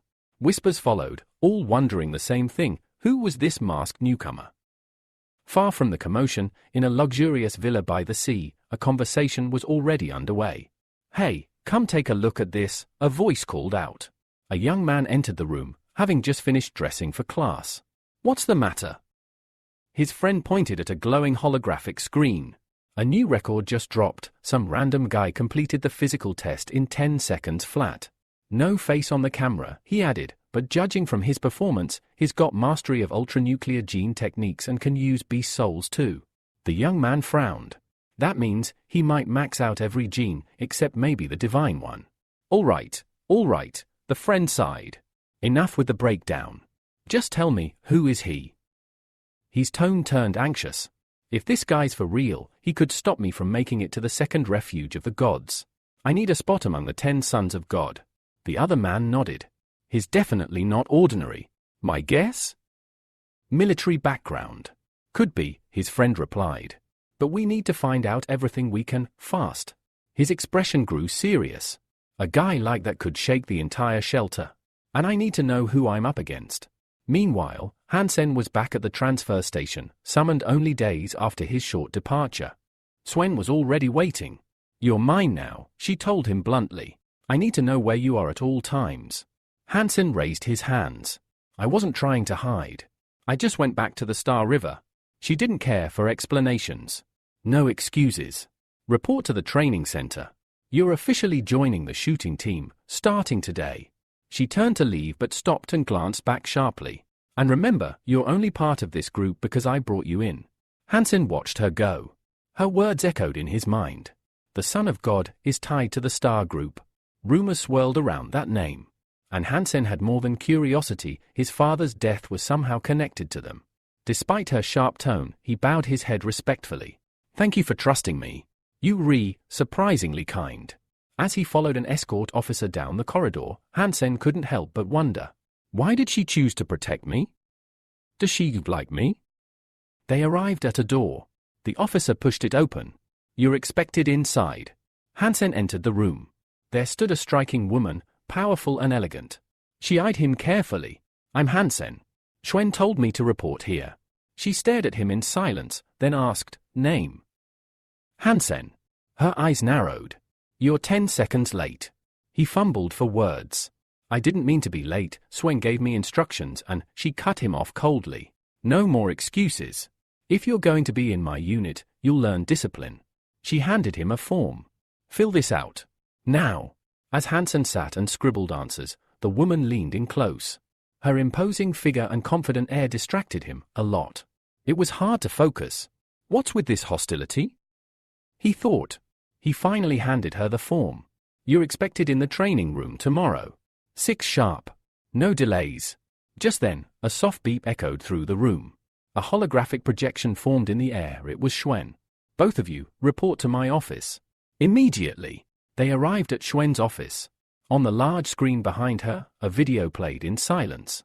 It was the training test. Hansen's test. Robots exploding. Beast armor glinting. 10 seconds. The internet had exploded with reactions. Hansen's jaw tightened. How did this even get online? He stood there, watching himself tear through combat bots on screen, his secret now broadcast to the world. And he knew there was no going back. Back in the training center, a group of girls crowded around a screen, their eyes wide with awe. That has to be the money brother, right? One of them whispered. Did you see the way he moved? That's ultra-nuclear technique for sure, another replied, still stunned by the speed and precision shown in the video. They couldn't believe what they had witnessed. But did anyone see his face? One of them asked. No one had.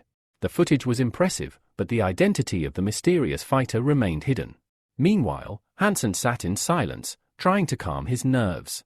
At first, fear gripped him, the video's out. But then, relief washed over him. They don't know it's me. Xuan, one of the women discussing the video, narrowed her eyes. This proves it. Not only does the money brother possess divine-grade armor, but he's also mastered ultra-nuclear techniques, she said, more to herself than anyone else. She was determined to find him. If he was at the fitness testing center, then he must have been close by. We'll find him. She speculated that he must be from a distant district, someone extraordinary like that couldn't have come from the Star River area, where talents were rare. We have to recruit him, she said firmly. If we do, we won't need the Son of God to help us hunt divine-level creatures. Hansen quietly observed. He could see it clearly now, Xuan wasn't just chasing talent. She was aiming to change the social order of the shelter. He chuckled lightly, trying to sound casual. I heard the money brother is a lone wolf. It won't be easy to rope him into any group. Xuan gave him a playful but intense look, resting her hand on his shoulder. Oh, don't worry, she said, eyes gleaming. We have ways of persuading men. Hansen swallowed hard. He couldn't deny it. Xuan, like Yang, was dangerously beautiful, confident, and utterly persuasive. He looked between them both. They've gone insane, he thought. Later, Hansen returned to his quarters. He glanced toward a large reinforced cage in the corner of the room. Inside was a beast, restrained but powerful, and evolving. Its aura was growing more intense each day. Just a few more days, Hansen thought. Then it will reach the divine level. The next morning, Hansen arrived at the rifle group's training camp. Rows of shooters trained relentlessly at automated stations, firing shot after shot. Among the crowd, Hansen suddenly spotted a familiar face. Xiao? The shooter paused, turned, and froze in confusion. Wait. How do you know my name? Hansen blinked. His cover was slipping. Everyone knows you, he bluffed smoothly. You're associated with the legendary money brother. Xiao beamed with pride. Huh? Yeah, I guess word's getting around. But trust me, training here isn't easy. He leaned closer, voice dropping.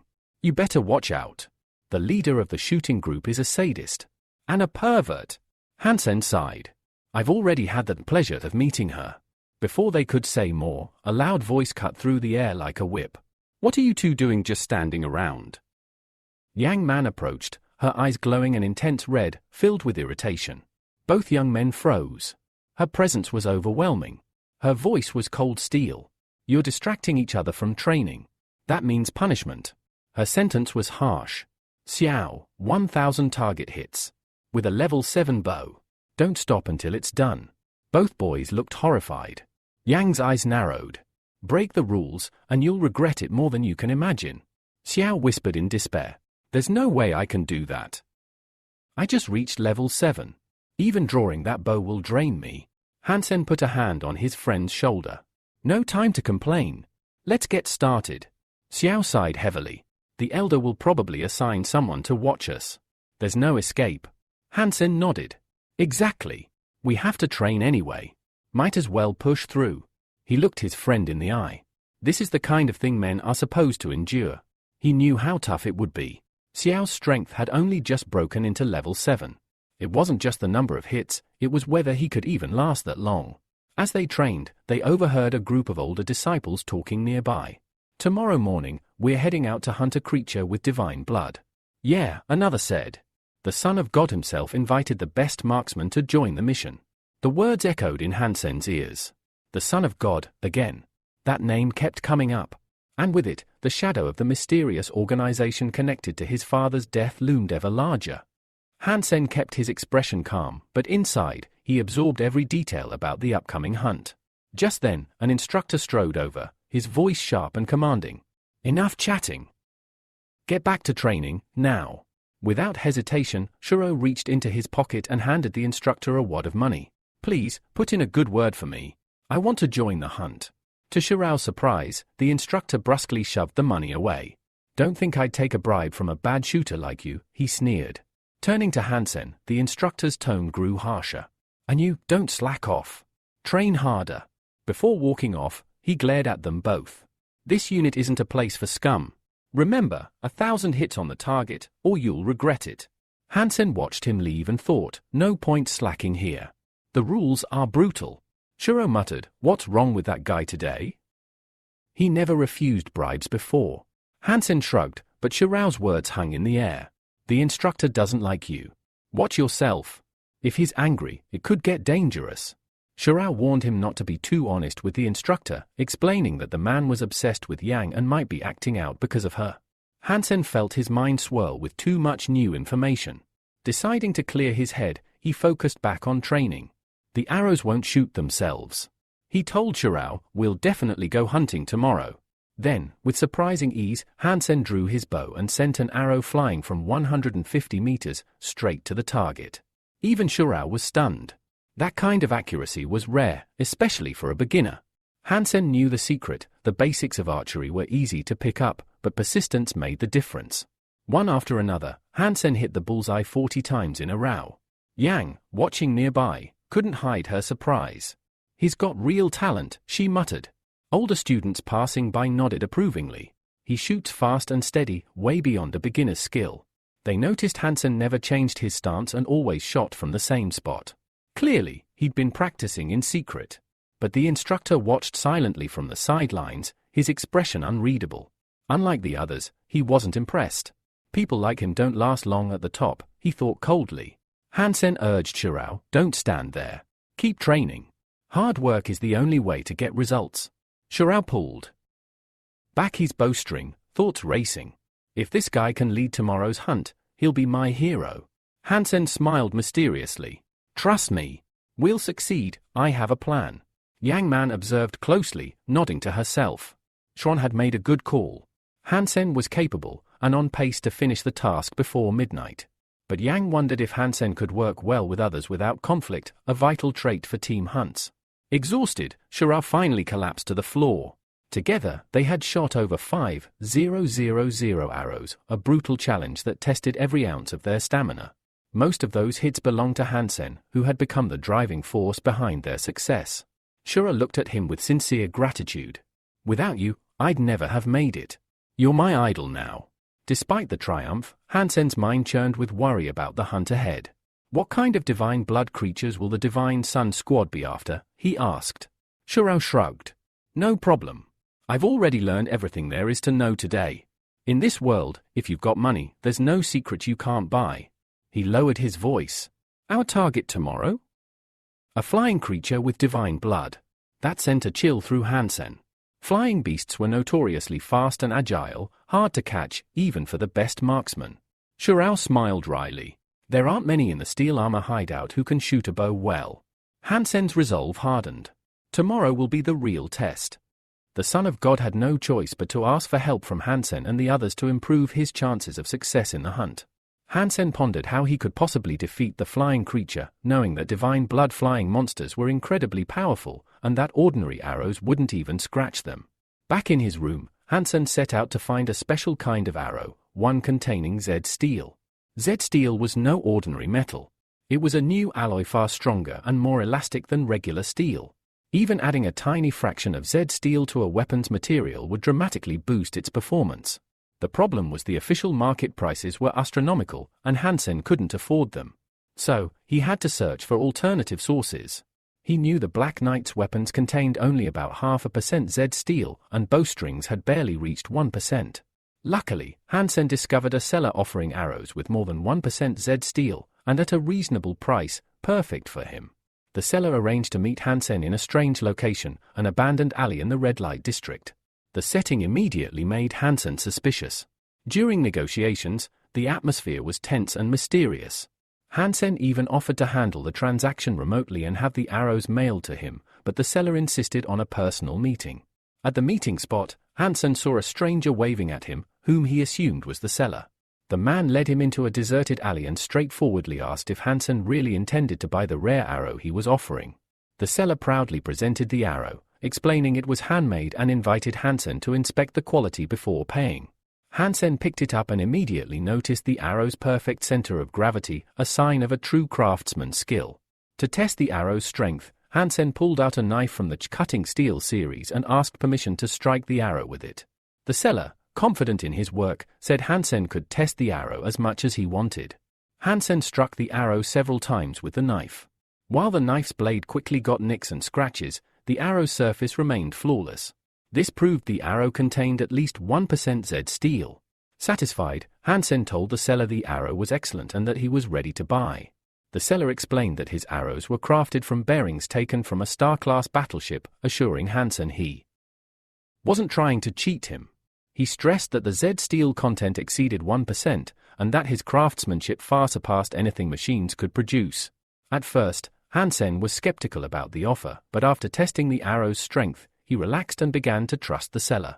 The man pocketed the money and said he was glad to cooperate, adding that Hansen could contact him anytime if needed. The next morning, a large group of hunters gathered near the gates of the Refuge of the Gods, preparing for a crucial mission. Tien reported to the Son of God that among those assembled was a familiar troublemaker, the same guy who regularly stirred up problems around them. Xuan, accompanied by his team, approaches the main entrance of the vault, drawing the attention of all the hunters gathered. The Son of God greets Xuan confidently, declaring that they will defeat the divine creature with a single blow. Xuan promises that her shooting group will perform at their best. Suddenly, Tianang interrupts Hansen with a rude question, asking why the rifle team accept someone like him and calling him a freak. Xuan quickly steps in, reminding Tianang that she had already told Hansen he was part of her group, and that Tianang should remember that. The Son of God notices the tension rising and tells Tianang to stop embarrassing Hansen. Reluctantly, Tianang backs down but mutters a quiet, contemptuous remark, calling Hansen trash hiding behind a woman. Xiao watches warily, concerned that Tianang might cause trouble. Hansen, unfazed, says it doesn't bother him since Tianang is all bark and no bite. Meanwhile, the lookout hunters report that they have reached the destination and are ready. Xuan and her team take their positions at the mountain's base, prepared to track and flush out the creature according to the Son of God's plan. Qinhuan proudly presents a special gift to Xuan's shooting team, tight cases filled with arrows. The Son of God orders 100 arrows, each containing 1% Z steel, to be distributed to every shooter. Then, pointing at Hansen with obvious hostility, he declares that Hansen will receive none. Hansen stays calm, knowing his secret identity as the money brother gives him an unseen advantage. Yangman questions the Son of God's decision, reminding him Hansen is part of the shooting team. Qinhuan arrogantly replies that he gives the arrows for free and can choose who gets them. Yangman reluctantly accepts since the Son of God is in charge. She orders her subordinate to pick the 5 best test participants and give each 20 arrows, confident that their arrows are just as good as the star arrows. Yangman suspects the Son of God holds a grudge against Hansen and is deliberately ignoring him. She feels furious, almost wanting to beat him. Senior warriors give instructions to all hunters, prioritizing elite fighters for key ambush spots. Tianang contemptuously points to Hansen and Xiao, telling them they are not elite and must position themselves near a boulder far from the main spots. Hansen tells Xiao to ignore the insult and follow orders to avoid trouble. Xiao is furious, feeling deliberately humiliated and convinced the Son of God is sabotaging them by withholding the star arrows from Hansen. Hansen isn't surprised. He believes he's long been a thorn in the Son of God's side, and this is just more proof. When Xiao asks why he isn't angry, Hansen admits he is but chooses to stay calm and collected. He knows that to gain respect from the senior players, he must speak their language, force. He's determined to kill the divine creature and claim its soul. Xiao doubts this is possible. He points out that the son of God's people on the opposite cliff will shoot the creature first. Examining his arrows carefully, Xiao sadly concludes that regular weapons won't harm such a powerful monster. Suddenly, a loud and terrifying scream echoed through the mountains, instantly sharpening the focus of the young hunters. The hunt for the powerful creature had begun. The Divine Sun's team had successfully lured out the beast, a massive purple dragon known as a perp. Yangman took command, instructing her archers to hold their fire until she gave the signal, ensuring maximum impact. The archers readied their bows, drew their arrows, and held their breath in tense anticipation. When Yangman finally ordered the volley, dozens of arrows shot through the air toward the purple dragon. But the creature's thick, powerful scales deflected most of the arrows effortlessly. A few struck, but caused no serious damage. Xiao quickly realized the star arrows were surprisingly ineffective, questioning their supposed quality.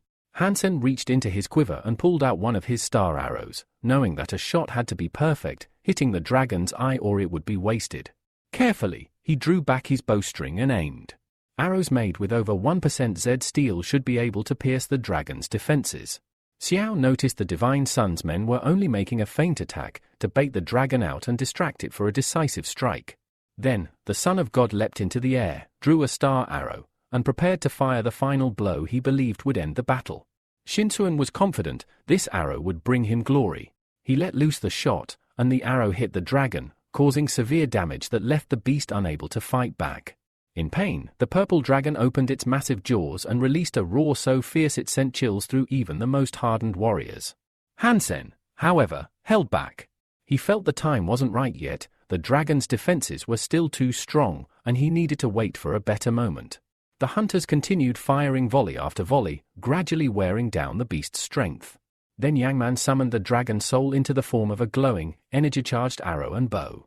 Refusing to let the Divine Sun claim victory, she aimed carefully and released the energy arrow.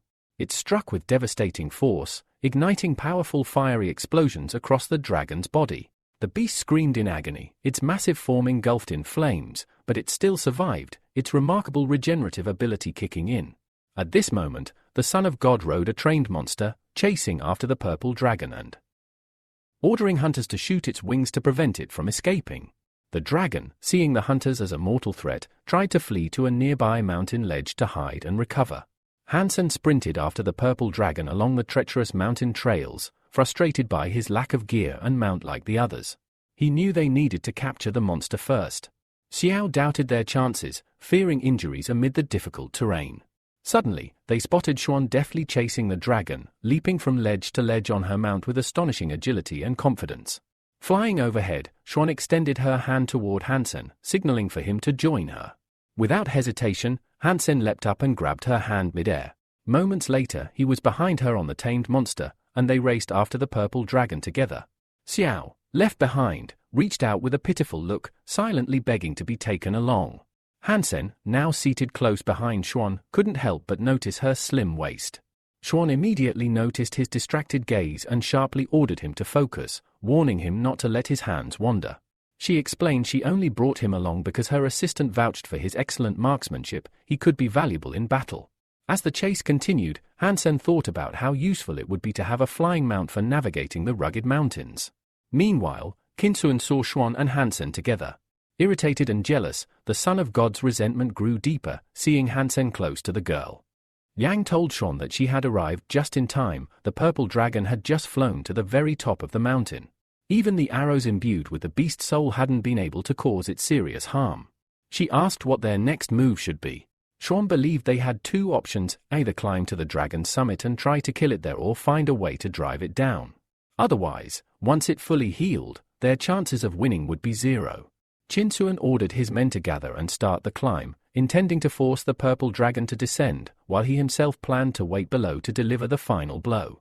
The hunters approached a steep cliff and quickly realized the mountain looked nearly impossible to scale.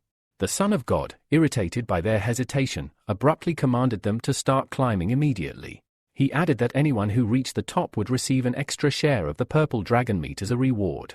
The hunters exchanged looks, seeing this as a prime opportunity not only to secure a large piece of dragon meat but also to increase their own genetic strength. Hansen observed that the Son of God's tactics remained the same, risking his people's lives to achieve his own goals.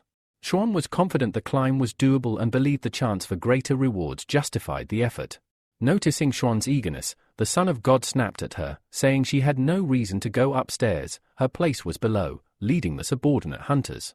Shounen disliked the idea, preferring to actively fight rather than wait on the sidelines. Then, unexpectedly, the Son of God shoved Hansen sharply on the shoulder and demanded to know why he hadn't started climbing yet. He ordered Hansen to follow Shounen immediately. The two young men exchanged angry, silent glances. Hansen realized the Son of God was deliberately setting obstacles for him. He clearly had some hidden plan that could endanger Hansen's life. Meanwhile, the hunters found strong vines and began their careful ascent, navigating the steep ledges as the purple dragon slowly regained its strength atop the mountain.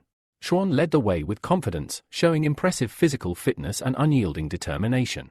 The massive purple dragon spotted the hunters approaching, spread its enormous wings, and let out a loud, menacing cry that echoed through the mountains. As the first group reached the summit, the dragon launched a fierce counterattack, using its powerful wings and claws to push back the hunters. Shounen quickly assessed the situation and realized that the hunters couldn't defeat such a colossal beast in an open fight. She ordered her archers to take cover and attack from a safe distance. The shooters promptly found shelter behind rocks and crevices, ready to open fire on her command. Despite its exhaustion and numerous wounds, the purple dragon fought fiercely, waving its tail and smashing the archers' shelters to pieces. Hansen watched closely and saw that the dragon was seriously weakened. He decided the time had come for a decisive shot that would finish the monster once and for all. At that moment, the Son of God appeared nearby.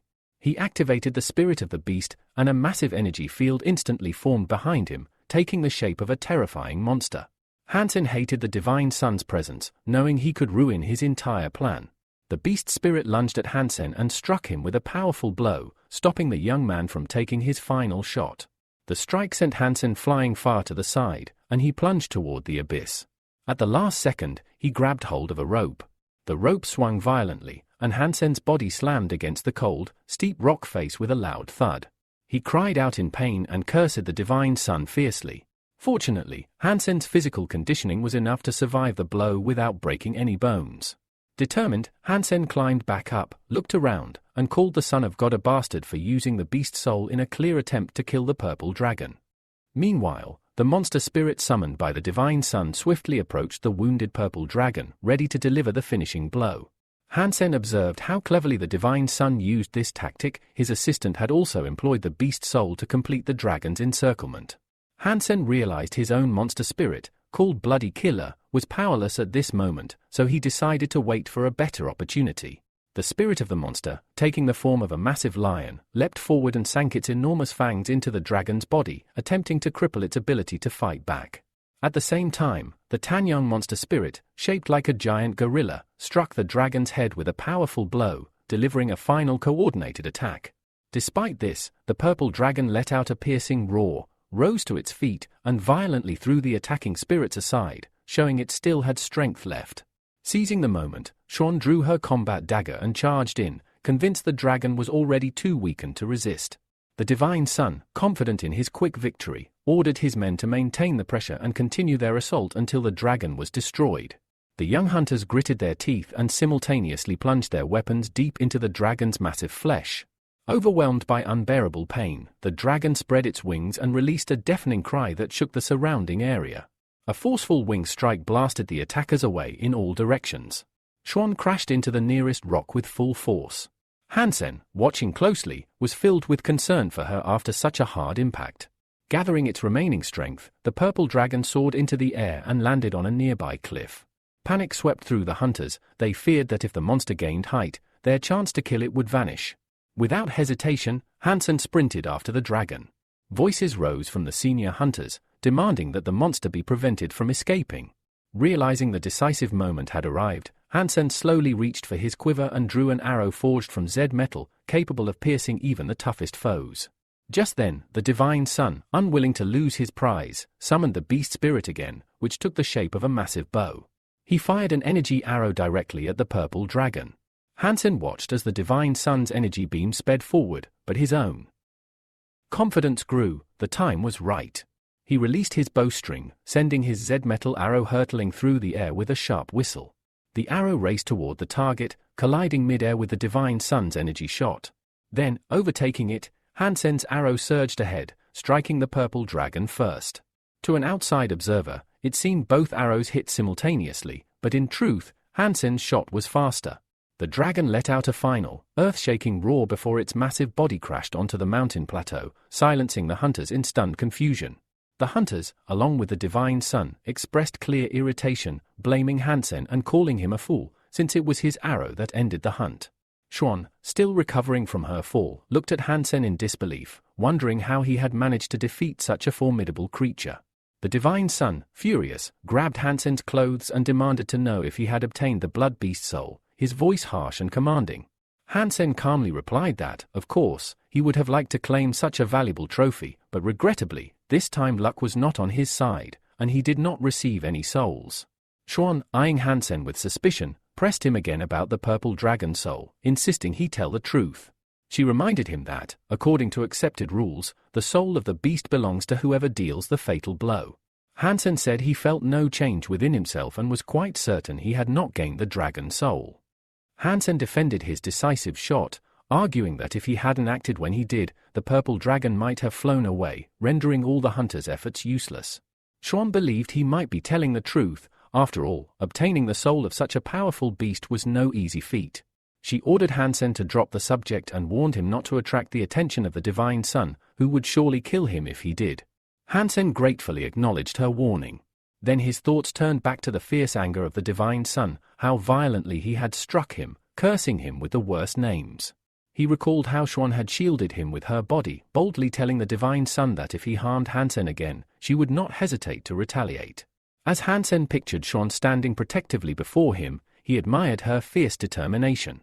He felt lucky knowing that without her, the divine sun might have easily destroyed him. Later, Hansen enjoyed a hot shower, feeling physically renewed. A smile spread across his face as he pondered the dragon soul and tried to make sense of the day's events. Stretching out his right hand, a bright purple flame suddenly flared up on his palm, filling him with power. He remembered shooting the arrow at the dragon, and then a system notification congratulated him on a successful hunt, confirming that he had indeed received the beast soul. Joy swelled within him. Souls of such a high class were rare in the shelter, and he knew this was a valuable prize. Stepping out of the shower, Hansen immediately noticed that the color of his copper-toothed wolf had changed. He examined the creature closely and realized its blood level had now reached divine status. In just 3 months, the crystal had grown into a beast soul. Filled with awe, Hansen admired the creature and called his armor magnificent. He was thrilled by the rapid progress, realizing that he could reach divine warrior level in just 5 years, far faster than the divine sun, who had taken more than 10. Grasping a sharp blade, Hansen resolved to consume the copper-toothed wolf and then purchase a primitive creature to raise next. In cold determination, he struck the monster and thought about how he couldn't afford to delay his plan to achieve god-level power. Eating the prepared meat, Hansen savored its taste. The soup was thick and rich. As he gnawed the bone, a system notification popped up, informing him he had gained 1 gene of divine blood. His excitement grew as more notifications arrived. He had received 7 genes in total, bringing his count to 25. Hansen planned to improve his beast soul arrows because Z-class arrows disappeared after 1 use and were very expensive. He wanted to find a way to make them more effective and reusable. Believing there must be information somewhere, he prepared to search the internet, ready to find the needle in a haystack until he succeeded. During his research, Hansen discovered mentions of a dark swamp, a frightening, dangerous place full of unknown threats. Anxiety gnawed at him as he read an old post by a hunter who described being pursued there by a mutant unlike any he had ever seen, barely escaping with his life. Further reading revealed that the dark swamp was home to many rare creatures. The post's author described spending a long time hunting there before finally killing a needle bee, a poisonous flying insect whose soul he transformed into a venomous arrow. The hunter warned that these bees were extremely dangerous and that hunting them had become a real test of skill and survival. Hansen was excited by this information. He believed mutants like these could offer powerful rewards. Their souls and bodies were excellent sources of strength. However, there was a major problem. The post did not specify the swamp's exact location. Hansen understood that finding it could take a very long time, complicating his quest. Determined not to get overwhelmed by distant problems, Hansen decided to focus on what he could do now without distraction. The story then shifts to an industrial area on the outskirts of the shelter, where Hansen met the arrow seller again. He was amazed by the vast arsenal of weapons displayed. Curious, Hansen asked if the seller had crafted all the weapons himself. The man confirmed that he did. The seller welcomed Hansen as a regular client and said he had something special this time. He handed Hansen a dagger made with 5% Z steel content, priced at a hefty 500,000 units, a cost that immediately piqued Hansen's interest. Carefully inspecting the dagger, Hansen could not hide his delight. The weapon was of exceptional quality and reasonably priced, definitely worth the investment. Hansen decided to buy the dagger and then gestured toward the wall, asking the seller to tell him about the other weapons on display.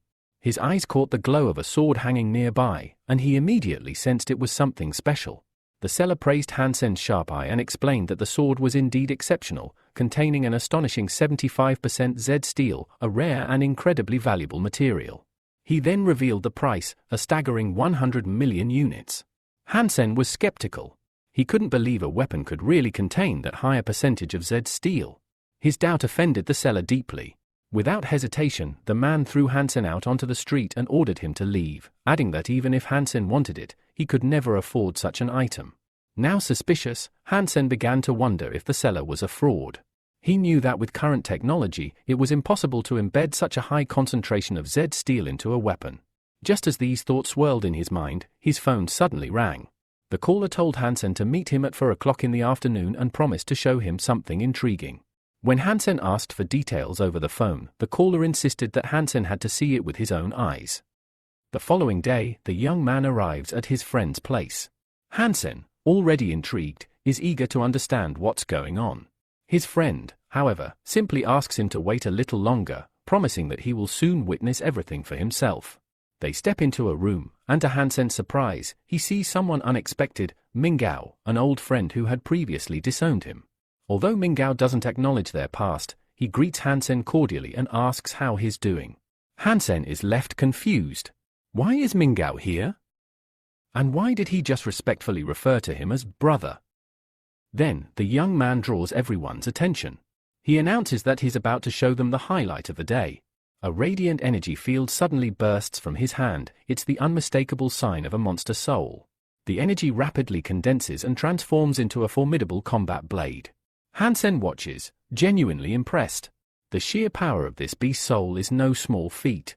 The young man turns to Hansen and tells him that he's named the weapon Snow Tiger. Hansen nods with admiration, admitting that it's a worthy name. Deep inside, though, he can't help but feel a twinge of envy. His friend had become the owner of a powerful soul beast. Next, the young man opens a box resting on the table. Inside is another blade, his old one.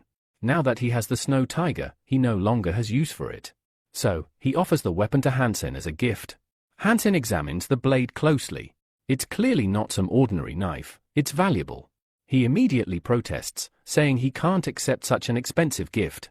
But his friend insists. He considers Hansen a true friend and doesn't want the blade to go to waste. Moved by the gesture, Hansen accepts, silently vowing to one day repay his friend's kindness. Meanwhile, Mingao, who has been observing the entire exchange, feels a pang of envy. He begins to long for a renewed friendship with Hansen, but not for sentimental reasons. Mingao has his own motive. He wants to join the prestigious shooting club, and he knows that reconnecting with Hansen could help him get there. Mingao takes a step forward and tells Hansen he has a small favor to ask. But before he can say anything more, a loud knock echoes from the door. A sharp female voice cuts through the air, scolding the young man and calling him a little brat. The door bursts open, and an irritated woman storms in.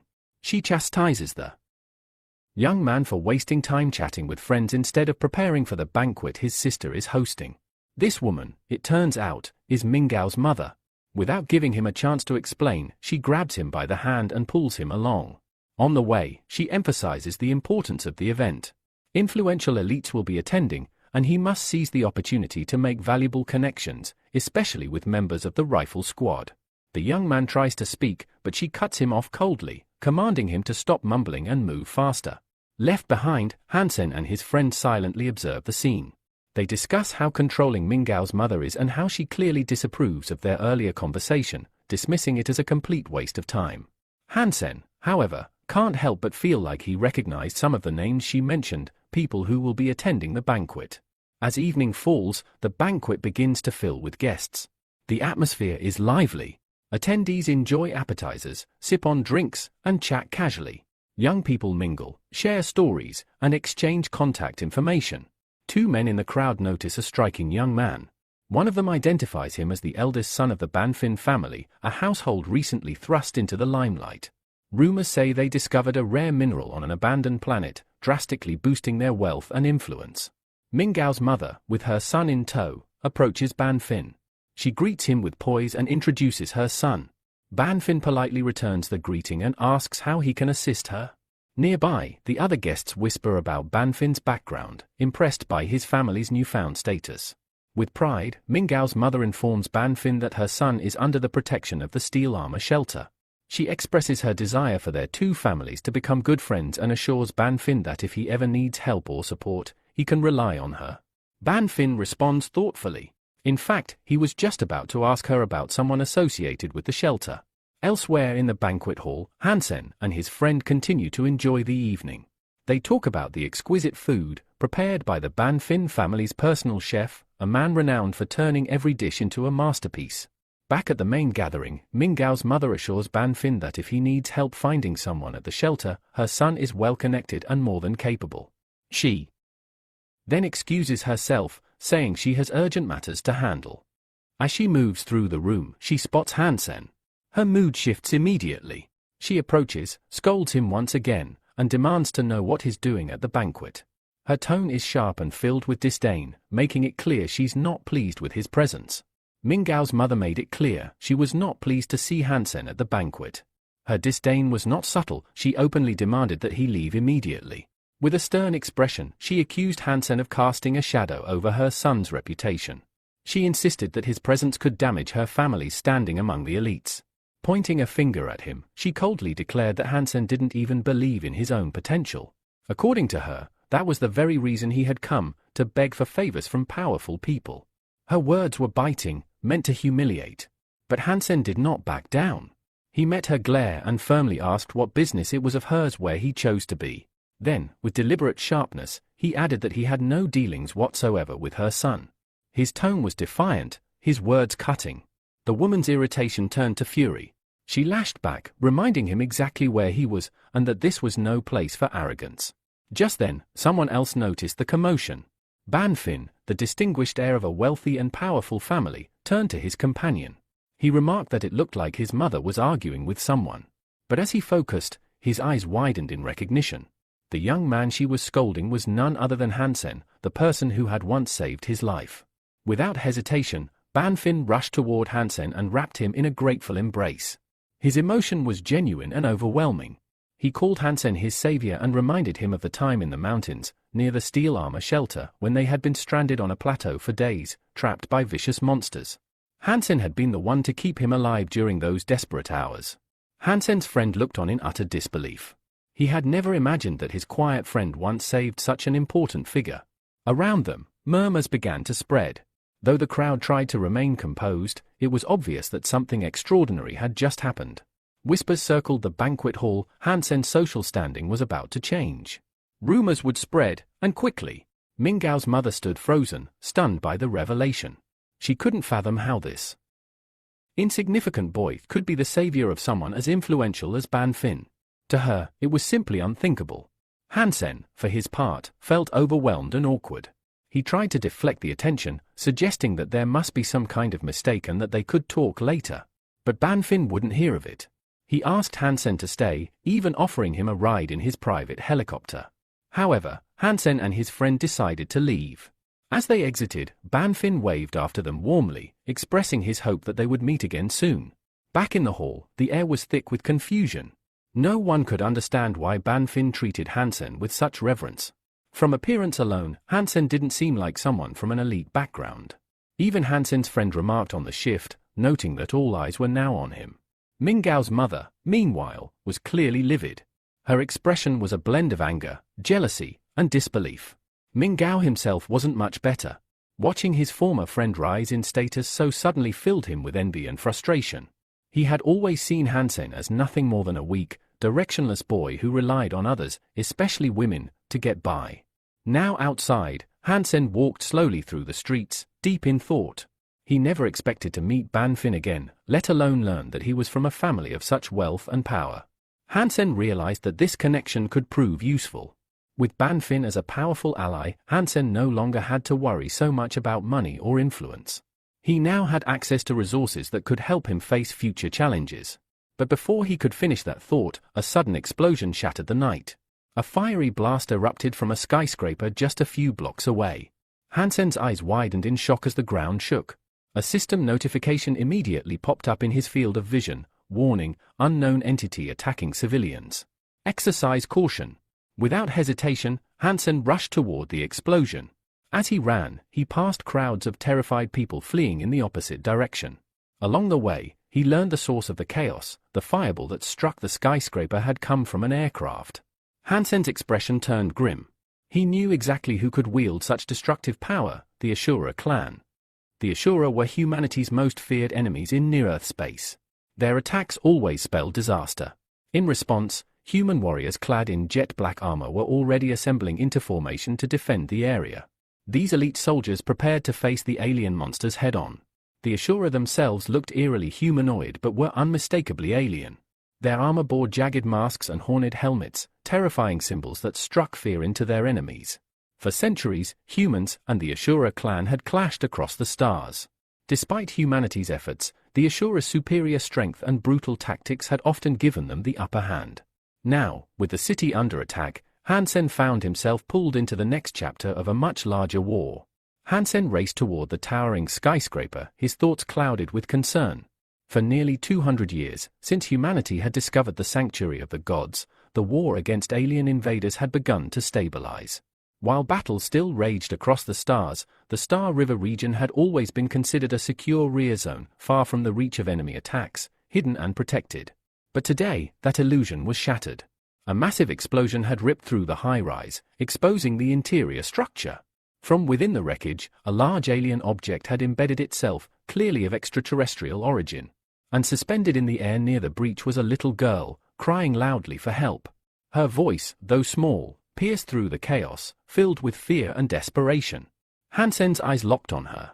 Without hesitation, he shouted for anyone nearby to assist, but the surrounding crowd was too panicked to act. Then, the alien pod hissed open with a metallic screech. Its heavy doors exploded outward, crashing into the surrounding debris.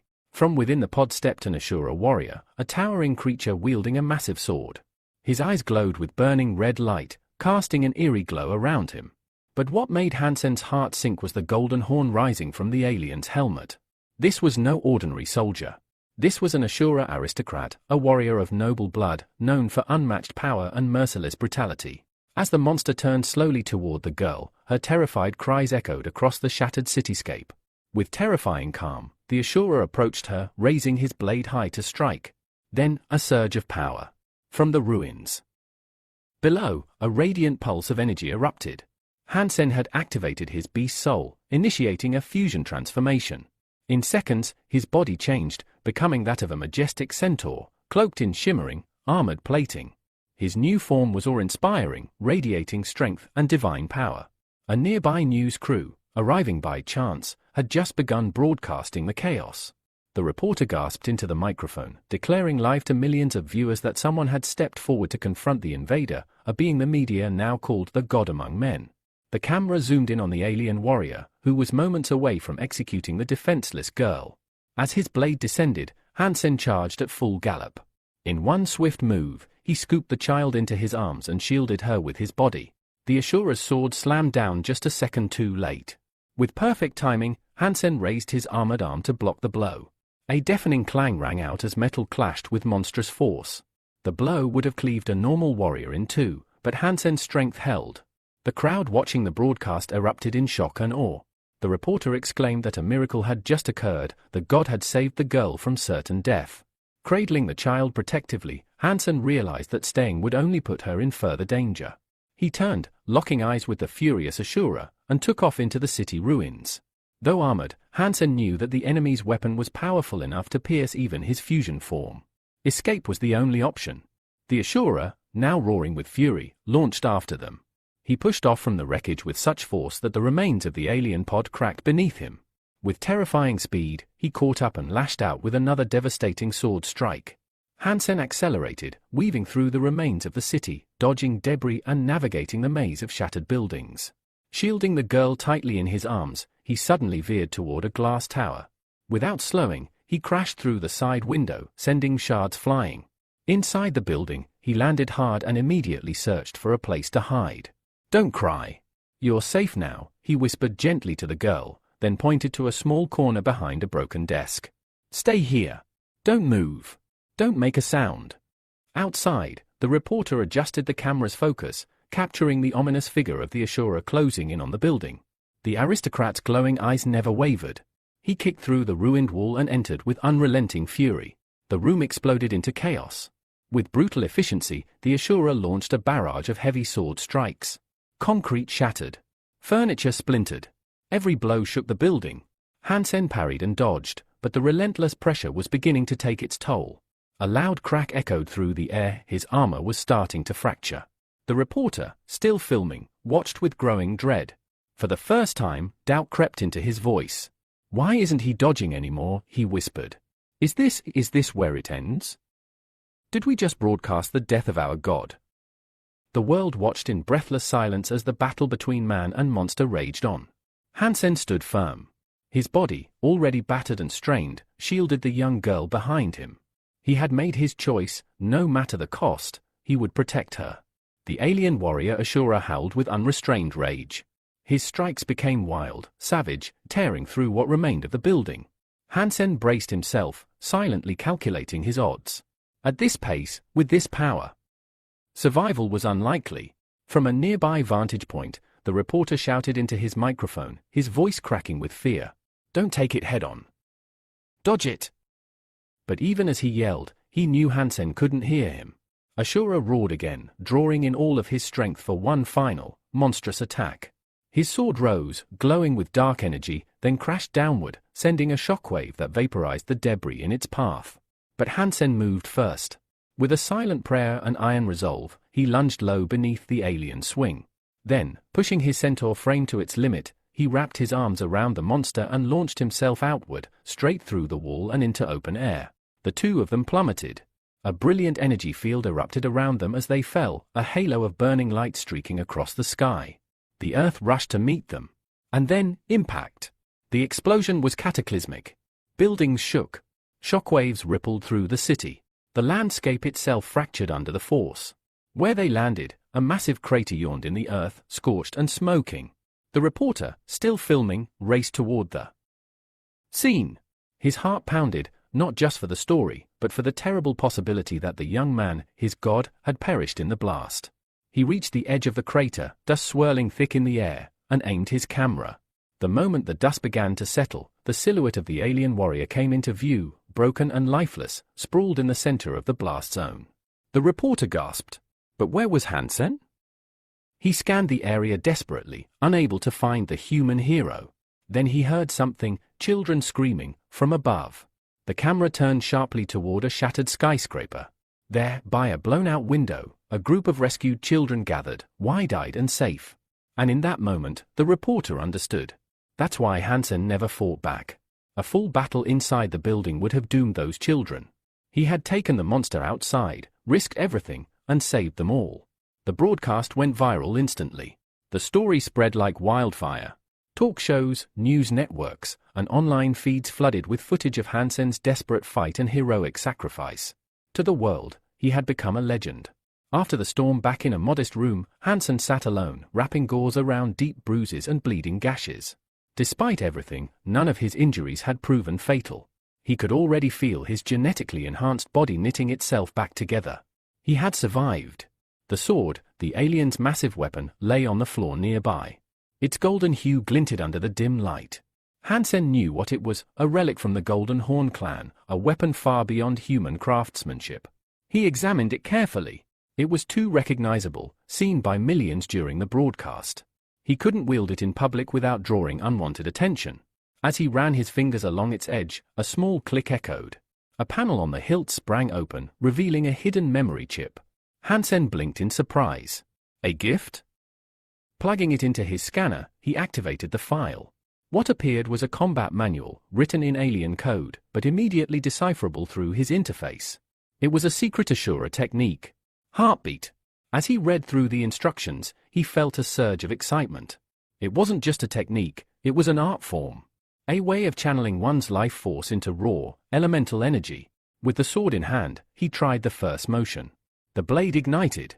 A pulse of searing flame filled the room, dancing with power. His smile widened. The technique was flawless. Elegant. Deadly. He was still practicing when his communicator buzzed. He picked up. The voice on the other end belonged to Ban Fin, inviting him to join the next underground competition. Not now, Hansen replied calmly. I'm busy.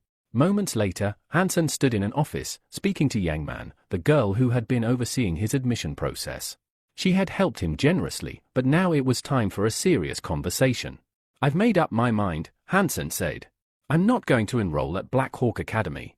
Yang Man blinked in disbelief. You? What? I want to join Star River Academy instead. Shounen, standing nearby, looked equally stunned. Why? Black Hawk is in the top 50. Star River can't compare. Their tech is outdated, their staff is underqualified, heck, they don't even have simulators for armored vehicles or spacecraft. And Black Hawk offers military deferral, Yang Man added sharply. You'd be free from service for years. But Hansen stood firm. He wasn't seeking comfort or status. He was seeking purpose, and in the shadow of the Star River, he sensed something greater was waiting. Hansen stood his ground, his expression calm but firm. I understand the opportunity, he told Yang Man. But Star River Academy is far from home. I worry about my mother and sister. Who will take care of them while I'm away? Yang Man frowned. Not everyone gets this kind of offer, she reminded him. Her voice carried the weight of her position and her genuine concern. Without another word, she walked to the control panel and pressed a button. A massive screen flickered to life. Load the video, she instructed. Hansen's heart sank. He instantly recognized the footage, the battle with Ashura. They were about to watch his fight. His jaw tightened. That reporter. Wrong place, wrong time, and now the whole battle was on record. Hansen felt a dangerous urge to track the man down and give him a lesson in boundaries. Yang looked to her superior. Do you see anything special? After a pause, the woman answered without hesitation. This divine warrior is probably a fool. Hansen didn't flinch. Outwardly, he stayed silent. But inside, he was bewildered. Fool? Why would she say that? And more importantly, what did she have against someone so dashing? The girls continued their analysis as the footage played. He's strong, one of them observed. Fast. Flight capable. He's got precision even at range. But the tactics? Shounen added. They are sloppy. He only survived because the alien was injured. Otherwise, that divine warrior would have been dead. Hansen, still listening, gave silent credit. Their breakdown was sharp, brutal, but fair. These women were clearly elite officers. Smart. Tactical. Ruthless. They're the best women in the army, he thought to himself. Yang Man narrowed her eyes. Who is he? This is the second time he's been caught on camera. Remember the gym? Shounen nodded. His armor and wings. That's divine blood mixed with a beast's soul. But why didn't he use a bow and arrow? That was when Hansen, unable to stay quiet, cut in. Excuse me, he said. But how can you analyze a divine warrior's choices like this? Shounen turned to him, coldly. You're free to go. The comment hit like a slap. She added curtly, think carefully about Black Hawk Academy. Hansen bit back his frustration. They treat me like a punching bag, he thought. I'm not even 20, and I've already been thrown into the jaws of the army. He knew the truth. If he went to Black Hawk, his ability to support his family would vanish. His mother and sister needed him, not someday, but now. He needed to earn. And soon. Later, Hansen made a call. Did you send the blade? He asked. The one with 5% Z steel content. The voice on the other end chuckled. Of course. My family's tight with a steel manufacturer. You'll get something better than expected. Want me to come with? Hansen shook his head. It'll be dangerous. I can't ask you to take that risk. I'm not a burden, the friend replied. I can help. I'll pay well, Hansen promised. And if I'm lucky, I'll throw in a mutated beast as a bonus. Evening fell. Clad in steel armor and carrying a heavy bag, Hansen quietly left the shelter. His boots sank into the soil of the forest trail as he walked into the wilderness, disappearing beneath the shadows of the trees. 2 days passed. He arrived at the edge of a dense, ominous canyon, the place spoken of in whispers. A dark swamp, said to house a creature he desperately needed. Hansen activated the souls of his beasts, feeling their essence surge through him. This is it, he thought. The legendary swamp where hunters said an arrow-type soul beast had been seen. A place far more savage than any he'd defaced before. The mutated creatures here were bigger, meaner, deadlier. And that's exactly why he came. I don't need to wipe them all out, Hansen reminded himself. Just one perfect target. Ripples moved through the water. He crouched, watched, focused. From beneath the murky surface, a snake-like fish slithered. Strange, sinuous, dangerous. Hansen transformed. His armor unfolded around him like a living machine. With a flap of his wings, he took to the air. He drew his bow, narked one of his precious 2 hunting arrows, and pulled back the string. One shot. Don't miss. The arrow tore through the air. The snake creature shrieked as the projectile pierced it cleanly, erupting from its flank. It rose above the water, writhing in agony. System alert. Target killed. King snake. Consume its flesh to obtain 1 to 10 random mutant genes. Hansen grinned. He notched his second arrow and loosed it, another perfect strike. A rare fish thrashed in the water, impaled. He tugged the retrieval line connected to the arrow. The fish fought back hard, dragging him forward. But Hansen held fast. He wasn't going to lose this fight. The more monsters I take down, he thought, the stronger I become. And he intended to become unstoppable. The system's message blinked in front of Hansen's eyes, white heavy checkmark target killed, sawfish. Soul obtained. Another trophy. Another step forward. Throwing his arms skyward, Hansen let out a victorious roar. His voice echoed across the swamp, a triumphant release of pent-up adrenaline and pride. He decaptured yet another monster soul, and the momentum only fueled his hunger, literally. Settling down, Hansen cooked a makeshift stew using the fresh meat of the slain beasts. Each bite fed more than his body, it fed his future. The system buzzed again and again, reporting new mutant genes acquired with every swallow. This swamp, Hansen muttered between mouthfuls, is paradise. By his side, his spirit kitten slept peacefully, its tiny body curled against his armor like a symbol of innocence in a brutal world. It had been several days since he entered this cursed place. His tally of mutant genes had climbed to 31. Suddenly, a gleaming battle spear materialized in his grip, surging with energy, a gift from the sawfish soul. But Hansen's smile faded. It wasn't what he needed. A spear, he muttered. Not an arrow. He sighed. That's when he heard it, a strange rustling overhead. Instinct kicked in. Hansen stood, tense. In the sky above, a massive bird swooped down fast. Most mutated avians avoided humans, yet this one was diving straight for him. Hansen drew the Ashura sword and braced himself. But instead of an attack, the bird landed. And someone dismounted. A tall, unknown figure stepped forward casually, tossing a bundle at Hansen's feet. Meet, the stranger announced. My master wants to trade. Hansen's eyes narrowed. A desperate hunter, he thought. No one entered the dark swamp alone unless they were fearless. Or reckless. The man helped himself to Hansen's monster stew and, unbothered, explained, poisonous centipede meat. That's what you're tasting. As he ate, the system chimed again, divine gene acquired. The stranger smirked and pointed a dagger at Hansen. Better accept the deal. Or you might end up as dinner for my iron-winged bird. Hansen's patience snapped. I said no, he replied coldly. Were you not listening? But the stranger wasn't in the mood to listen. His expression darkened. If you won't trade the easy way. He lunged. The dagger struck, but didn't penetrate. The blade skidded off Hansen's armor with a dull clang. Not even a scratch. Big mistake. A flash of light burst in Hansen's hand. His energy spear reappeared. You're using a knife against me, he scoffed. Hansen launched a counterattack, his spear glowing with power.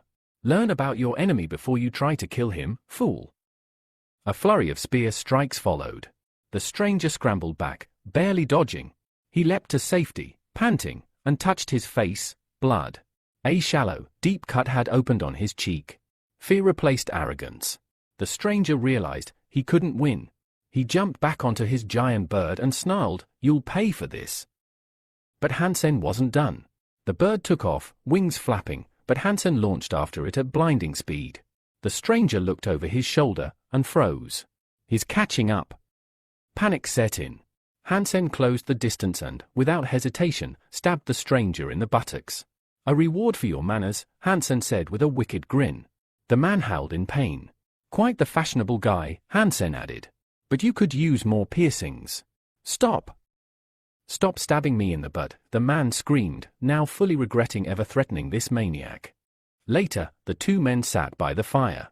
The roles had flipped. "Your life's in my hands now," Hansen said firmly. "You're going to help me." "Help you do what?" "Where is the black mutant bee?" Fear crossed the stranger's face. "You don't want to go there. That creature. It lives in a hellish grove, deep in the swamp. I'd never go near it. You will now." They mounted the giant bird, heading for the dreaded hive.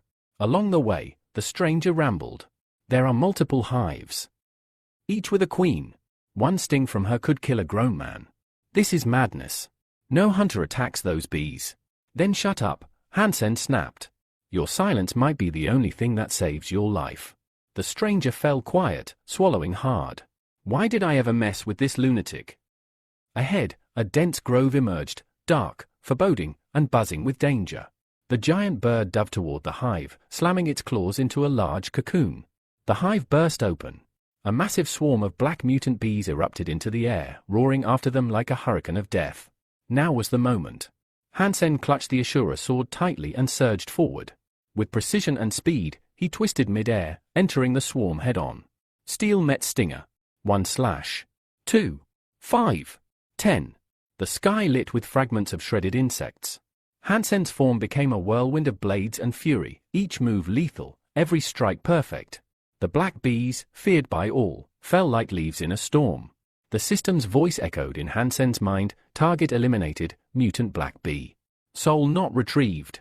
He clicked his tongue in frustration. His blade moved with deadly grace, cutting through yet another of the massive, venomous insects. 10 kills in, and still not a single soul acquired. His irritation mounted.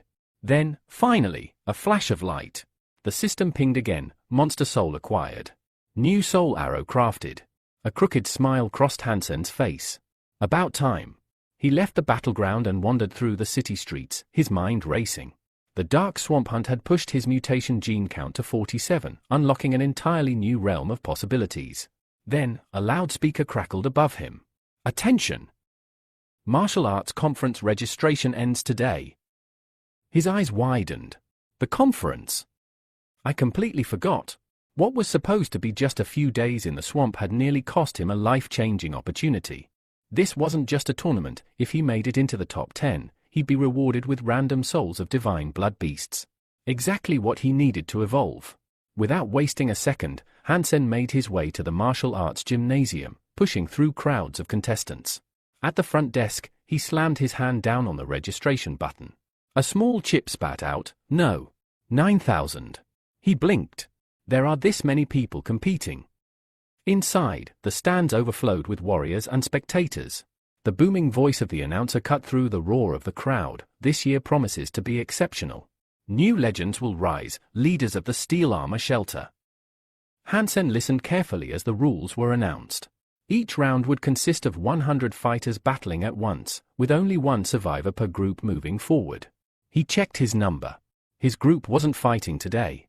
That gave him time. He looked for a quiet place to watch and observe. But the calm didn't last. As he wandered through a corridor, he suddenly crossed paths with Tien, the son of God. The divine heir looked him over with disdain. "What's your number?" he demanded. "I'm not participating," Hansen replied flatly. Tien's eyes narrowed, his voice dripping with contempt. "Coward!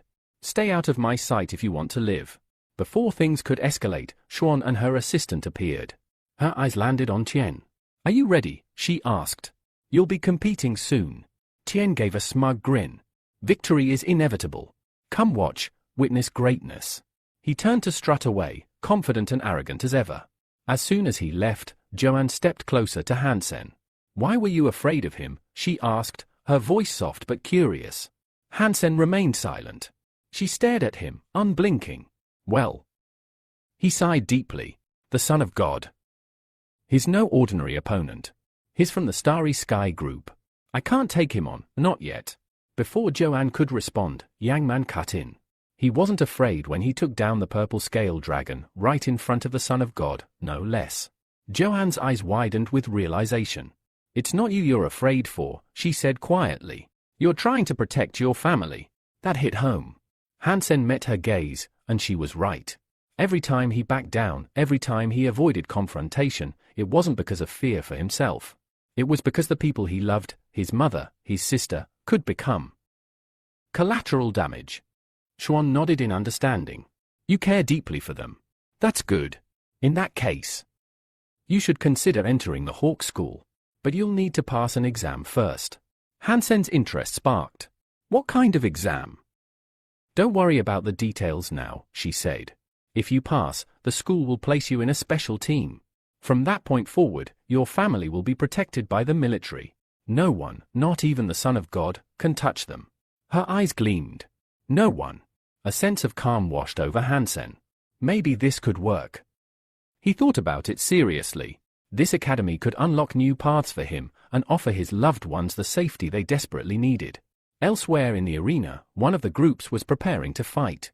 A crowd of 99 warriors stood, restless and annoyed. Where the hell is that last guy? Someone growled.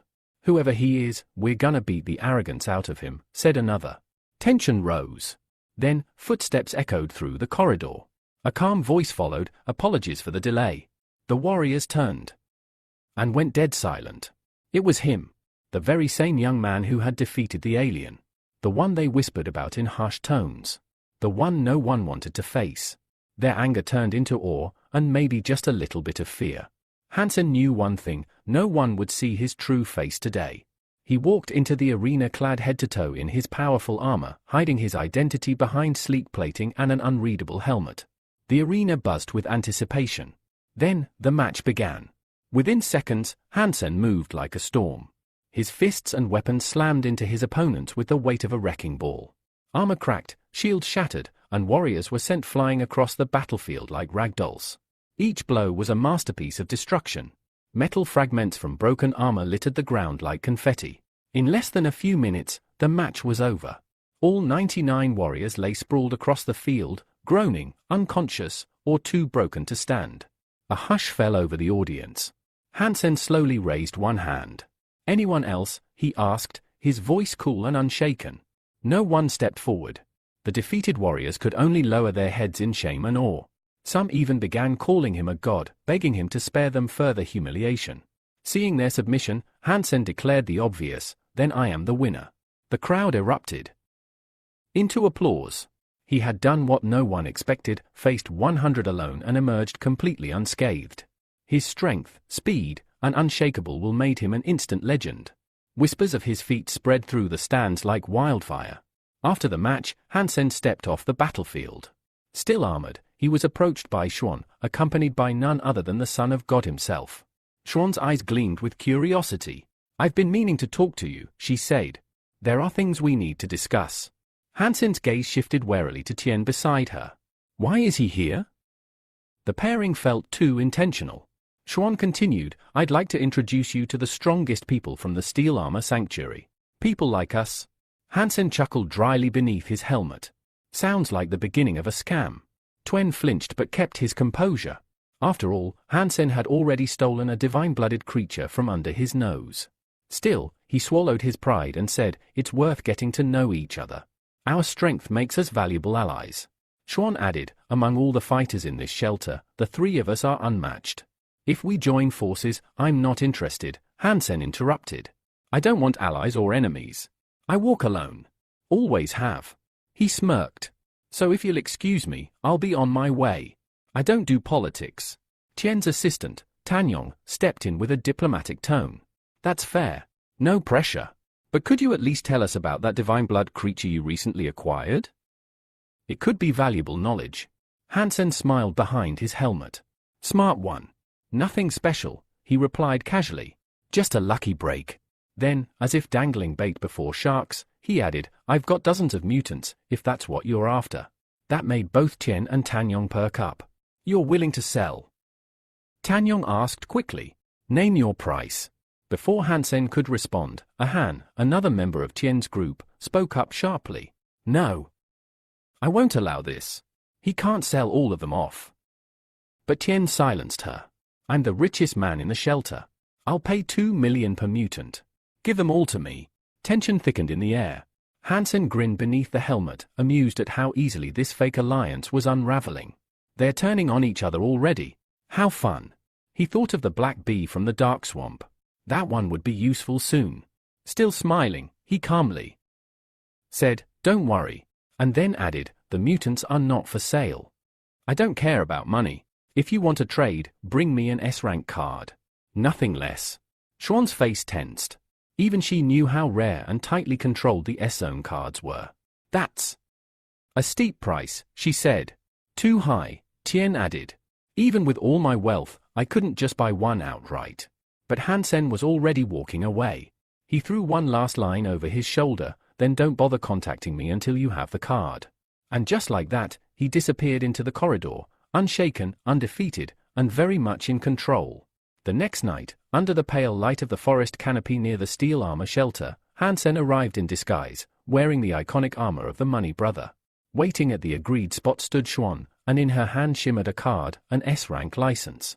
I brought what you asked for, she said coolly, raising the card. It wasn't easy to get. Hansen stepped forward, eyeing the card with visible satisfaction. He took it, examined the seal, and nodded with approval. You're quicker than the other two, he said, chuckling. Smart and efficient. I like that. From his bag, he pulled out a container and held it up. Inside are 30 black bees. Mutated. Rare. If you consume all of them, your gene enhancements will spike dramatically. Xuan's eyes lit up. This kind of material was nearly impossible to find. The value? Immeasurable for someone seeking power. But Hansen wasn't finished. I also have sawfish meat and a portion of the mutant snake king, he added. You can buy the whole lot for 3 million. Xuan smiled, not at the offer, but at the man in front of her. Money isn't everything, she replied. You're smart enough to know that. I didn't make this deal just to enhance my genes. Later, alone in his room, Hansen studied the S-rank card. Everything had gone better than expected. That woman. She really does deserve the title of Shelter Queen, he thought. Her decisions were precise, her actions, decisive. He smiled to himself. Maybe she really wasn't just doing this for a transaction. Maybe, just maybe, she wanted him. But sentiment quickly gave way to responsibility. His thoughts drifted to his mother and younger sister. I can't always be there to protect them. He needed a solution. And he had one, the Holy Angel technique. The method was similar to the Jade Bone technique he had practiced in the past, an advanced martial art that could grant incredible power if trained properly. Hansen decided that his sister would learn it. The next day, Hansen arrived at Star River Elementary School, seeking leave for his sister. The teacher raised a brow. A vacation? For how long? He hesitated. I can't tell her the truth. We've got some issues at home, he said awkwardly. It might take a while. The teacher frowned. Parents should take more responsibility, she said. Since she enrolled, you've been the only one to show up. Where are your parents? Hansen apologized on behalf of his family. They're busy. I know it's not right. The teacher sighed, then softened. Despite everything, your sister is doing quite well in class. But she's still using a basic nutrient solution. She leaned forward. If you want her to keep up with the top students, she'll need an S-grade solution. Hansen tensed. How much? About 15 million a year. His heart sank. That kind of money was far beyond their current means. Later that night, Hansen sat in silence, his mind weighed down by numbers, pressure, and worry. He didn't even have a third of what was required. If I can use the crystal to grow more mutants, I could sell them and make enough. Meanwhile, at home, his little sister was diligently following along with interactive training exercises on the television. Hansen watched with pride. You're amazing, he told her with a soft smile. You learned so fast. When I get back, we'll start on the holy angel technique. His sister beamed but looked unsure. Can I really do it? That technique seems for adults. You'll be fine, Hansen reassured her. But promise me you won't tell anyone. It's our family's secret, okay? She nodded, her eyes shining with excitement. Hansen thought to himself, once I get her the proper nutrient solution, her progress will skyrocket. Elsewhere, Yang Man spoke with his superior. What's the next move? The girl didn't answer right away. Her expression was tight, irritated. It's been long enough, she snapped. And he still hasn't given me an answer.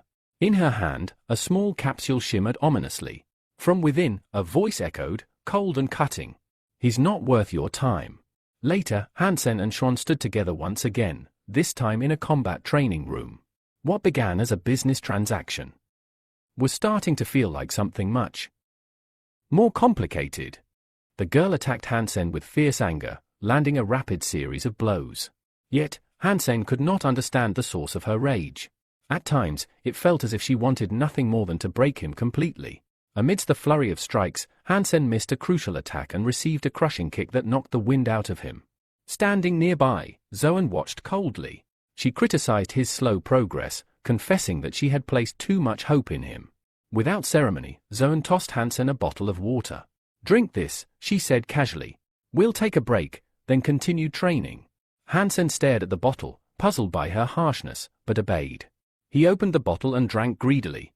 Almost immediately, strange sensations rippled through his consciousness. The girl appeared dazzlingly attractive, almost surreal. Visions blurred around him, and a voice echoed in his mind, evil can never touch a flawless body. Hansen's mind began to slip. His vision blurred, his thoughts fragmented. He collapsed onto the floor, dazed and confused, realizing too late that the water had been drugged. Xuan leaned close, her voice soft and seductive. Do you think my body is beautiful? She whispered. Hansen barely registered her words, his mind was clouded, struggling to cling to awareness. Though confused, Hansen sensed her words carried some unspoken permission, an invitation he couldn't fully comprehend but desperately tried to grasp. With great effort, he managed a response. You have a stunning figure, he stammered, his eyes fixed on her form. He thought to himself that he had never seen anything so full, so tender in his life. Xuan's eyes blazed with rage at his words. To her, all men were disgusting creatures, identical in their base desires. She muttered something indistinct to Hansen, he couldn't hear it, but it seemed like permission to touch her. Summoning his last strength, Hansen slowly lifted his hand, struggling to reach her. Then, suddenly, Xuan slapped him hard across the face. She declared that Hansen had completely succumbed to the drug's effects, exactly the result she wanted. Leaning over him, Xuan's tone shifted, low and probing. Who is the mysterious man in the golden armor? The one they call the Money Brother. Hansen, still groggy, shook his head. I don't understand what you're talking about, he whispered. Undeterred, Xuan pressed on. Why won't you enroll in Black Hawk Academy? Hansen struggled to answer but managed. Black Hawk is too far away. If I go, I can't care for my mother and sister. They matter more to me than any ambition. Xuan remembered his words from before and began to believe his sincerity. Then, suddenly, she shifted gears. What kind of girl lives in your heart right now? She asked, eyes sharp. Despite his hazy state, Hansen summoned his remaining strength. Xuan is the girl of my dreams, he said quietly, repeating the confession. She's the most beautiful girl I've ever met. Xuan's surprise was unmistakable, she hadn't expected such honesty. Without warning, she struck him hard on the head. Instantly, Hansen's mind cleared. Anger surged within him. What did you do to me? He demanded. He confessed that the last thing he remembered was drinking the water she gave him. Xuan calmly explained. We were training hard. You overexerted yourself and passed out. I just woke you up. But inwardly, she was anxious. She sensed the young man was telling the truth, but uncertainty gnawed at her. Hansen thought carefully. She was just a woman, capable of losing control, of doubt. He decided he could use her. He would use her as a shield, get stronger, and when the time was right, show everyone his true power. The following night, Hansen met an old friend near the shelter's edge. He opened a case to reveal a mutant sawfish, the rare prize his friend had requested. I'll keep this between us, the friend promised solemnly. Suddenly, from nearby bushes, the Son of God and his assistant stepped out, as if they had been watching all along. The Son of God looked at the pair and asked, "What are you doing here?" The friend quickly explained, "This is Hansen, my old friend. I know there's been a misunderstanding between you two." Hansen's old friend reveals that he hopes to end the long-standing feud between them. However, Tanyang, the Son of God's assistant, overhears this and immediately declares his intention to destroy both men, calling them scoundrels. But the Son of God stops Tanyang with a calm hand gesture, signaling him to hold back. He tells his assistant that they must conserve their strength because a far more important battle against a powerful enemy lies ahead. This battle, the Son of God insists, must be their top priority. At that moment, Hansen realizes something crucial. In the second round of the upcoming competition, he will have to face Tanyang himself. This realization fills him with tension and unease. The second day of the martial arts competition arrives, and crowds gather around the hall, buzzing with excitement. Xiao, a confident young man, is in high spirits. He boldly claims that the Money Brother will surely win today's fight. As Xiao takes his seat, he notices a strange man beside him. The man is oddly dressed in many layers, and Xiao wonders if he must be uncomfortably hot. An instructor sitting nearby joins the conversation, suggesting that the Money Brother has wronged the Son of God by depriving him of a being with divine blood. For this reason, the Son of God will stop at nothing to take revenge. Xiao disagrees. He believes the Money Brother is equally powerful, possessing a combination of divine blood and beast souls that will allow him to overcome Tanyang. The instructor proposes a bet. If the Money Brother fails to last at least 1 minute in the fight, Xiao must hand over his mutant beast, Nightwolf. Xiao hesitates.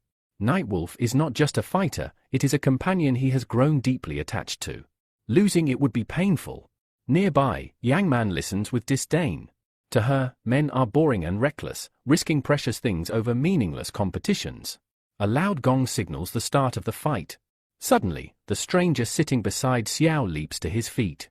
It is revealed to everyone that this man is none other than Hansen himself, dressed in his iconic battle armor and known as the Money Brother.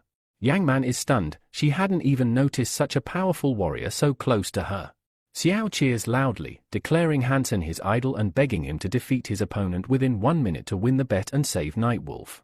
On the other side, Tanyang snarls, calling Hansen a vile dog, and vowing to watch him suffer and die.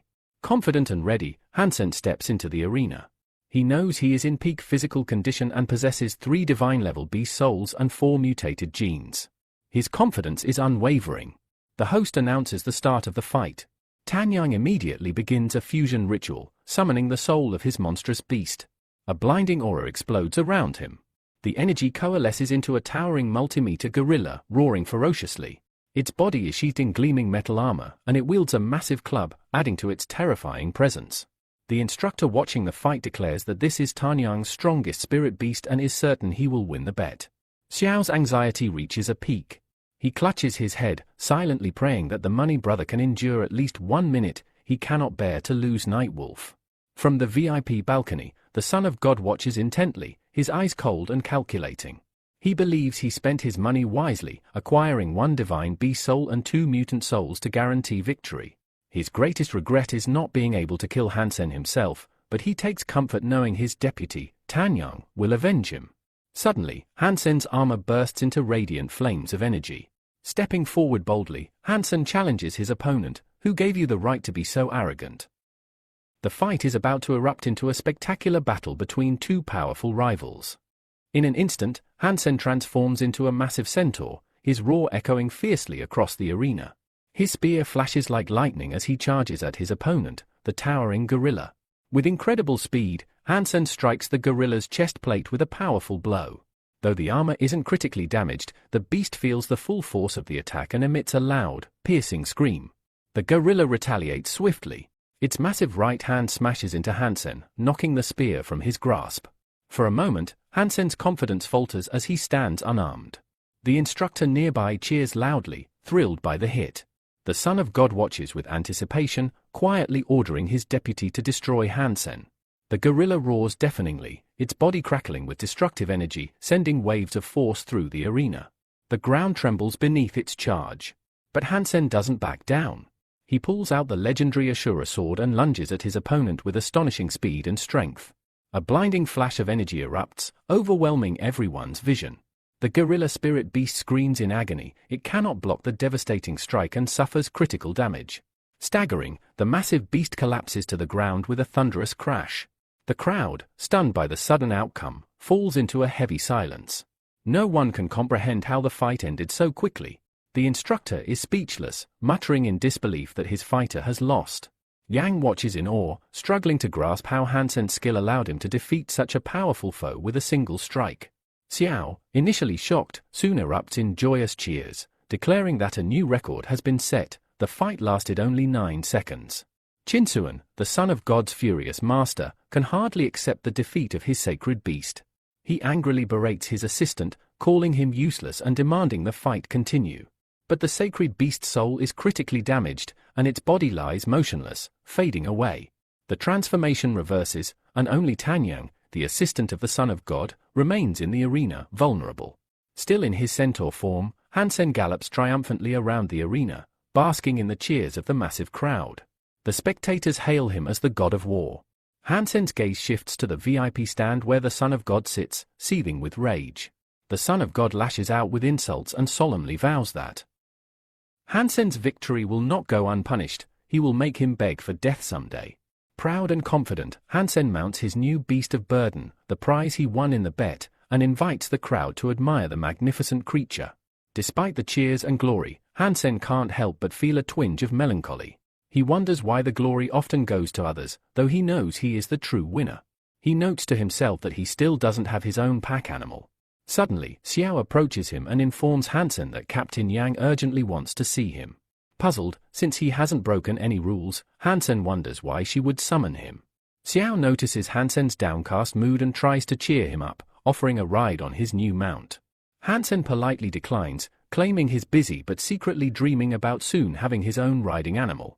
After some time, Hansen visits Captain Yang's office, cutting straight to the point with a direct question: why did she call for him? Without looking up from her documents, Yang reports that the head of the garrison has ordered her to organize a special training program just for Hansen. Hansen immediately suspects that after the hypnosis incident, the garrison commander no longer distrusts him. In fact, he might be trying to persuade Hansen to officially join the army. Yang confirms this, telling him that he must report to the army training hall where a series of tests awaits him. She reminds Hansen that the commander holds high hopes for him and warns him not to disappoint. With a slightly annoyed glance, Yang openly admits she doesn't think Hansen is particularly strong. She adds that he can quit the tests anytime if he feels overwhelmed. Hansen quickly completes the training tests and returns to Captain Yang's office to report that he has passed all performance checks. Yang reviews the data with a growing frown. Things are worse than she expected. Despite the tests being relatively easy, Hansen looks exhausted. Wiping sweat from his brow, Hansen thinks back on how his real strength stats have long surpassed the usual limits, how he's had to artificially suppress his abilities to avoid drawing attention. Yang wastes no time and orders Hansen to follow her to the training hall, where a crowd of cadets has gathered near the test capsule. She tells Hansen to watch her demonstration carefully and warns that she will only perform the technique once. Inside the capsule, Yang begins a combat demonstration. On the surface, the moves look like ordinary martial arts. Hansen watches, confused by what makes this technique so special. A man nearby notices Hansen's confusion and explains, the capsule is a gravity training chamber where every move happens under altered gravity. The cadets call it demonic training because only those with immense physical strength, like Yang, can handle it. Yang finishes and steps out, stating plainly that only those with attributes at or above level 10 can perform these movements. Now it's Hansen's turn. Yang tells him to repeat everything exactly as shown and promises to expect a detailed report once he completes the exercise. Nearby, the man from before offers Hansen a tip. He suspects Yang holds a grudge against Hansen and offers to share a useful trick for 2 packs of blackwood. Intrigued, Hansen weighs the value of the offer, wondering if the information might help him now. Hansen steps into the capsule and immediately feels the crushing weight of increased gravity. Every movement demands enormous effort. He realizes he might need the stranger's help in the future, especially if the training program can be modified. For now, though, Hansen is determined, ready to push himself to his limits and prove his true strength. Hansen approached the control panel with unwavering confidence and immediately selected the maximum power setting. He believed that only by pushing himself to the extreme could he truly discover the limits of his abilities. As the gravity pressure intensified to an almost unbearable level, Hansen began performing martial arts techniques. Instantly, he realized that his skills were far from perfected. Handling the sword under such conditions proved to be immensely challenging. Every movement demanded his utmost concentration and strength. Despite the difficulty, Hansen held on to the hope that this intense training would ultimately strengthen him and elevate his power in the future. Meanwhile, Captain Yangman studied Hansen's test report with growing irritation. Suddenly, she slammed her hand on the table, demanding that Hansen confess to cheating on the test. She found the dramatic increase in his strength suspicious and refused to believe his results were legitimate. Hansen remained calm and assured her that cheating was out of the question. He reminded her that the entire training session had been recorded on video, making it easy to verify his performance. When Hansen attempted to explain the technical settings of the training capsule, Yangman abruptly cut him off. She was uninterested in the machine's data, her concern was solely with the sharp improvement in Hansen's abilities, which starkly contrasted with his previous results. Growing frustrated by Yinman's accusations, Hansen spoke up, his voice tinged with irritation. He credited his progress to the captain herself, explaining that her honesty, kindness, and unwavering resolve had inspired him to unlock his true potential. Yangman was momentarily taken aback by his words and hesitated before declaring the conversation over. Internally, she resolved that Hansen would not be allowed to pass so easily in future training. She was also wary of the obvious flattery in his speech, which only deepened her displeasure. As Hansen left the office, a slight smile played across his lips. He was confident that the captain had appreciated his praise and planned to use this to her advantage in the future. Outside, the streets buzzed with lively discussions about the recent tournament final. Passers-by placed bets and speculated about which fighters might face each other in the next duel to determine the strongest warrior in the shelter known as the Steel Armor. Soon, Hansen met with the man who had revealed the secret settings of the gravity chamber to him. True to his word, Hansen handed over 2 packs of Black Forest tobacco. The man opened one pack with a satisfied smile, took a drag from his cigarette, and remarked on the unique taste and aroma, declaring it unmatched. He admitted he never expected to taste Black Forest again and, as a token of gratitude, revealed he had something special for Hansen. Without warning, the man lunged at Hansen, brandishing a knife aimed for a fatal strike. Hansen reacted with lightning speed, dodging just in time to feel the blade sweep past his throat. His eyes locked on the attacker's hand, only to witness the knife vanish into thin air. Moments later, a combat knife reappeared in the man's other hand, as if moved by magic. Twisting the blade between his fingers, the man took another drag of his cigarette and grinned broadly. He asked Hansen if he liked his little trick, explaining it was a secret technique called Heaven in Hands. Determined to master this skill, Hansen entered the training capsule. Immersed in virtual reality, he began learning the movements and techniques of this extraordinary art. Hansen was surprised to discover that the technique was based on an ordinary virtual game called Heavenly Hand. He admired the training device, noting that the controller perfectly replicated the anatomy of the human hand. He believed it to be an excellent tool for developing reaction speed and manual dexterity. Suddenly, Hansen noticed the garrison commander approaching from behind. The commander was surprised to see Hansen practicing the Heaven in Hands technique. However, she quickly lost interest, believing Hansen had started too late to make any significant progress. The technique contained 10 levels of increasing difficulty, and she doubted he could achieve meaningful results. Meanwhile, the long-awaited day of the final fights was drawing near, where the best fighters of the Steel Armor shelter would be determined. The Son of God and his men eagerly discussed the contenders, speculating who would make it into the top 10. Filled with anger, Chinwan hoped the Money Brother, Hansen's known moniker, would lose in one of the matches so that he could find a way to destroy him. The next match is announced, and the crowd stirs with anticipation. The opponents are revealed, the garrison commander herself, and Hansen, the man widely known as the Money Brother. Cheers erupt as Hansen raises his hand to greet his fans. With a confident smile, he promises not to disappoint them, sincerely thanking everyone for their support. Yet behind that composed exterior, a storm brews within. Excitement and anxiety clash inside him, for he knows exactly who he is up against, none other than the legendary Queen of the Steel Armor Vault. Looking down at his trembling hands, Hansen realizes they still bear the after-effects of his brutal training the day before, a training focused on mastering the technique known as Heaven in the Sleeves. Then, unexpectedly, the garrison commander, Xuan, turns to him and proposes a bet. If she loses, she promises to make Hansen the deputy head of the shelter, allowing her to leave for the second shelter and naming him the new leader in her place. Hansen is genuinely taken aback. He never expected such an offer from her. Chinwon, observing Xuan's respectful tone toward Hansen and her willingness to offer such a valuable position, grows increasingly irritated. On the other hand, Xiao, ever loyal to the money brother, hopes Hansen will accept the offer. With excitement, he urges him to agree. The captain, however, finds the proposal strange. After all, the steel armor unit represents the strength of their entire union. Why would the commander stake her position so easily? Hansen, ever composed, thanks Xuan for her trust, but immediately refuses the bet, shocking everyone around him. Xuan narrows her eyes, genuinely puzzled by his rejection. She awaits an explanation. Calmly, Hansen gives his reasons. First, he declares she won't be able to defeat him. Second, he confidently states that he will reach the second shelter before she does. His words ignite a fire in Xuan. She is furious at his audacity. How dare he challenge her authority so casually? Despite the tension building around him, Hansen outwardly exudes confidence. Internally, though, he braces himself, already preparing to apologize should the outcome turn against him. The captain, watching from the sidelines, dismisses Hansen as a shallow fool, someone with coins for brains, and her irritation only deepens.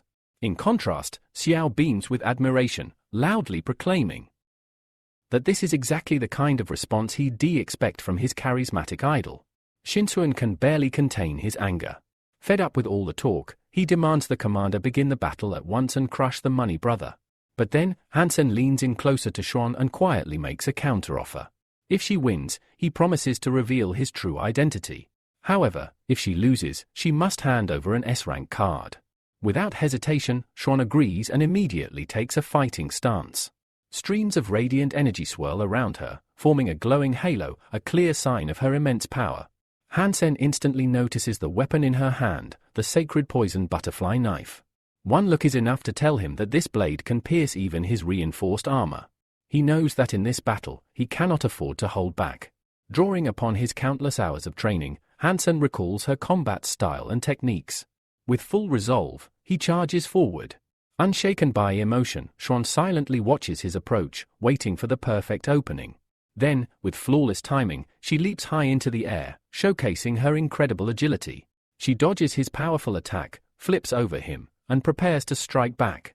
Hansen counters with another fierce swing of his massive sword, but again, she evades it effortlessly. The commander acknowledges his strength and weaponry, but notes a critical flaw, his sluggish reaction speed. With lightning speed, she closes in, aiming to finish the fight with her signature dagger strike. The audience watches in awe, unaware of the faint smile beneath Hansen's helmet. He's trained with her extensively and knows every one of her tricks. Xuan continues to unleash a barrage of rapid, precise blows. Yet she soon begins to wonder, how is he dodging them so well? Her attacks grow more intense, but none connect, leaving her increasingly unbalanced. Seizing the moment, Hansen switches to a counter-offensive. His bold, almost reckless style forces Xuan to reconsider. She finds it brash and arrogant, convinced it's driven by delusional overconfidence. But Hansen knows better. His strategy is calculated. He's certain she can't kill him with a single blow, which allows him to take risks others wouldn't dare. With a mighty swing, he attempts to cleave her in two. But Xuan, with astonishing reflexes, evades each strike. Hansen is stunned, not only by her speed, but also by the fact that she even dodged his Ashura technique, known as the reverse vortex. The battle is far from over, but one thing is clear, both fighters are far more dangerous, and far more prepared, than anyone watching could have imagined. As the battle rages on, Hansen begins to understand just how formidable the garrison commander truly is. Each movement she makes, every technique she uses, reveals the presence of a truly exceptional warrior. He can no longer deny it, she is no ordinary opponent. Meanwhile, Xiao is practically glowing with excitement. From his perspective, the money brother is slowly forcing the commander into a corner. After all, she hasn't landed a single blow, and Hansen appears to be dominating the duel. But not everyone shares Xiao's optimism. Captain Yangman, observing the fight with a seasoned eye, points out Xiao's naive understanding of the battle. She explains that the garrison commander is not being pushed back, she is strategically evading, employing a powerful technique known as atomic fission. Xiao is stunned. He had no idea the commander was intentionally conserving her strength. It becomes clear to him that she is waiting for her opponent to exhaust himself, to reach a moment of weakness. Only then will she strike. The atomic fission technique is no ordinary skill. It is a hypergenetic art that manipulates the body's smallest particles, enhancing them and turning the user's body into a nearly flawless weapon. With this technique, Shron's strength is amplified many times over. Fatigue no longer touches her, and her will is steeled with one goal: to earn her place among the top 10 chosen warriors of the steel armor shelter. Qinhuan watches in awe as the commander moves with precision and patience. In his mind, Hansen's defeat is no longer a possibility, it is a certainty. But his thoughts are interrupted by a voice nearby, calm, confident, and composed. A man standing next to him declares that the outcome will be quite the opposite. Qinhuan turns and is startled to see none other than Lord Yuan. Quickly, the Divine Son offers his respects and apologizes for not recognizing him sooner. Trying to maintain his pride, Qinhuan objects to Yuan's claim, suggesting that the Lord is still too young to grasp the full intricacies of combat. But Yuan answers without hesitation. He admits that he may not understand every nuance of martial arts, but he knows one thing for certain: the Money Brother has already shaken the Divine Son's reputation to its core. Qinhuan grits his teeth, struggling to remain composed, but his anger boils beneath the surface. Yuan continues, calmly asserting that Hansen's actions have already become the stuff of legend within the steel armor shelter, and today's duel will only further solidify his legend. Back on the battlefield, Shron begins to sense something is off. Despite activating the atomic fission technique, she hasn't managed to turn the tide. Even after all this time, Hansen still shows no signs of fatigue. He remains calm, steady, and relentless. A seed of doubt creeps into her mind. Is she truly capable of defeating this man? As if sensing her uncertainty, Hansen speaks with quiet resolve. He tells her that he isn't tired, not even slightly, and is fully prepared to continue the fight. His endurance, he explains, is not a fluke. He aspires to become the strongest warrior of the steel armor shelter, and his body must be able to withstand any trial. Hansen reveals that he has been undergoing intense training. He has mastered the ice jade skin technique, a method that keeps his body cool, calm, and energy efficient during combat. Furthermore, he has endured countless hours inside the gravity chamber, which has strengthened his stamina to exceptional levels. Now, he is capable of going toe-to-toe with the garrison commander herself. Realizing that conventional methods will no longer suffice, Shron makes a fateful decision: she will unleash her most powerful ability.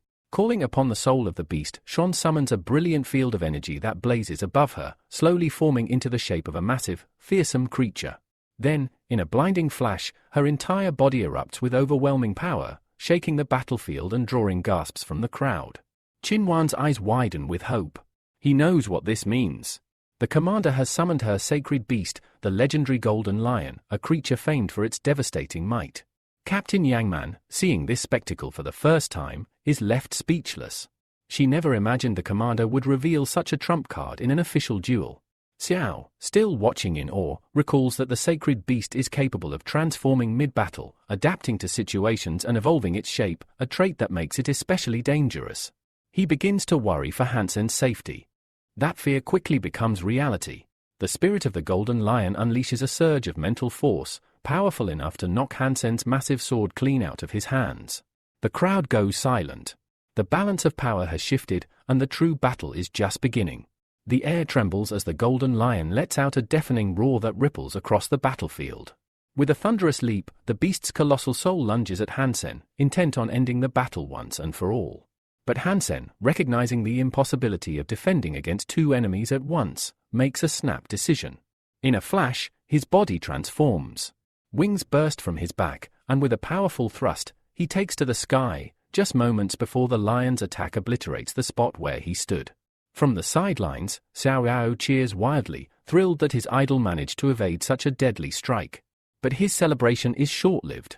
Yang spins toward him, grabs him by the collar, and yells furiously, demanding to know whose side he's actually on. Meanwhile, Qinhuan seethes with hatred. His envy and rage toward the money brother boil over as he watches the battle escalate. Beside him, Lord Yuan remains calm, reflecting on Hansen's incredible resilience.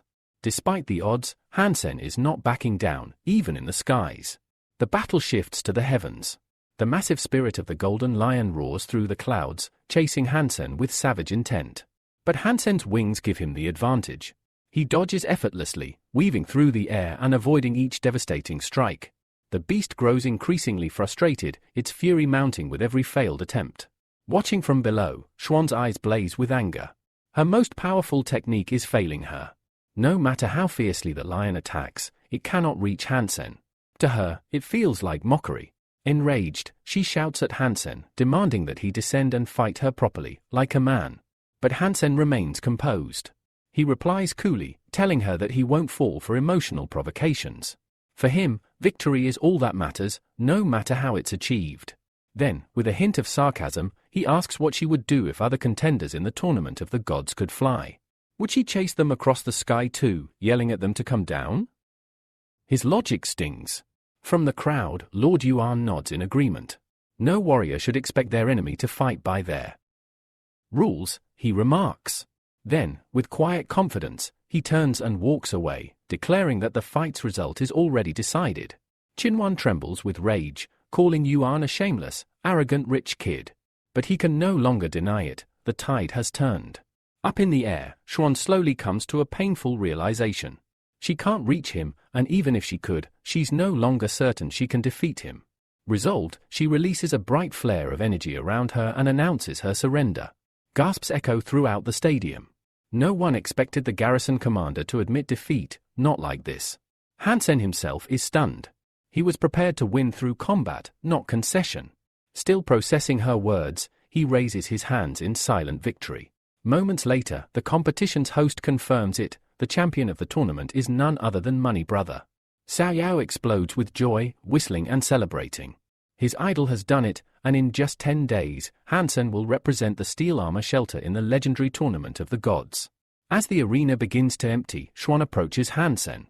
Quietly, she tells him that if he intends to claim an S-rank card, he must visit the steel armor squad office. Then she walks away, still burdened by her unexpected defeat. The crowd gathers around the giant ranking screen. Hansen looks up and sees his nickname now sitting at the top, number 1 among the elite warriors. He knows Xuan is likely still frustrated about the outcome. The idea of visiting her as the Money Brother carries obvious risk. But for now, Hansen decides to set that aside. The only thing that matters now is preparation. The tournament of the gods is approaching fast. Later, Hansen watches quietly as his friend trains in the archery hall. Xiao Yao, still buzzing from the victory, wonders aloud why Hansen continues to train so obsessively. From where he stands, Hansen already seems perfect. Hansen simply looses another arrow, straight into the bullseye, and calmly replies that there's no such thing as perfection. There's always more to improve. Outside the gravity room, a silent observer watches Hansen's intense training. He's impressed. The young warrior has unknowingly progressed to a higher level of difficulty, all while making it look effortless. But the truth is, Hansen is struggling. He pours all his strength into each session, pushing past his limits again and again. While refining his sword technique, Hansen's thoughts drift to the looming tournament. There will be other champions, powerful ones from distant shelters, and many could be far stronger than him. Elsewhere, Xuan walks the corridors of the training facility, still waiting. Days have passed since the tournament, but the Money Brother has yet to appear at her office to claim the card. As she strolls past the training pods, she pauses. Someone is still inside, training after hours. She peers in and spots Hansen. He's practicing a rare skill, Heaven in the Sleeves. Intrigued, she checks his stats and is stunned. He's already at the skilled level, and he's somehow jumped ahead 3 full ranks. That level of progress is unheard of. Even she had needed years to advance like that. As she watches in silence, Hansen continues his relentless training, honing his agility and grace. The ice jade skin technique flows through him, amplifying his movements and sharpening his focus. And still, he pushes forward, eyes locked on the divine battleground ahead. As Hansen completes the latest stage of his training, a calm voice from the system informs him that the next level has been successfully cleared. He exhales with satisfaction and removes the virtual reality mask from his face. But the moment of peace doesn't last long. He nearly jumps in surprise when he notices the garrison commander standing quietly behind him. Without a word, she hands him a bottle of water and compliments him on his excellent performance. Hansen eyes the bottle warily. The last time he accepted a drink from her, things didn't end well. Still, for the sake of courtesy, he takes it, but in the back of his mind, he remained suspicious. She's definitely up to something again. Yet despite his doubts, one thing is clear, Xuan is glad to have him on her side. Even now, his abilities are enough to make a significant difference for their organization. With the tournament of the gods drawing closer by the day, pressure begins to mount. Hansen can feel it. He studies the list of participants carefully, noting that only 2 names seem to pose a real threat. One of them is familiar, a technique he's seen before. But the other? A complete unknown. What's worse, the second candidate has enough power to enter the second divine shelter. Before Hansen can analyze further, his thoughts are interrupted by a sudden phone call. He frowns and picks up, introducing himself and asking who's calling. The voice on the other end introduces himself, and the name rings a faint bell. The caller explains that he found Hansen through someone who revealed the secrets of the gravity room, and he insists they urgently need to talk about the tournament of the gods. He mentions that a powerful friend of his is willing to reward Hansen handsomely for his help. That catches Hansen's interest. He listens intently. The stranger walks to a nearby window and elaborates, saying he wants to show Hansen something. The screen shifts to a video. A brutal battle is underway. A mysterious warrior is fighting multiple opponents at once. His movements are deadly and precise. Twin combat daggers slash through the air, each strike releasing energy waves that send enemies flying in every direction. Within seconds, the warrior has downed a dozen strong fighters. Hansen watches the footage until the end. Then he turns and asks, somewhat skeptically, if the point of the meeting was just to show off this video. But the stranger presses him further, didn't you notice anything unusual? Hansen nods. The fighting style resembled heaven in the sleeves, but something was off. The technique felt darker, more vicious. It wasn't just a combat style, it was bloodthirsty. He asks who the warrior is. The answer surprises him. The fighter is the grandson of a senator and a demigod. Though impressed by the lineage, Hansen states firmly that he has no interest in politics. He prefers to stay out of such matters. The stranger assures him that no political entanglement is expected. They merely want Hansen to study the warrior's combat style and eventually spar against him. It's meant to be preparation for the tournament of the gods, nothing more. At first, Hansen hesitates. But the stranger persists, praising Hansen's rapid progress and reminding him how quickly he conquered advanced levels in the simulation. The offer becomes more tempting by the second. Still calm on the surface, Hansen is calculating. This might be a golden opportunity. Not only will he gain combat experience, but the promised rewards are also too good to ignore. So, he agrees, but on one condition: he wants an S-rank card as payment. The young men glance at one another, tension thick in the air. After a brief pause, they nod. They agree to his demand. Hansen will receive his reward. They ask him to review all the material related to the senator's grandson and begin training immediately. Every day counts now. A full day passes. The group begins to grow restless. Hansen still hasn't appeared, and they begin to question whether he truly intends to help. Just then, a loud knock echoes through the hall. The door opens, and Hansen steps in. His eyes are sharp, his expression focused. He announces confidently that he has thoroughly studied the fighter's techniques and is ready to begin the duel right now. One of the young men, Listen, smiles, clearly impressed. Hansen's words carry weight, and his confidence reignites their hope. Listen hands Hansen a training dagger. Hansen inspects it carefully. It's light and blunt, not even sharpened. That surprises him. Listen chuckles softly and explains that while they trust Hansen's skills, caution in training is never a bad thing. Safety must always come first. And with that, the stage is set. Hansen is ready to face the bloodthirsty style of a demigod, not in the arena yet, but in preparation for the divine war to come. The young men exchange glances and scoff, adding that whether the dagger is sharpened or not makes no difference to them. After all, they don't believe Hansen poses any real threat. That assumption hits a nerve. Hansen's eyes narrow. With a sharp tone, he warns them not to underestimate him. He's not here to play nice, he's here to prove a point. And with that, he suddenly launches into a rapid assault that leaves his opponent stunned, frozen in confusion. Charging forward with precision, Hansen uses the heaven in the sleeve technique, moving fluidly and without hesitation. Your enemies won't wait for a signal before attacking, he states coldly, striking fear into his training partner. The young man watches closely, only for his eyes to widen in disbelief. The training dagger in Hansen's hand has disappeared. In one seamless motion, Hansen performs a complex sleight of hand, and the weapon reappears in his other hand. Before the young man can react, Hansen strikes with speed. Though the blow is narrowly dodged, the blade still grazes the opponent's face, leaving a shallow yet visible mark. Listen, observing from the sidelines, exhales in relief. "Good thing we gave him a blunt dagger," he mutters. "Any sharper and this would have gone very differently." The spar intensifies. The clash continues in a blur of movement, the two exchanging rapid blows. Hansen dodges expertly, weaving through a barrage of attacks. But then, a heavy strike lands squarely, sending Hansen flying backward. He crashes to the ground, the pain pulsing through him. It hits him then, he had underestimated his opponent. This young man wasn't just skilled, he was strong, far stronger than Hansen had anticipated. His opponent smirks, stepping forward. "Don't get ahead of yourself," he sneers. "You're not ready to celebrate just yet." Hansen rises slowly, brushing off the dust. He's right, Hansen thinks. In terms of brute strength, I'm definitely at a disadvantage. But power isn't everything. Hansen still has cards left to play, tricks they haven't seen. Without hesitation, he bursts forward again, closing the distance with dazzling speed. His movement is sharp, refined, but his opponent, possessing quick reflexes, anticipates the attack. Hansen's strike veers just slightly off target. The opponent wastes no time. He raises his arm and prepares a powerful counterattack, mocking Hansen as he does. "You're still not on my level." But Hansen isn't done. In a heartbeat, he regroups and blocks the attack mid-swing. His mind races. He's reading my every move, but let's see if he can follow this. With the finesse of the heaven in the sleeve, Hansen once again switches the blade to his opposite hand.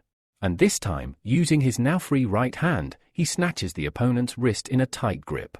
Before his opponent can react, Hansen moves to finish the maneuver. With precision, he brings the blade toward the other's throat, fast, direct, and unavoidable. The opponent freezes, stunned. In one instant, Hansen had completely reversed the situation.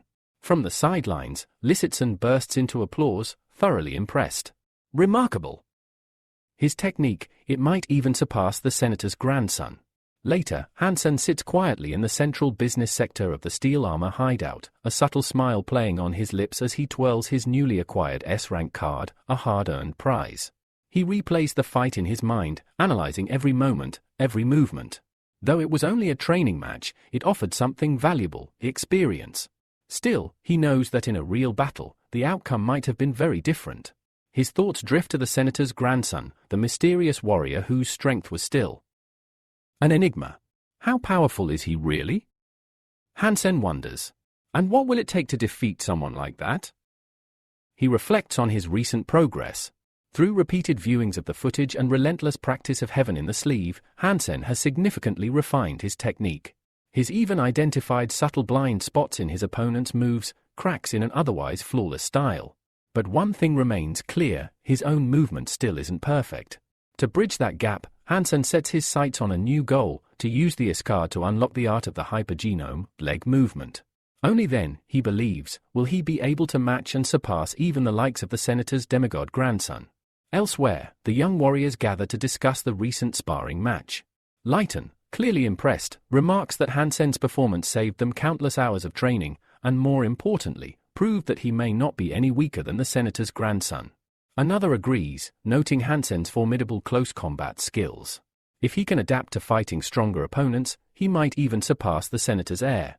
However, not everyone is convinced.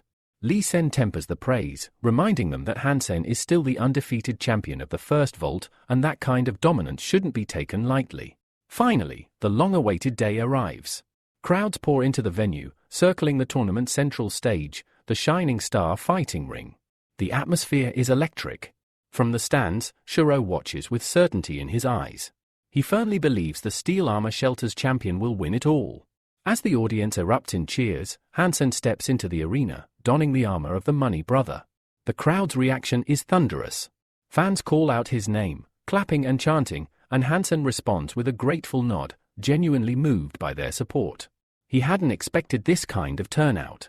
It dawns on him, it's the Money Brother persona that drew the masses. Looking around the grand arena, Hansen notes that the garrison commander is nowhere to be seen, likely still bitter over her previous defeat. He shrugs it off and shifts his focus to the tournament brackets. Studying his potential matchups, he realizes a shocking truth: if he keeps winning, then by the 10th round, he'll be facing none other than the senator's grandson. That revelation brings a mixture of tension and clarity. It's going to be one hell of a fight, Hansen thinks. I'm not sure I can win. But maybe he'll lose to someone else first. Still, a surge of resolve fills him. If it comes down to that final match, then so be it. As the tournament begins, fighters from various shelters take to the ring, each eager to showcase their strength. Hansen watches closely from the stands, carefully analyzing their styles. He notices a common tactic: many rely on constant aggression and relentless pressure to overwhelm their opponents. One match in particular grabs the audience's attention. Lee Sen steps into the ring and fights with everything he has. When it's over, the host announces that his match has been selected for the audience vote, a sign of how thrilling the battle was. Hansen nods to himself. He could tell Lee Sen pushed his limits, but even then, he stands out, not just for his strength, but for the strange, unreadable energy that surrounds him. It's an unsettling presence, one that makes it hard to gauge his true potential. I shouldn't rush to judgment, Hansen thinks. I need to keep watching, keep studying. There's more to these fighters than meets the eye. Suddenly, in the corridor, he bumps into someone, Lighten. Lighten walks with confidence and a slight smile, extending a hand in greeting. Money brother, right?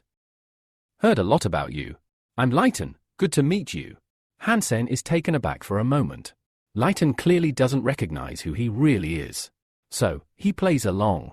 Just a regular warrior from Steel Armor Shelter, Hansen replies modestly. But Lighten only laughs. That's how all champions start. Don't sell yourself short. After a brief conversation, the two part ways, both with the same silent realization: we'll be seeing each other in the final. Around them, whispers ripple through the spectators and participants alike. Many believe it's inevitable: the grand finale will come down to Money Brother versus Lighten. As Lighten walks away, Hansen turns and watches him disappear into the crowd. There's something about him, an unpredictability, a raw, intimidating energy. Hansen narrows his eyes. I need to be ready. Anything could happen in that ring. The tournament continues. The best warriors from across the region step forward, determined to prove their worth. Then comes a match that stuns everyone, a showdown between the senator's grandson and a fighter known as the Dragon Warrior. The latter had been one of the top contenders in the last tournament and had not lost a single match so far. The crowd is abuzz with anticipation, expecting a clash of titans.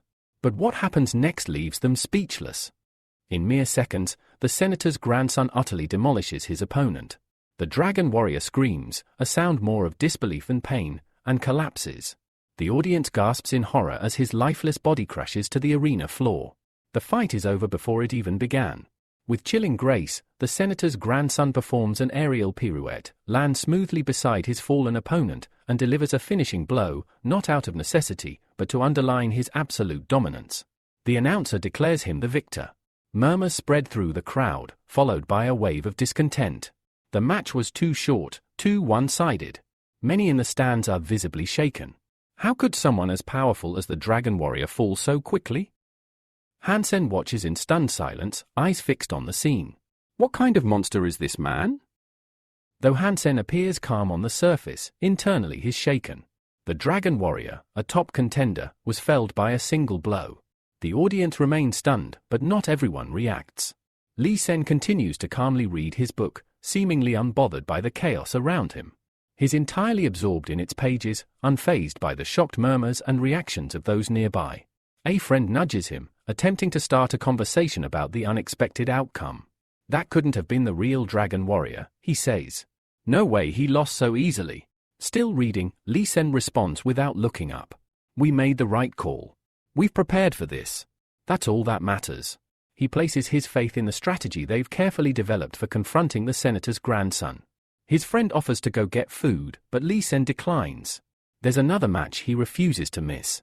In the arena, a new fighter draws attention, a renowned archer, famed for his unique bow and pinpoint accuracy. The crowd shifts, intrigued by his entrance. His opponent? Hansen. The battle begins, and it quickly becomes clear that this archer is no ordinary foe. Hansen struggles to defend himself, constantly forced to deflect a barrage of deadly arrows. Each shot pushes him closer to exhaustion. There are no weak opponents in this tournament, he realizes. Each one is powerful in their own way. Then, he notices something far more dangerous. The arrows are laced with a strange, shimmering poison. The pressure intensifies. Without warning, the archer unleashes his trump card, the sacred beast soul. Arrow. Unlike the normal volleys, these arrows possess a mind of their own, homing in on Hansen as they twist and circle midair. Dodging them is a grueling effort. One arrow passes within centimeters of his face. His stamina is draining fast. From the stands, Listen's friend asks why this fight matters. It just looks like the archer is crushing his opponent, he says, unimpressed. But Lisen watches in silence. The audience, however, begins to murmur. Doubts creep in. Was this really the best warrior from the steel armor vault? Was all the hype around the money brother just an illusion? Then, in a split-second decision, Hansen transforms. The crowd gasps as his form changes, and in an instant, the entire tide of the match shifts. He defeats the archer decisively, ending the battle before anyone can process what just happened. Some, however, see this as a sign of weakness, that Hansen had to resort to transformation just to defeat a mere archer. The match is uploaded and shared widely online. Among those analyzing it is the garrison commander, who watches with folded arms and narrowed eyes. She doesn't share the host's enthusiasm. His equipment is average at best, she says coolly. Yang Man agrees. There wasn't anything remarkable about the fight, no rare techniques, no overwhelming display of power. But the commander's tone sharpens. He has to win this tournament. He took my place. Yang offers another video for analysis, one captured in the corridors before the tournament began. It shows the moment when Hansen, as the money brother, first crossed paths with Lee Sen. The two exchanged brief but weighty words, hinting at an inevitable showdown in the finals. The atmosphere grows more serious. Yang, with a smirk, brings up the circulating rumors, people joking that only a weakling would date someone who always comes in second place. The statement stings, but it's a reminder, this competition isn't just about strength, it's about reputation, legacy, and pride. The second day of the Battle of the Gods tournament begins. The crowd roars as the senator's grandson steps into the arena. His every movement is deliberate, filled with arrogance and precision. Across from him, already waiting in the ring, stands Hansen in his money brother armor. His eyes never leave his opponent. The senator's grandson approaches slowly and coldly declares, "I will kill you today." Hansen flinches at the words, not out of fear, but resolve. If he wants to reach the top 10, if he wants to prove that he truly belongs here, then he has no choice but to win. Without hesitation, Hansen transforms, his body shifting into the towering, muscular form of a centaur. The transformation shocks the spectators, and even stirs concern. Why is he using such a reckless tactic against someone known for mastery in close combat? The senator's grandson smiles cruelly. Rushing to your death, are you? Still, he adds with a note of twisted respect, I admire your determination. Then, his own transformation begins. An enormous field of energy forms around him, condensing, twisting, until it manifests into a colossal creature.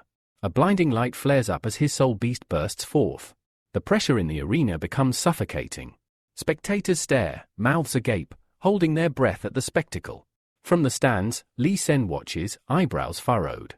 Why isn't he using the sacred level transformation like Hansen did? He wonders.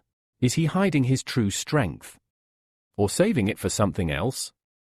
In the very next moment, Hansen realizes something crucial. The senator's grandson is a specialist in close combat, relying on swift, lethal strikes. However, the form he has taken now limits him. While his beast transformation grants overwhelming power, it prevents him from fighting at full efficiency. To unlock his full potential, he would have had to suppress his transformation and remain in a humanoid state. But he's chosen otherwise, confident that his current strategy, bolstered by the sacred dagger wielded by his beast, will be enough to secure victory. The towering creature that represents his beast soul leaps high into the air, raising the sacred dagger for a decisive strike, one that could end the battle in a single blow. Hansen, still in his centaur form, narrowly dodges the strike at the last second and continues to fight. The senator's grandson doesn't let up. His beast soul follows through with a relentless assault, launching devastating waves of energy at Hansen, each hit designed to crush his defenses. Despite the barrage, Hansen remains composed. He studies his opponent, confident in his understanding of the senator's grandson's fighting style. He knows there's no room for mistakes. With that, Hansen retaliates. Wielding his massive battle sword, he swings with controlled fury, launching a counterattack so forceful it takes his opponent by surprise. The senator's grandson stumbles, not from the physical blow, but from recognition. This fighting style, it's familiar, but he can't place it. What he can tell, though, is that this centaur warrior is no ordinary contestant. Hansen continues his assault, pressing the advantage. Watching intently from the sidelines, Lysaton comments calmly to his friend, he just changed his technique. That's heaven in his sleeves. It's over. Now utilizing a more refined martial arts form, Hansen breaks through the senator's grandson's defenses, landing a flurry of precise and powerful blows against the beast soul. Unable to withstand the punishment, the beast soul is knocked backward, sustaining catastrophic damage. The spiritual link between the beast and its master shatters. The senator's grandson, overwhelmed and unable to maintain his balance, is flung backward as well. Lysaton's friend is speechless, astonished at how quickly this fight, which had seemed like an uphill battle, ended in such a decisive victory. Lysaton, unfazed, simply states what has now become evident to all: the Money Brother truly deserves his reputation as a legend of the steel armor shelter. This wasn't luck. It was raw power, honed skill, and flawless execution. The senator's grandson, still conscious, seethes with anger. He glares at Hansen and hurls one final curse before his body gives in to the damage. He collapses, unconscious. The stadium erupts. Cheers echo across the arena as spectators celebrate Hansen's victory. A single, perfectly executed transformation followed by a tactical assault, he had bested one of the tournament's strongest fighters. Hansen walks over to his fallen opponent and coldly informs him, "Your internal organs are damaged. At this rate, you won't last 5 minutes without medical help." The senator's grandson regains consciousness briefly, still cursing, still filled with rage. "Next time. I'll kill you," he growls through clenched teeth. But it's over. The announcer declares the winner, the Money Brother. Hansen raises his arms in triumph. The crowd roars in approval, chanting his name. Meanwhile, Yangman sits in her office, watching the replay. She turns to the garrison commander. The second part of the Money Brothers fight is already online, and it's exploded in popularity. Tens of millions of views. The commander remains quiet. Yangman continues, he didn't disappoint the steel armor shelter. He beat a powerful opponent, and made it look easy. As she speaks, Xuan, standing nearby, silently reflects. Just who is hiding behind the mask of the Money Brother? Back in his room, Hansen replays the footage of his own fight. Though victorious, he's not satisfied. He studies his movements and admits to himself, his lower body wasn't fast enough. If my legs were stronger, I could have finished the fight even quicker, he thinks. Determined to improve, he starts browsing S-class gear, looking for something worthwhile to buy. But there are too many options: swords, armor, enhancements, and Hansen struggles to choose. Just then, he gets a call. It's Lysaton. At first, Hansen assumes it's an invitation for a sparring session, but Lysaton quickly corrects him. He's got a business proposal, one that promises great rewards. Curious, Hansen asks for details, but Lysaton insists it must be discussed in person. Not long after, Hansen is seen wandering near the towering walls of the steel armor shelter, deep in thought. So much has changed, and yet, he knows that this is just the beginning. Soon, a large group of hunters arrives at the designated meeting point. The oldest among them steps forward, studying Hansen closely. "So, this is the guy my brother was talking about," he mutters. Hansen steps forward. "Why are you organizing an expedition without the authorities?" he asks. "Is it just to avoid splitting the profit?" One of the men doesn't take kindly to his question. Aggressive and clearly skeptical, he grabs Hansen by the collar. "You're weak," he growls. "You'll drag us down. You'll get us killed." The tension rises. Another challenge awaits. The older hunter, seeing the aggression unfold, immediately intervenes. He orders the irate man to stand down and makes it clear that he trusts Hansen. He places his hope in the young man's abilities, believing that Hansen could be the key to securing the divine gene, an objective of immense value to everyone involved. However, the elder doesn't sugarcoat the risk. He tells Hansen bluntly that if he fails to follow orders, no one will be able to guarantee his safety. Still, he sweetens the deal by promising a generous reward, a mutated beast soul, should Hansen succeed in completing the mission. The rest of the hunters now turn to Hansen. Their eyes are filled with expectation, not just for success, but for something more. They want him to honor the reputation of the steel armor shelter. A lot is riding on him. Hansen meets their gaze and responds calmly, "Don't worry. I won't let you down." With that, the hunters mount their riding beasts and begin their slow ascent into the mountains. The journey ahead is long, harsh, and unforgiving. Hansen learns that the target location lies roughly 30 kilometers away, nestled deep within a steep and treacherous mountain range. Evaluating the terrain, he estimates that, if all goes smoothly, they'll reach it in 2 days. Eventually, the group arrives. They dismount and proceed on foot, entering a narrow cave passage. As they move deeper, Hansen notices bloody footprints on the stone floor. He pauses, inspecting them closely. Something clearly happened here. "Are these from your last hunt?" he asks one of the hunters. The man nods grimly. "Yeah. We fought a sacred beast here not long ago. It was fast and strong. We lost a lot of good men." The older hunter then briefs Hansen on the plan. The target is a massive scaly armadillo, which comes to a specific watering hole to drink. The plan is for the hunters to distract it while Hansen submerges himself underwater and waits. Once the beast lowers its head to drink, Hansen is to strike a single, fatal blow. Anything less, and the creature will go berserk, likely killing them all. Suddenly, a loud, crunching sound breaks the stillness. The beast arrives. The enormous scaly armadillo steps into view, its armored body rippling with power. It lowers its massive head and begins to drink deeply from the pool. Hansen studies the monster carefully. Its size is staggering. Its physical strength and natural defenses are clearly formidable. This is no ordinary target. Growing uneasy, Hansen turns to the elder hunter. "Are you really sure this will work?" he asks. "It's risky. If that thing catches on, we're all dead." Then, with perfect calm, Hansen adds one more condition. He wants an advance payment. The request causes immediate outrage among the other hunters. "How dare you try to bargain now?" one of them snaps. "Do you have any idea what's at stake?" But the senior hunter remains calm. He hands over a beast soul as an advance and instructs his subordinates to let it go. "He won't run," he explains. "If he does, his name and honor will be ruined forever. That's a fate worse than death in our world."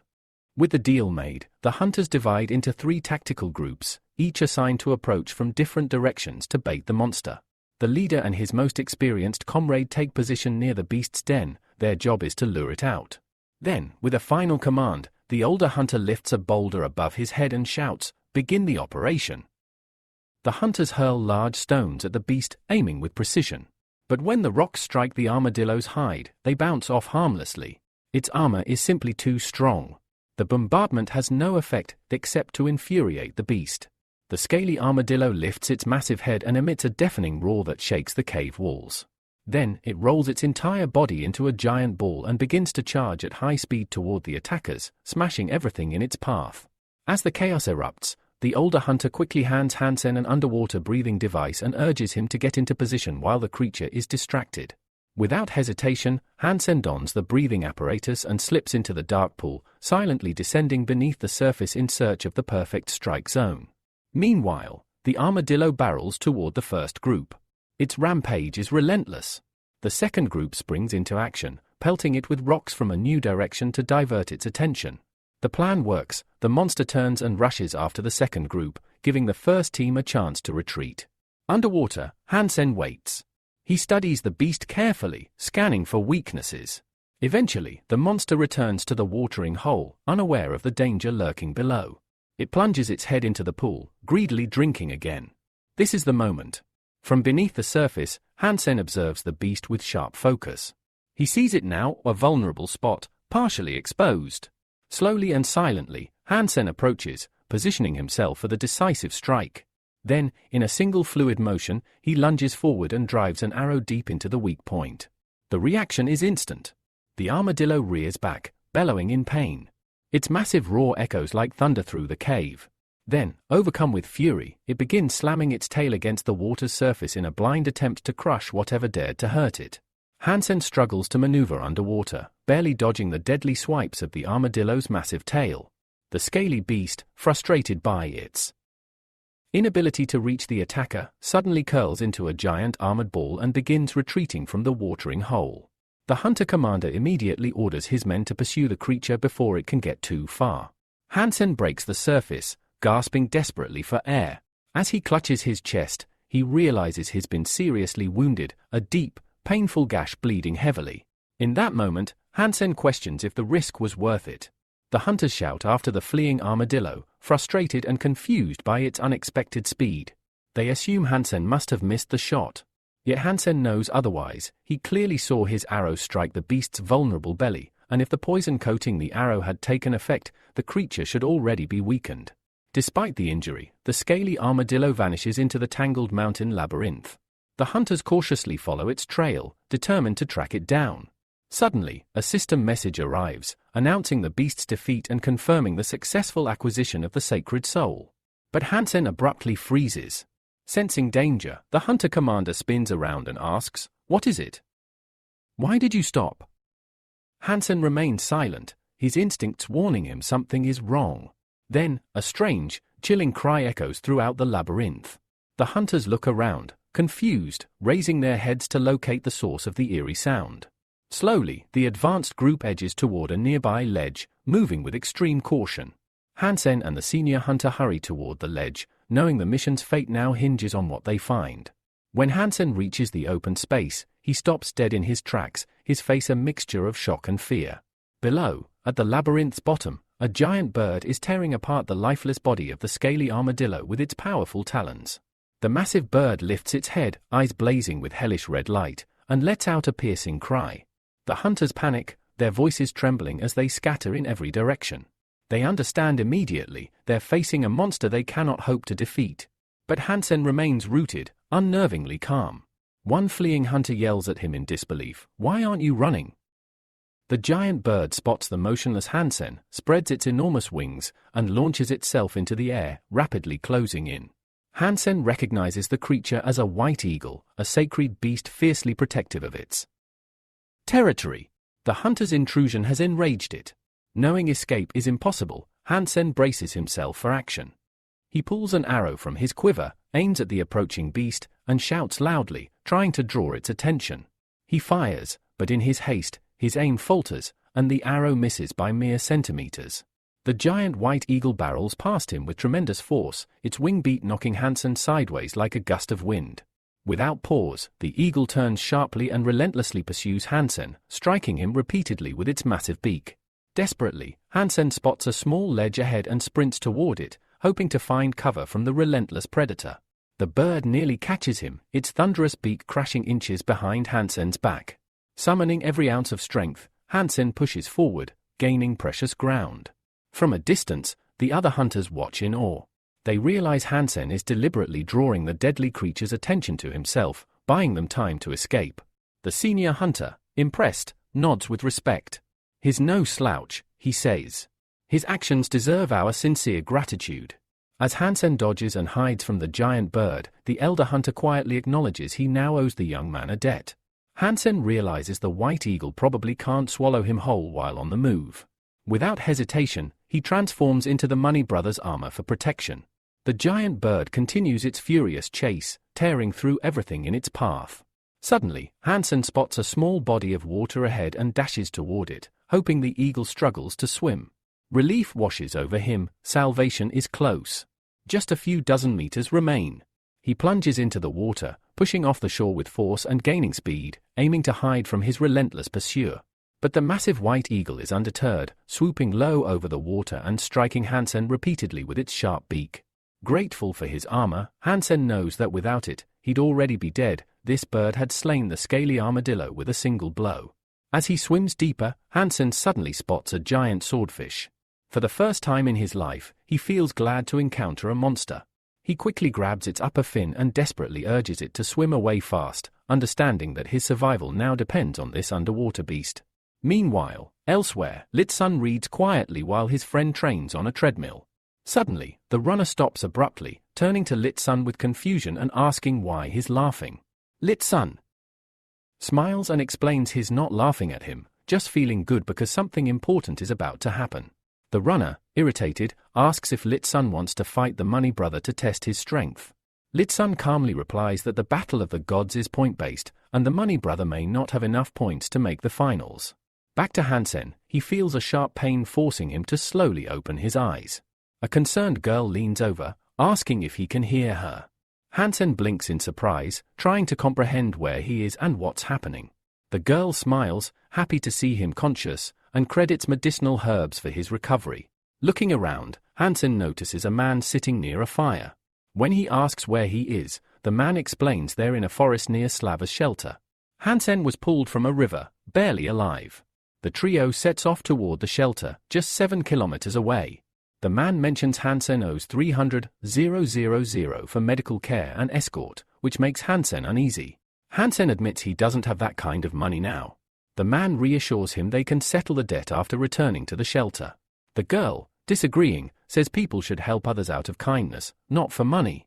The man calmly points out that since last night, they've only defeated one primeval beast, and their genes are evolving too slowly, they need the money. Hansen studies their simple gear but admires their courage and determination in hunting for primitive genes. After a while, the group stops. The girl points excitedly and asks if they see what she does. Nearby, a group of black-tailed monkeys approaches. Among them are several mutated ones, their poisonous souls visible. The man grabs the girl's hand, urging her to run fast. He warns that the monkeys are too many to fight head-on. Hansen stays calm, watching the monsters approach thoughtfully, wondering if he can earn enough mutated genes to pay off his debt. The man turns and stares at Hansen in disbelief, confused why he's not running. Hansen draws his bow and boldly declares, the apes of the Glory Vault will now know the full power of the Steel Armor Vault Warrior. The man and woman watch in shock as Hansen pulls out a mutated beast's arrow and fires at the dangerous monkeys.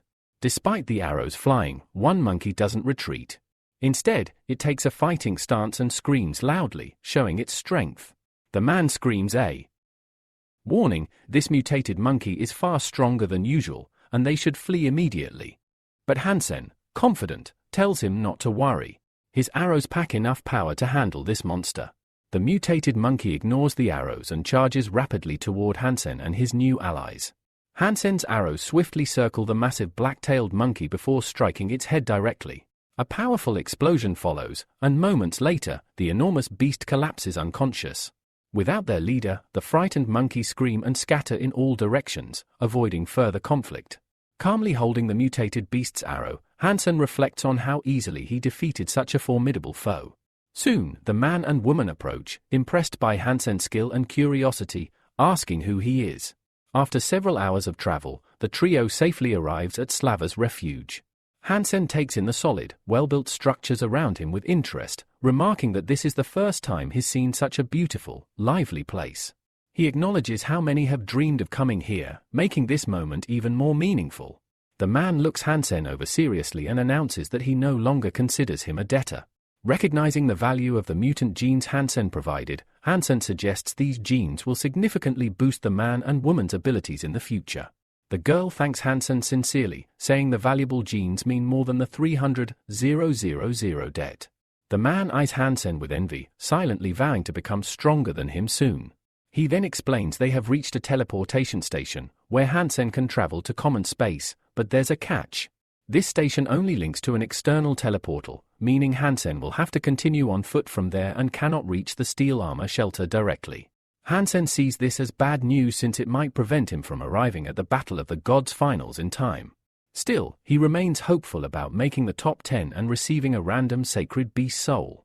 After bidding farewell to his new friends, Hansen heads toward the spatial teleport. The girl thanks him again for his help and wishes him a safe journey. Meanwhile, in the stadium arena, the host announces Litsun as the main champion of this year's Battle of the Gods based on points. Descending slowly from the arena, Litsun thinks sadly that he never fought the warrior known as Money Brother in this championship. Spectators buzz with rumors about why Money Brother didn't appear for the final fight. Reporters quickly surround Litsun, pressing him on why Money Brother didn't show. He dismisses the popular theory that his opponent was scared, believing Money Brother is as fearless as he is. When asked who would win their fight, Litsun admits it's impossible to say without facing Money Brother personally. Litsun's friend is frustrated at being overlooked despite finishing second this year. Litsun remains puzzled about Money Brother's absence but knows one thing for sure: he is more eager than ever to face him. Back at the teleportation station, Hansen strolls leisurely, feeling incredibly lucky to have survived the white mutated eagle. He contacts the hunters, promising to give the elder hunter the soul of the beast when they meet. His contact advises against it, explaining that most of the beast's carcass was eaten by the eagle, but the elder hunter still gathered enough materials to max out his divine gene. The elder hunter will soon prepare to move on to the second shelter. The hunter thanks Hansen for his bravery and heroism. Hansen laments not having his sacred bow and arrows, certain he could have killed the eagle with them. He quietly repeats sacred bow and arrows, suspecting a meaningful coincidence. Hansen learns the elder hunter plans to sell his sacred bow since he no longer needs it. The hunter asks honestly whether Hansen received the armadillo beast soul, which Hansen confirms. From that soul, the hunter crafted a strong prickly soul shield, just what he needs. He asks Hansen to keep the shield safe and promises to help trade it for the sacred bow. Hansen thanks his friend and expresses pleasure in doing business. Suddenly, Hansen spots the garrison commander nearby. He bids farewell to his contact, explaining he cannot speak further. Immediately, the girl aggressively confronts Hansen, sharply demanding where he has been, clearly upset by his absence. The girl informs Hansen that the entrance exam for the Black Eagle Military Academy will begin in just 3 days. She tells him to be ready, then hands him a tightly wrapped package containing his ticket. She explains that she has already spoken with people at the academy to arrange this. Urgently, she orders Hansen to hurry to the spaceship arriving in 3 days for the exam. Suddenly grabbing him by the collar, she warns fiercely that if he, like his money brother, runs away at the last moment, she will stop at nothing to drag him out of hiding and tear him apart. Despite her anger, Hansen feels a genuine thrill knowing how much he can irritate her. Later, Hansen is at his family home, where he tells his mother about his plans to attend the Black Eagle Military Academy. He promises that through his military service, both she and his sister will be protected. His sister, upset by the long separation, anxiously asks how long it will be before he returns. Hansen tries to reassure her, explaining that the academy is strict and that he will only be able to visit home during holidays, a hard consolation for the young girl. His mother quietly wipes tears, reflecting on how much her son has grown. She resolves not to hold him back, hoping he will succeed at the academy. She believes their late father would be proud to see the man Hansen has become. Hansen promises not to disappoint his family and vows to pursue success despite all challenges. A few hours later, Hansen arrives at the planet's interplanetary airport, mentally preparing for this important journey. Passing through security, his ticket is confirmed, and an automated voice congratulates him on a successful flight, easing his nerves and signaling the start of his journey. Everything about the place is new and impressive. The towering warships and advanced spaceport equipment make him feel as if he's stepped into a different world. Standing next to a massive military liner, Hansen thinks that being here is every man's dream. The sheer size of the ship fills him with awe and hope, as if his life is truly beginning. He boards the ship and starts to find his seat when he notices a girl sitting nearby, completely absorbed in a holographic screen. Immediately, Hansen recognizes that she's playing the Black Eagle Academy uniform and the game Heavenly Hand. Although he has played the single-player version, he's never competed against real players before. The girl suddenly throws her hands up in triumph, announcing she has won 10 times in a row, a huge achievement she had been striving for.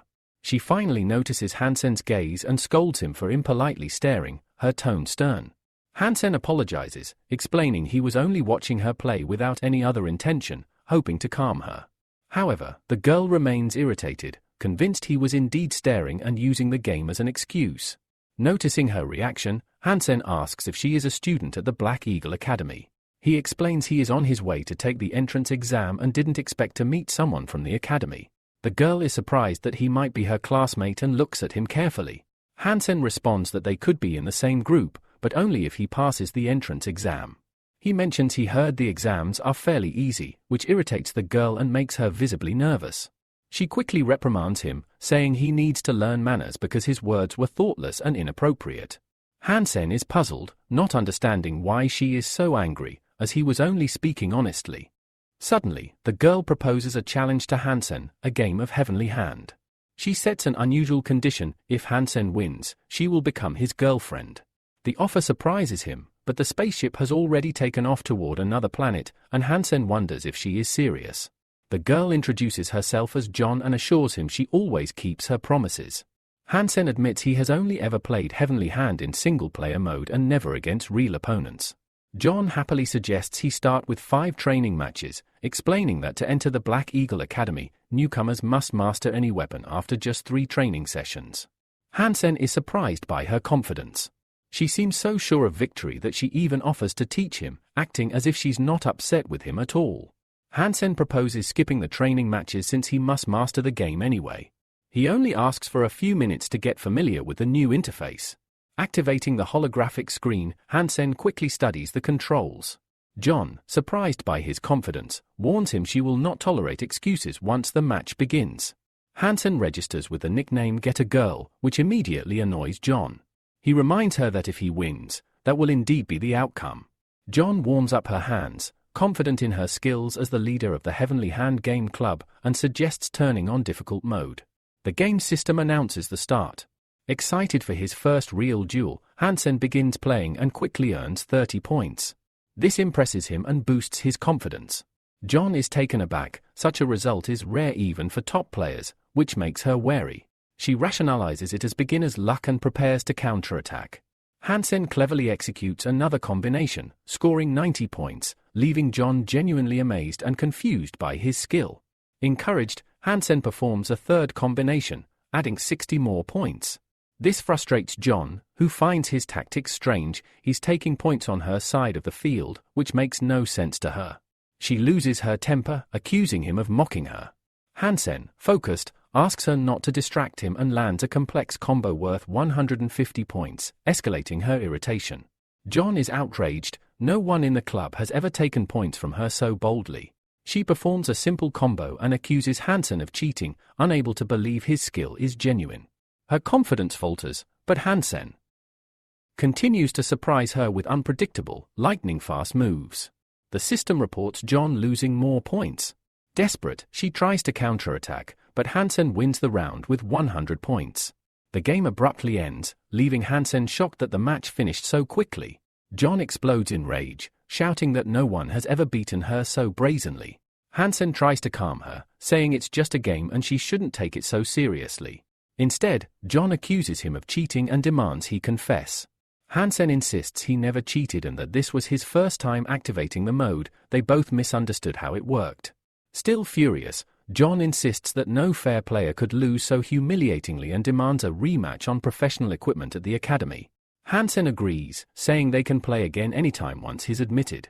Annoyed, John leaves, warning Hansen that the Black Eagle Academy does not accept liars as cadets. After she departs, Hansen rubs his head, feeling he went too far and that he should have given her a head start. With thoughts of how the game should have gone, Hansen approaches the massive gates of the Black Eagle Military Academy. Inside, a crowd is gathered, studying the information boards intently. The atmosphere is tense and serious. Hansen is struck by the sheer number of hopefuls and realizes the competition for entry will be fierce. The examiner carefully reviews Hansen's personal file and notices that he comes highly recommended by the commander of the Steel Armor Shelter Garrison.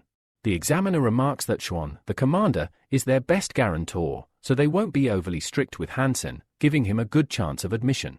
He explains that Hansen only needs to pass a written test, but since he aims to enter the archery department, he must also pass the practical archery tests. Hansen, confident and determined, replies without hesitation that he is ready to take the tests at any time. Stepping into the military academy, Hansen immediately senses the strict, serious atmosphere. He feels nervous but works hard to control his emotions. Outside the archery exam room, Hansen pauses, wondering which foot to step in with first. He enters the training cabin and is immediately impressed by the high-tech holographic archery range. Holding the mechanical bow for the first time, he marvels at the advanced armor design of the bow and arrows, excited for the challenge ahead. As the examination system announces the start, multiple targets appear around him. Hansen pulls back the bowstring, aware that the targets can move in any direction. He focuses on testing his new technique called super particle flow acceleration. Confident and skilled, Hansen passes the test with flying colors. A wave of relief washes over him as the tension leaves his body. The examiner informs him that official enrollment will occur in 3 months, giving Hansen some time before his training truly begins. Hansen hopes he might be able to visit his family soon, who remain safe in the steel armor shelter. At that moment, 2 cheerful girls run past, laughing and enjoying their student life. Hansen smiles, feeling the excitement and promise that come with this new chapter. Meanwhile, the examiner reviews Hansen's test results with disbelief. The entire test, shooting from stationary, moving, and levitating positions took only 6 minutes, and Hansen scored over 300 points, an outstanding achievement. Shuani, a member of the Academy's management, is delighted. She expresses pride that the Academy's decision to send Hansen was the right one. She plans to contact Hansen's family soon, ensuring his mother receives a military certificate. Shuani also asks the garrison commander if Hansen should be included in the squad's main roster. Several days pass, and the scene shifts to the mountains near Slava's refuge. Hansen is alone, activating the souls of mutated monsters. He wants to return to his steel armor shelter, but the quickest route takes him through dangerous, unfamiliar dark swamps. To navigate, Hansen plans to use a mutant riding beast loaned to him by a friend, a practical and clever choice. Days later, Hansen finally reaches his room in the steel armor shelter. Exhausted, he barely wants to get up. Suddenly, a loud, persistent knock on the door startles him awake. Grumbling about the early disturbance, Hansen slowly rises. The knocking grows louder, vibrating the room. At first, he wonders if it might be an earthquake. Agitated, Hansen rushes to open the door. He freezes in surprise at the sight before him, the very beast he had purchased earlier, now transformed into a magnificent creature of divine blood. Hansen reflects on recent events. He left Slava's refuge 10 days ago with little rest, and after returning home yesterday, he immediately fell asleep. Relieved the monster hasn't escaped, Hansen prepares to feed it a large meal. With precision, he shoots an arrow to bring down the divine blood beast. Preparing the meat, the system notifies him that the hunt was successful, though he did not gain the beast's soul. After eating, Hansen receives multiple system messages. He has earned several points toward his super god genes. Over the past 6 months, his super god gene count has increased to 34 points. Additionally, after consuming a black-tailed poison monkey, his mutated gene points have risen to 52. With these gains, Hansen has grown much stronger, though no one else yet knows the full extent of his power. Confident in his progress, Hansen believes he will soon amaze everyone with his extraordinary abilities. Suddenly, Hansen remembers something important. He never received the super god beast spirit that was supposed to be his reward from the God of War competition. Determined, he is instantly transported to the martial arts field, where a massive crystal sparkles atop a towering monument. Although the martial arts field was closed after the competition, Hansen plans to sneak in under cover of night to claim what's rightfully his. Quietly, he walks through the main hall, thinking about how he could have forgotten such a crucial reward. Even though he didn't place first, the prize is still the soul of a beast of divine blood, a rare and powerful gift. As Hansen touches the crystal, he realizes that accepting this reward means he can no longer enter the battlefield of the gods tournament this year and will have to wait until the next competition. The soul of the divine beast is assigned randomly, and Hansen wonders what he will receive. Suddenly, a bright energy flame ignites in his hand. Unsure of what kind of soul it is, whether a weapon or a mount, Hansen watches as a spirit takes form before him, appearing as a graceful girl who respectfully addresses him as a sir. From her glowing energy field, a small protuberance shoots toward Hansen's forehead, flooding his body with a surge of energy. A system notification appears. The spirit of a divine blood beast named the Empress has been received. The spirit merges with Hansen, instantly transforming his body. He finds himself clad in gleaming steel armor, and his appearance subtly altered. Turning to the Empress, Hansen feels the fusion has granted him immense strength and a harmonious sense of balance. He considers that while the Empress may not be as powerful as the legendary Black Beetle of divine blood, her armor offers a unique and promising potential. Looking into the distance, Hansen notices his eyesight has sharpened dramatically. He can see even the tiniest details on a small bird hundreds of meters away. His perception of movement is also enhanced. An insect's flight appears almost painfully slow. Though pleased with his newfound powers, Hansen wonders why the Empress hasn't granted him wings. Shrugging, he decides there's no point in finding fault. The armor's vast potential is what truly matters, and he plans to study its abilities in detail. Later, in a men's dormitory room, 3 young men argue loudly over who will be the leader of their room. At that moment, Hansen enters and announces his name, declaring that by order of the commandant, he will be living there from now on. One cadet casts a displeased glare at Hansen, who wonders why the hostility. The big guy finally speaks up, grabbing Hansen's hand and dragging him inside, explaining that choosing a room leader is important. They need someone who embodies the spirit and worldview of room 304. Another cadet, adjusting his glasses, argues that leadership isn't about strength but intelligence. He boasts an IQ of 167 as proof of his suitability. The third cadet turns to Hansen, asking his opinion on who should lead the martial arts group. Hansen laughs and says he doesn't really care and doesn't intend to be the leader. He suggests they decide among themselves. One cadet pulls out a room leader badge and proposes a competition. Since they're all from the archery department, the contest will determine their leader fairly. The big guy and the high IQ cadet exchange determined looks before agreeing to compete. Hansen praises their intelligence and says the approach is fair. He suggests they head to the training ground immediately and start the competition. The big guy, however, rudely interrupts, asking who gave the other cadet permission to go first, clearly not impressed. Watching all this, Hansen scratches his head and realizes that living with these three won't be peaceful at all. Thus ends the competition for the leader of room 304. The big guy, Gene, is in tears, upset and confused about how he ended up with the worst result in the competition. His neighbor tries to comfort him, saying there's still plenty of room to improve. If Gene keeps training hard, his skills will grow significantly. Jan, the cadet with the high IQ, is genuinely surprised he only got second place despite trying so hard. He guesses he must have lost focus during the competition. Hansen steps in to calm Gene, telling him not to worry since it's just a game. He adds that Gene will still be the elder brother in the room, and he'll call him older brother. Gene is deeply touched by Hansen's respect and invites him to reach out whenever he needs help. The third cadet, Tingan, is enthusiastic and has the highest shooting skills among them. Hansen thinks, let Tingan be the leader and handle that troublesome role. Suddenly, Tingan hears a loud noise nearby and wonders what it could be. A huge crowd is lining up to sign up for a club called the Hand of God. Hansen spots a massive poster by the club and feels like he's seen the girl on it somewhere before. Gene is thrilled about the recruitment and the fact that the Academy's star is on the poster.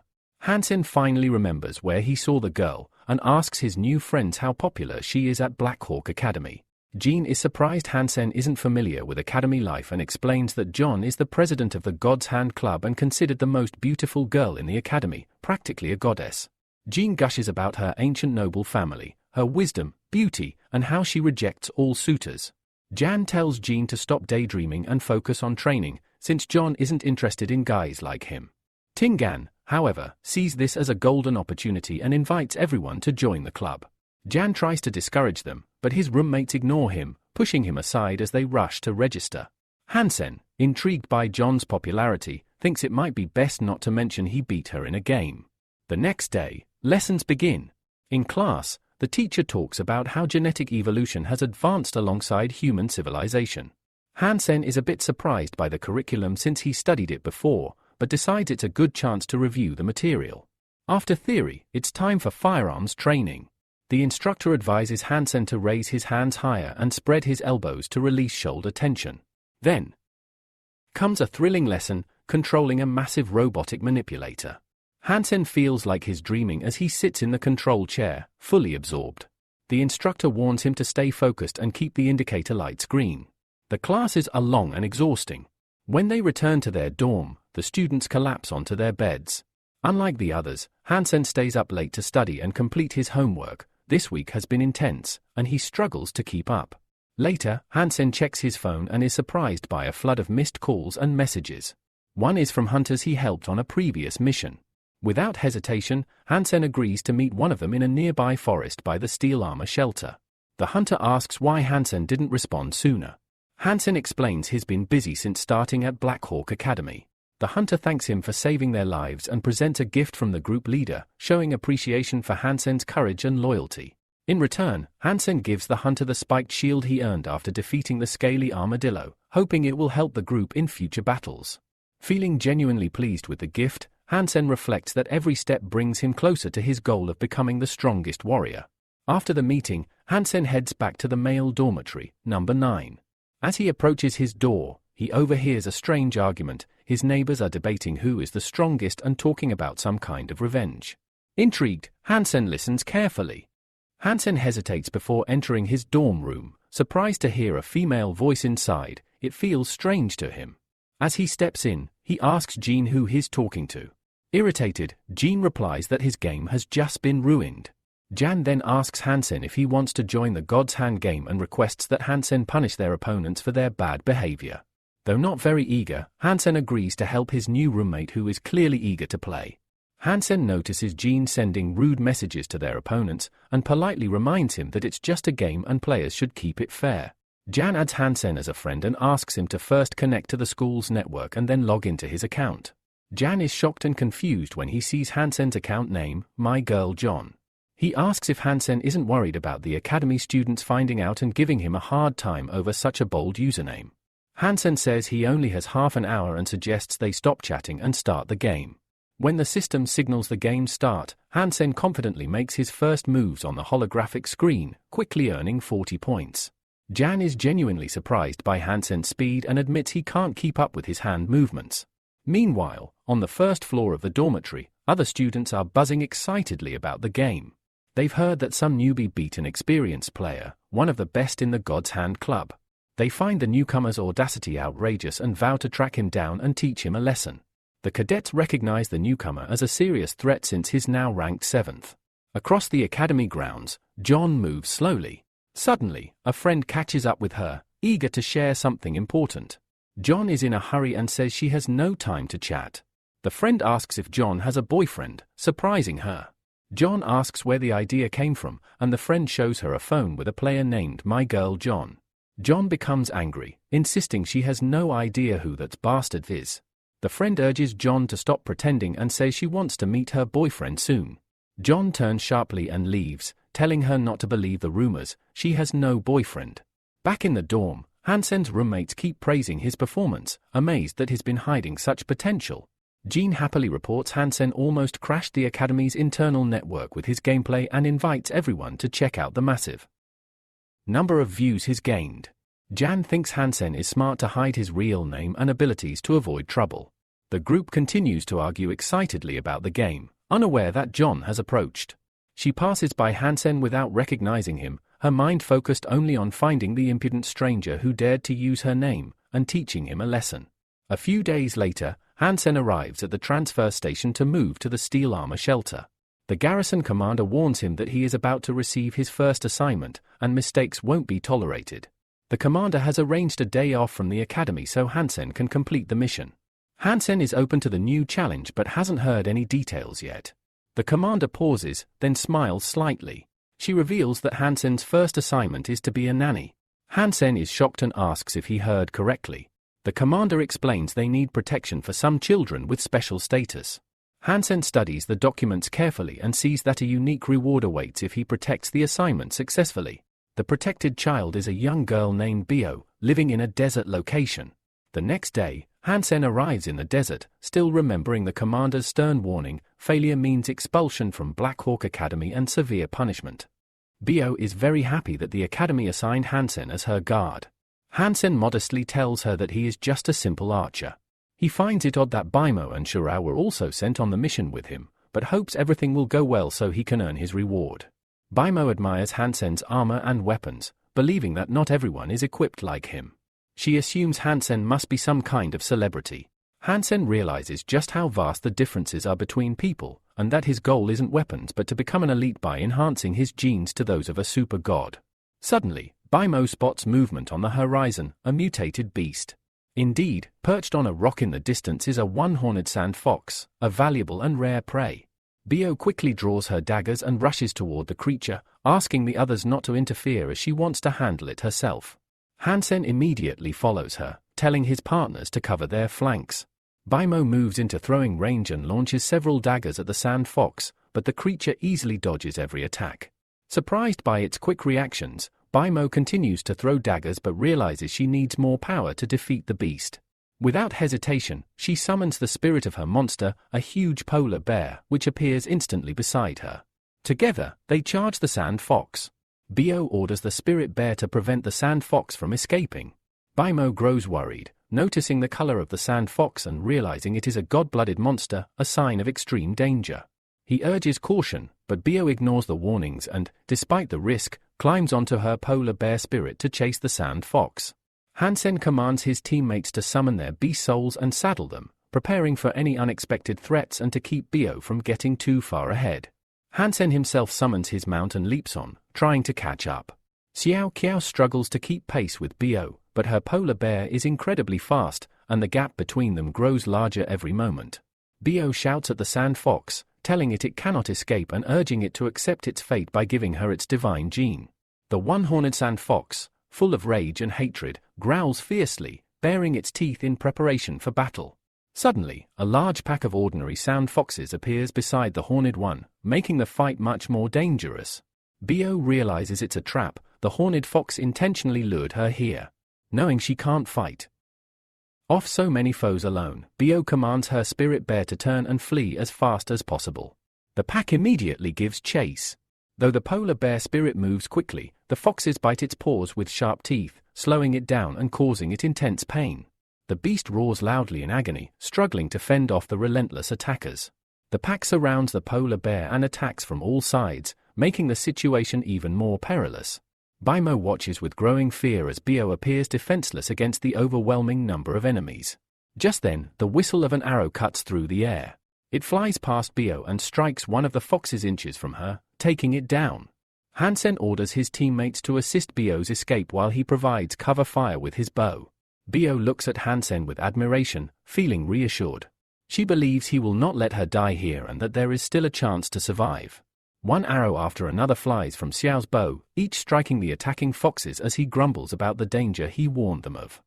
Amidst the chaos, Bimbo charged directly into the heart of the sand fox pack, slicing through the enemy lines with fierce determination. With his combat daggers drawn, he carved a path through the corridor and barked an urgent command for the girl to retreat immediately.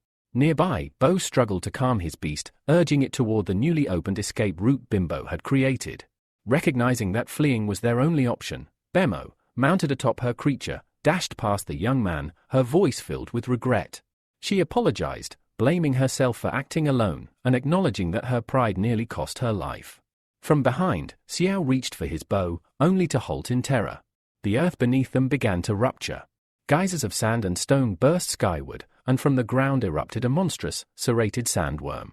It towered several tens of meters high, its bellowing roar freezing everyone in place. Hansen immediately took note of the creature, his expression turning grim. This was not just another obstacle, it was a mortal threat. The sandworm roared again and lunged after the fleeing group, its bulk moving with terrifying speed. Shirao, astonished, muttered in disbelief. He couldn't comprehend how something so massive could move so quickly. Hansen, now deeply concerned, warned the others, sandworms rarely hunt alone. If one appeared, more were likely nearby. Suddenly, the group came to a stop. The path ahead was blocked by more violent eruptions of sand and rock. Panic surged through Shirao, who screamed in fear. Hansen reached out to the girl, instructing her to mount his beast instead of her own. They needed speed more than ever. She apologized again for her earlier recklessness, but Hansen urged her to focus and stay calm. "This is not the time for self-punishment," he said firmly, then turned to Bimbo and gave the signal to initiate their next move. A confident smile crossed Bimbo's face. He unsheathed his Tibetan blades and declared that he would clear the path. Hansen followed closely, firing arrows at sand foxes attempting to flank them. Meanwhile, Bemo trembled with fear. Tears streamed down her face as she took responsibility for their dire situation. Hansen, still firing, vowed to see the mission through, and silently swore that he wouldn't let her be harmed. To Bemo, Hansen's kindness stood out. Despite her mistakes, he never scolded her. Instead, he offered comfort and protection. In that moment, she felt safe by his side. Though Bimbo possessed the advanced sky technique, the sheer number of sand foxes, growing by the second, made progress difficult. Suddenly, the enemy pack halted. Their leader froze in place, then lifted its head and released a thunderous howl. A moment later, Hansen received a system notification: a super god-rank sand fox leader with unknown stats had entered the battlefield. The threat level spiked. As the sand foxes grew to triple their size, preparing for a final, deadly assault, Bemo sobbed again. She begged the others to leave her behind, believing herself to be the cause of their suffering. But Hansen refused to listen. He pulled her from her mount and handed her her daggers. "It's too early to give up," he told her. "Have you ever fought while riding double?"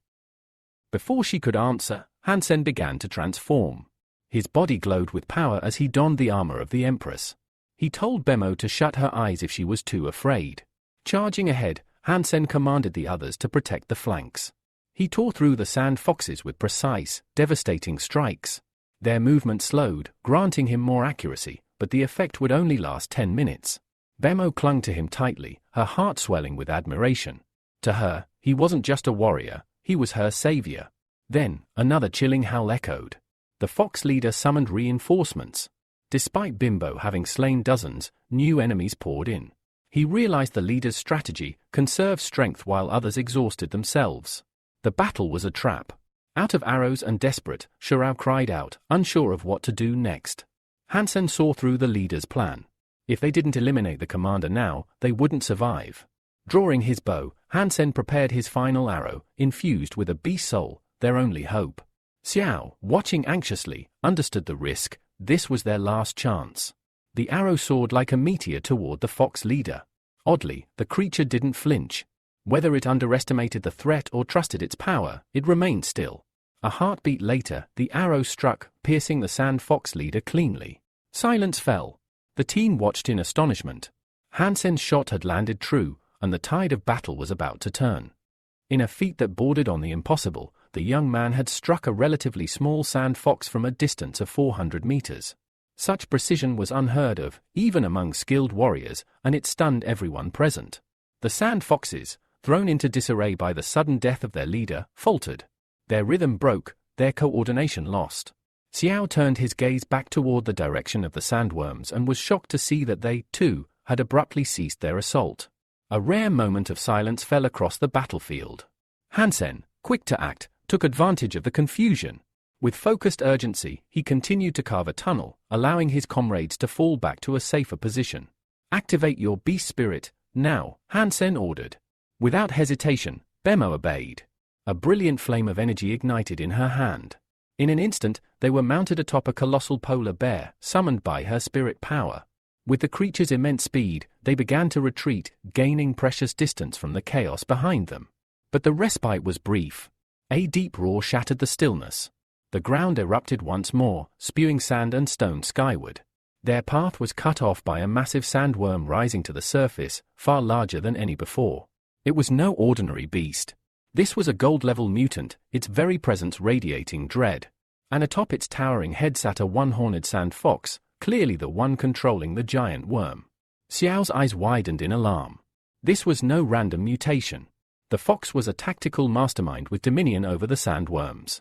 Bemo confirmed his worst fears. The creature was at least god-level in power, an enemy far beyond their current strength. Realizing the severity of the situation, the team quickly split into smaller groups to confuse and mislead the creature. But Hansen's luck had run dry. The enormous sandworm, under the command of the one-horned fox, had locked onto him. It wanted revenge. With calm resolve, Hansen pulled back his bowstring and told Bemo to duck. He released a powerful arrow, but the ordinary sand foxes leapt forward, sacrificing themselves to shield their leader. Still, the arrow found its mark. A message flashed in Hansen's mind: hunt completed. Mutant fox soul acquired. A rare trophy, one that lifted his spirits and filled him with a renewed sense of determination. If fortune remained on their side, they might escape not just with their lives, but with valuable spoils. The sand fox leader howled again, his eyes glowing with hellish fury. The tension in the air spiked. Hansen noted that their polar bear mount was beginning to slow, its endurance nearing the limit. If they didn't act fast, they'd be caught. Pointing to a nearby rock formation, Hansen instructed Bemo to head straight for it. She hesitated, spotting a vast cliff ahead. "You're not thinking of jumping that, are you?" she asked in disbelief. Hansen didn't flinch. "Nothing is impossible," he said. "Hold on tight." With a mighty push, the polar bear leapt. The cliff yawned beneath them. As they soared across the chasm, Hansen readied another arrow. He shouted for Bemo to dismiss her beast spirit. She obeyed just as he released the shot. The one-horned fox managed to dodge, but the arrow struck the sandworm square in the head, causing massive damage. The beast roared in agony, thrashing violently. Rocks shattered beneath its enormous body as it convulsed across the terrain. Then came a flash of energy. The polar bear vanished. Bemo screamed. Her beast spirit had disappeared before completing the jump. "We're going to crash," she cried. But a strange sensation followed. They weren't falling, they were flying. Eyes shut in panic, Bemo dared to peek. Suspended above the abyss, she realized the impossible was happening. She remembered tales of those who possessed monster souls, gifts that granted flight. They soared over the cliff and landed safely on the other side. As they touched down, Hansen quietly shifted back to his human form. Bemo, still stunned, asked where the wings had gone. I saw them, she insisted. Where are they? Hansen, evasive, replied casually. Probably just a shadow from the clouds. But Bemo wasn't convinced. That was no cloud, she said firmly. I saw wings. Before the conversation could continue, a terrifying roar echoed behind them. The sandworm was not dead, it had followed them over the cliff. Though weakened and on the brink of collapse, the beast's fury was boundless. Blinded by rage, it charged forward, hurling its failing body toward the young warriors. Even in its dying moments, it refused to surrender. Hansen watched the weakened sandworm closely, tracking its sluggish, labored movements. Sensing danger still lurking, he told the girl to rejoin the others. It was no longer safe for her to stay. Moments later, a system notification appeared in his mind. Hunt complete, super god-level golden sandworm defeated. God-blooded beast soul acquired. With the battle behind him, Hansen returned to his intense training regimen. His fists hammered into wooden dummies, shattering them into splinters with every blow. His focus was unwavering, his strength undeniable. Nearby, a group of girls had gathered, watching the young warrior with admiration. They whispered among themselves, impressed by his skill and charmed by his looks. To them, Hansen wasn't just strong, he was handsome, young, and potentially influential. Each girl silently hoped to win his attention. But their quiet moment was broken when a young man appeared behind them. You ugly freaks! Get out of my way, he sneered. One girl gasped, beginning to object, but her friend quickly silenced her and offered an apology to the newcomer. They hurriedly stepped aside. This young man was Fanglu, widely known as the primary contender for John's affection. Though he had never participated in official competitions, leaving him without a public ranking, rumors of his power ran deep through the academy. As Fanglu walked past, the girls exchanged hushed reactions. His insult had angered them, yet they couldn't deny he was attractive in his own arrogant way. Fanglu approached Hansen directly. The moment Hansen saw him, he stopped training. Is that in my girlfriend John's account yours? Fanglu asked bluntly. Hansen replied coolly, telling the guy to leave his jealous nonsense at the door. Fanglu, realizing Hansen wasn't the one he was looking for, simply said, "Then I've got nothing to do here," and turned to leave. Later, Hansen's roommates informed him that Fanglu had set his sights on revenge. The reason? Fanglu was furious about the account name, believing someone was mocking his obsession with John. Tingan handed Hansen his device and told him to check the forums. The drama was exploding online. Instead of backing down, Hansen decided he would accept the challenge. But first, a shower. He mused about using the S-level card he had been promised but never received from the garrison commander.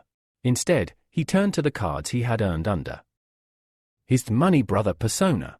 Hansen activated the 2 beast souls he had acquired in the desert to evaluate them. The first one?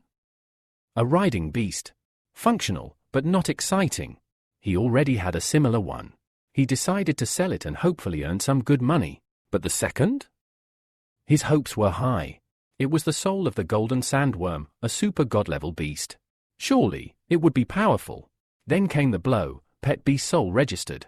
A pet. Hansen's excitement turned to frustration. All that effort and the prize was nothing more than a glorified companion. He was irritated. Worse, he still had to deal with Fanglu's challenge. With a sigh, Hansen muttered to himself that today simply wasn't his day. Elsewhere on campus, students were glued to their screens, watching the countdown to the duel. In 10 minutes, the match between Fanglu and the mystery account My Girlfriend John would begin. John herself, alongside a friend, checked the time. Only 5 minutes left. Her friend asked playfully if she thought her boyfriend would win. "He's not my boyfriend," John snapped. But her voice betrayed a mix of confusion and curiosity. Whoever had created that account, she intended to confront him soon. Fanglu, now seated behind a glowing holographic screen, waited confidently. His friends whispered behind him, suggesting the mystery opponent might not even show, afraid of Fanglu's power. Fanglu smirked. If the guy showed up just to apologize in front of everyone, maybe he'd let it slide. Then it happened. A notification from the system, "Player My Girlfriend John has entered the room." The host, already brimming with excitement, announced the match to a massive virtual audience. "Ladies and gentlemen, the long-awaited battle is about to begin," he declared. A clash between the Academy's strongest talent and a total enigma. Who is the mysterious player known only by that infamous nickname? The arena buzzed with anticipation. The first round began. Fang Lu made the opening move, launching into a flawless, high-speed combo. His hand movements were blindingly fast, almost too quick to track. He racked up 5 points in moments, showing why he was feared despite his lack of official rating. Meanwhile, Hansen calmly sipped his juice, watching his opponent without a flicker of worry. He hadn't moved yet. But when he did, everything would change. Fang Lu narrowed his eyes. His opponent still hadn't touched the playing field. Coward, he muttered under his breath. To him, this was just a rookie, overconfident, maybe, but no real threat. The host's voice boomed over the speakers, full of mockery. Fang Lu lands his second double-8 combo. That's over 40 points. Meanwhile, our mystery player? Still nowhere in sight. He let the sarcasm hang in the air, stoking the crowd. Honestly, folks, I haven't seen a more one-sided match in ages. Maybe we should just expel this coward from the academy already. The camera panned to the audience. Whispers turned into laughter. Eyes rolled. The girls watching the match weren't impressed either. One of them leaned toward John and quipped, "Your boyfriend's a total flop." At the dorm, Hansen's roommate stared at his screen in utter confusion. "Why haven't you started playing yet?" one of them asked. Hansen, calm as ever, replied, "He's too slow. Guess it's time to show him what real hand speed looks like." On the broadcast, the host continued, clearly enjoying himself. "It's 80-0, folks. At this rate, we should just, wait, what's this?" He paused, reading something on the screen. His expression shifted from smugness to pure disbelief. A message had appeared from the player. "My girlfriend John, sorry, was in the bathroom. Let's get started." The crowd erupted in boos and laughter. Many believed it was just an excuse but desperate attempt to save face. But they didn't know Hansen. He placed his fingers on the controls and began to play. Within seconds, his screen lit up with a flurry of movement. The combo was lightning fast, clean, precise, and aggressive. The host nearly choked on his words. 9 points. Already, he shouted. How did he? That hand speed, impossible. Fang Lu's confidence cracked. He stared at the screen, unable to believe what he was seeing. No rookie could perform that kind of combo, not without intense training.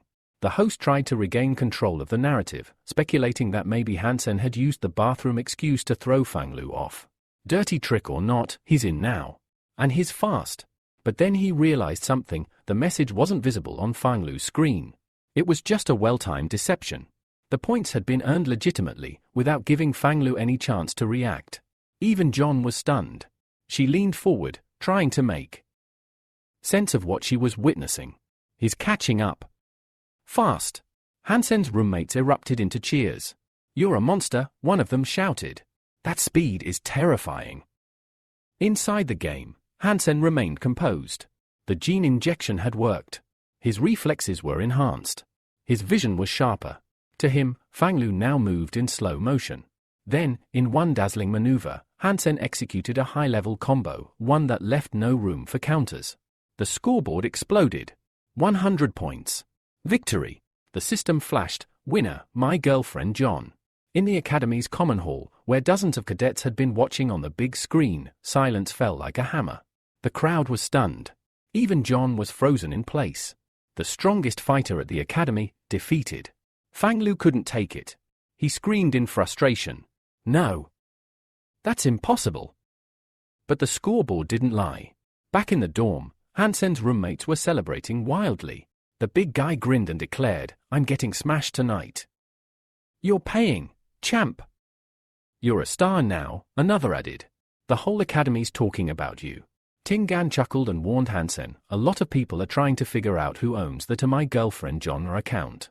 If you keep feeding us like this, we might just keep your secret." Hansen forced a smile. Feeding this bunch would be expensive. Suddenly, a girl appeared behind him. She looked surprised but happy. "It's really you, isn't it?" Hansen greeted her with a polite nod, but his mood was too guarded for small talk. He wasn't in the mood to share anything personal. The big guy, already tipsy, slung an arm around Hansen's neck. "Hey! What have you been doing behind our backs, huh? Where'd you snag such a beauty?" The others chimed in, teasing him. No way you're a loser now, not with girls like her dropping in on you. Hansen tried to wave it off. It's not what you think. Just a misunderstanding. The girl smiled warmly at him, her eyes sparkling. I only have one request, she said. The big guy, clearly feeling himself, puffed out his chest and turned to the girl with an exaggerated sense of pride. Whatever you want, just say the word. I'll do anything for you. He was obviously trying to impress her, acting bold, dramatic, heroic. The girl burst out laughing. She had him wrapped around her finger, and she knew it. Great, she said with a mischievous smile. My club's short on members. We could really use a hand. The guys blinked. A beat of silence. Wait, what club? She answered casually, the Heavy Armor Club. Their jaws hit the floor. The Heavy Armor Club wasn't just any student organization, it was a legendary department focused on piloting combat mechs and multi-ton exoskeletons. Elite. Intense. Dangerous. Without wasting time, the boys followed her straight to the club's headquarters. Inside, they were greeted by the club's duty officer, who barely looked up from his monitor. His tone was dry. Archers, who?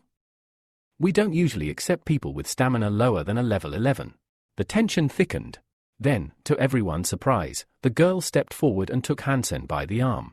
Don't worry about this one, she said confidently. He won't disappoint. They moved deeper into the facility, entering a vast, cathedral-like hangar. The young men stared around in stunned awe. This place was massive. Inside the hangar stood 3 colossal exomechs, each one a beast in its own right. Their names were stamped boldly across their armored chassis: Rhino, Porter, Builder. Each had its purpose. Rhino was built for brute force. Porter focused on speed and mobility. Builder was a fortress, heavily armored, highly adaptable, and packed with multifunctional systems. But it was the Builder that caught Hansen's eye. Towering and powerful, it was clearly not made for beginners. A single mistake in that machine could lead to disaster. The girl, seeing their amazement, smiled. There's a virtual gym next door. You can train anytime you want. Just know this, daily practice is expected. We're preparing for club tournament soon. To Hansen, this was a dream come true. Back at the main academy, students had to wait for hours to get even 5 minutes with a machine like this. But here? Unlimited access. Real combat models. No restrictions. Elsewhere, tensions were rising. An instructor questioned the director about allowing cadets to use Warehouse 7A. Zone never intended for student use. The director brushed it off. They're good students. Disciplined. Let them try. But the instructor wasn't convinced. They're spoiled rich kids, he muttered. And you're too soft on them. Without another word, he stormed off to inspect the hangar himself, worried the cadets might damage the expensive machinery. When he arrived at Hangar 7, what he saw made him stop in his tracks. Inside the Builder mech, someone was training. Hard. The robot moved with shocking precision, defensive maneuvers, attacks, cooldown resets. The instructor narrowed his eyes. Must be the new club trainer, he thought. Not bad at all. In reality, it wasn't a veteran. It was Hansen. And in just a few days, he'd nearly mastered the Builder, one of the hardest machines to operate. Suddenly, a warning alert flashed across Hansen's console, unknown unit detected. Approaching rapidly. He locked in. Am I being attacked? The answer came fast. A second mech, the Porter, charged at him and opened fire with a barrage of blunt force attacks. The battle had begun. What Hansen didn't know was that the instructor himself was piloting the Porter, eager to test this mysterious talent. And for the first time in ages, he felt excited. Finally, a student worthy of a real match. Hansen quickly realized something strange. The Porter wasn't a combat unit. But whoever was inside was piloting it like a war machine. Without warning, the Porter deployed a massive rotating saw, one powerful enough to shred even reinforced steel. Hansen's heart jumped. He pulled the Builder back just in time, barely dodging the deadly attack. The instructor laughed out loud, thrilled by the intensity of the match. He activated even more combat tools, hooks, drills, claws. The Porter was now a makeshift juggernaut. Hansen knew he had no choice. I need to fall back. He's too aggressive. I can't counter this, yet. His reflexes kicked in. Enhanced by training, focused by instinct, he weaved the Builder through the barrage of attacks, narrowly avoiding strike after strike. His concentration sharpened. And then? He decided to fight back. His strategy was set. The hangar echoed with the thunder of steel as the two exomechs collided, heavy weapons, fierce dodges, brutal counters. It wasn't just a training session anymore. It was war. The clash of metal rang through the hangar, brutal impacts, grinding steel, screeching gears. The sound was deafening, a battle symphony between two towering machines. The instructor watched intently, eyes fixed on Hansen's movements inside the builder. Risky, but brilliant. He was impressed. Hansen had just pulled off a maneuver that even seasoned pilots rarely attempted, and executed it flawlessly. But the instructor couldn't help but think, a pilot this talented? He doesn't belong in some second-rate club. Inside the cockpit, Hansen launched one final, crushing strike, so fast and powerful that the instructor barely dodged in time. Still, the man remained calm, certain that the young pilot would eventually make a mistake. One slip, and he'd have the perfect chance to end it. But instead of pressing the attack, Hansen suddenly powered down the builder. The mech came to a halt. Silence fell over the hangar. The cockpit hissed open. Hansen climbed out, exhausted, his arms numb. Operating the machine had drained him. It demanded both physical endurance and mental sharpness beyond anything he'd experienced before. The instructor raised an eyebrow. Not as strong as I expected, he thought, but definitely skilled. Brave. Controlled. Still, a talent like this was wasted here. Then came the shock. The instructor stared, dumbfounded, as Hansen stepped out of the builder. His expression froze. A student. He pointed directly at him. Are you seriously just a first year? Hansen blinked, confused. Wait, you're just an instructor. He had assumed his opponent was someone far more senior, maybe even the president of a combat club. Straightening up, Hansen introduced himself politely. Yeah, I just joined the heavy armor club. That was an incredible fight, sir. You're really skilled. The instructor was still in disbelief. Have you trained on mechs like this before? Hansen shook his head. No, just some training simulations at the academy. That's it. The silence was thick. The instructor frowned. Which unit are you from? Archers. Archers, he echoed, like the word physically hurt him. You're telling me an archer did all that? He couldn't believe it. In front of him stood a genuine prodigy, and the kid didn't even know it. Hansen, noticing the time, bowed slightly. Sorry, I've got to run. Maybe we'll meet again sometime. He walked off, leaving. The instructor stunned and suspicious. No experience? Just an archer? Is this kid even legit? For a brief moment, a wild thought crossed his mind. Is he a spy? The next day, excitement buzzed across the club. The head of the robot division made an announcement. The championship starts in a few days. Check the list of available categories and sign up. The girls looked over the list and quickly came to a consensus. We're skipping the combat divisions. Too hard. Let's go with something simpler, loading, maybe transport. But Hansen had only one question. What are the prizes? One of the girls replied with a glint in her eye. Top 3 get new Star Beast and Emperor-class armor. Worth tens of millions. Hansen lit up. I'm not missing this. No way. Ian, watching him, frowned. You're talented, yeah, but this is serious. These competitions are no joke. Tingan interrupted, full of fire. That's exactly why we should do it. A real man signs up for everything. The girl beside him beamed. He's right. It'll be fun. We'll learn so much. But the club manager was clearly uneasy. Fun? This isn't a game. One bad showing and we'll be the academy's laughingstock. We need to focus on fewer events. Hansen stepped forward calmly. I get it. But trust me, if we go all in, we increase our odds of winning. The manager rubbed his chin. You might have a point, but some events will overlap. We can't be in 2 places at once. Before the debate could continue, a sharp knock came at the door. It opened, and in stepped the instructor from the hangar. The girls fell silent, whispering among themselves. That's him, one of the academy's top warriors. He can pilot the most powerful machines here. Hansen's eyes widened. Wait, that was him. The instructor walked in, glanced at Hansen, and gave a respectful nod. You've got incredible skills, he said. I want to invite you to my club. The room went quiet.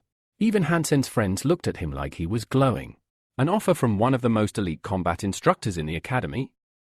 This was no ordinary invitation. This was recognition from the very top. The room fell into a stunned silence.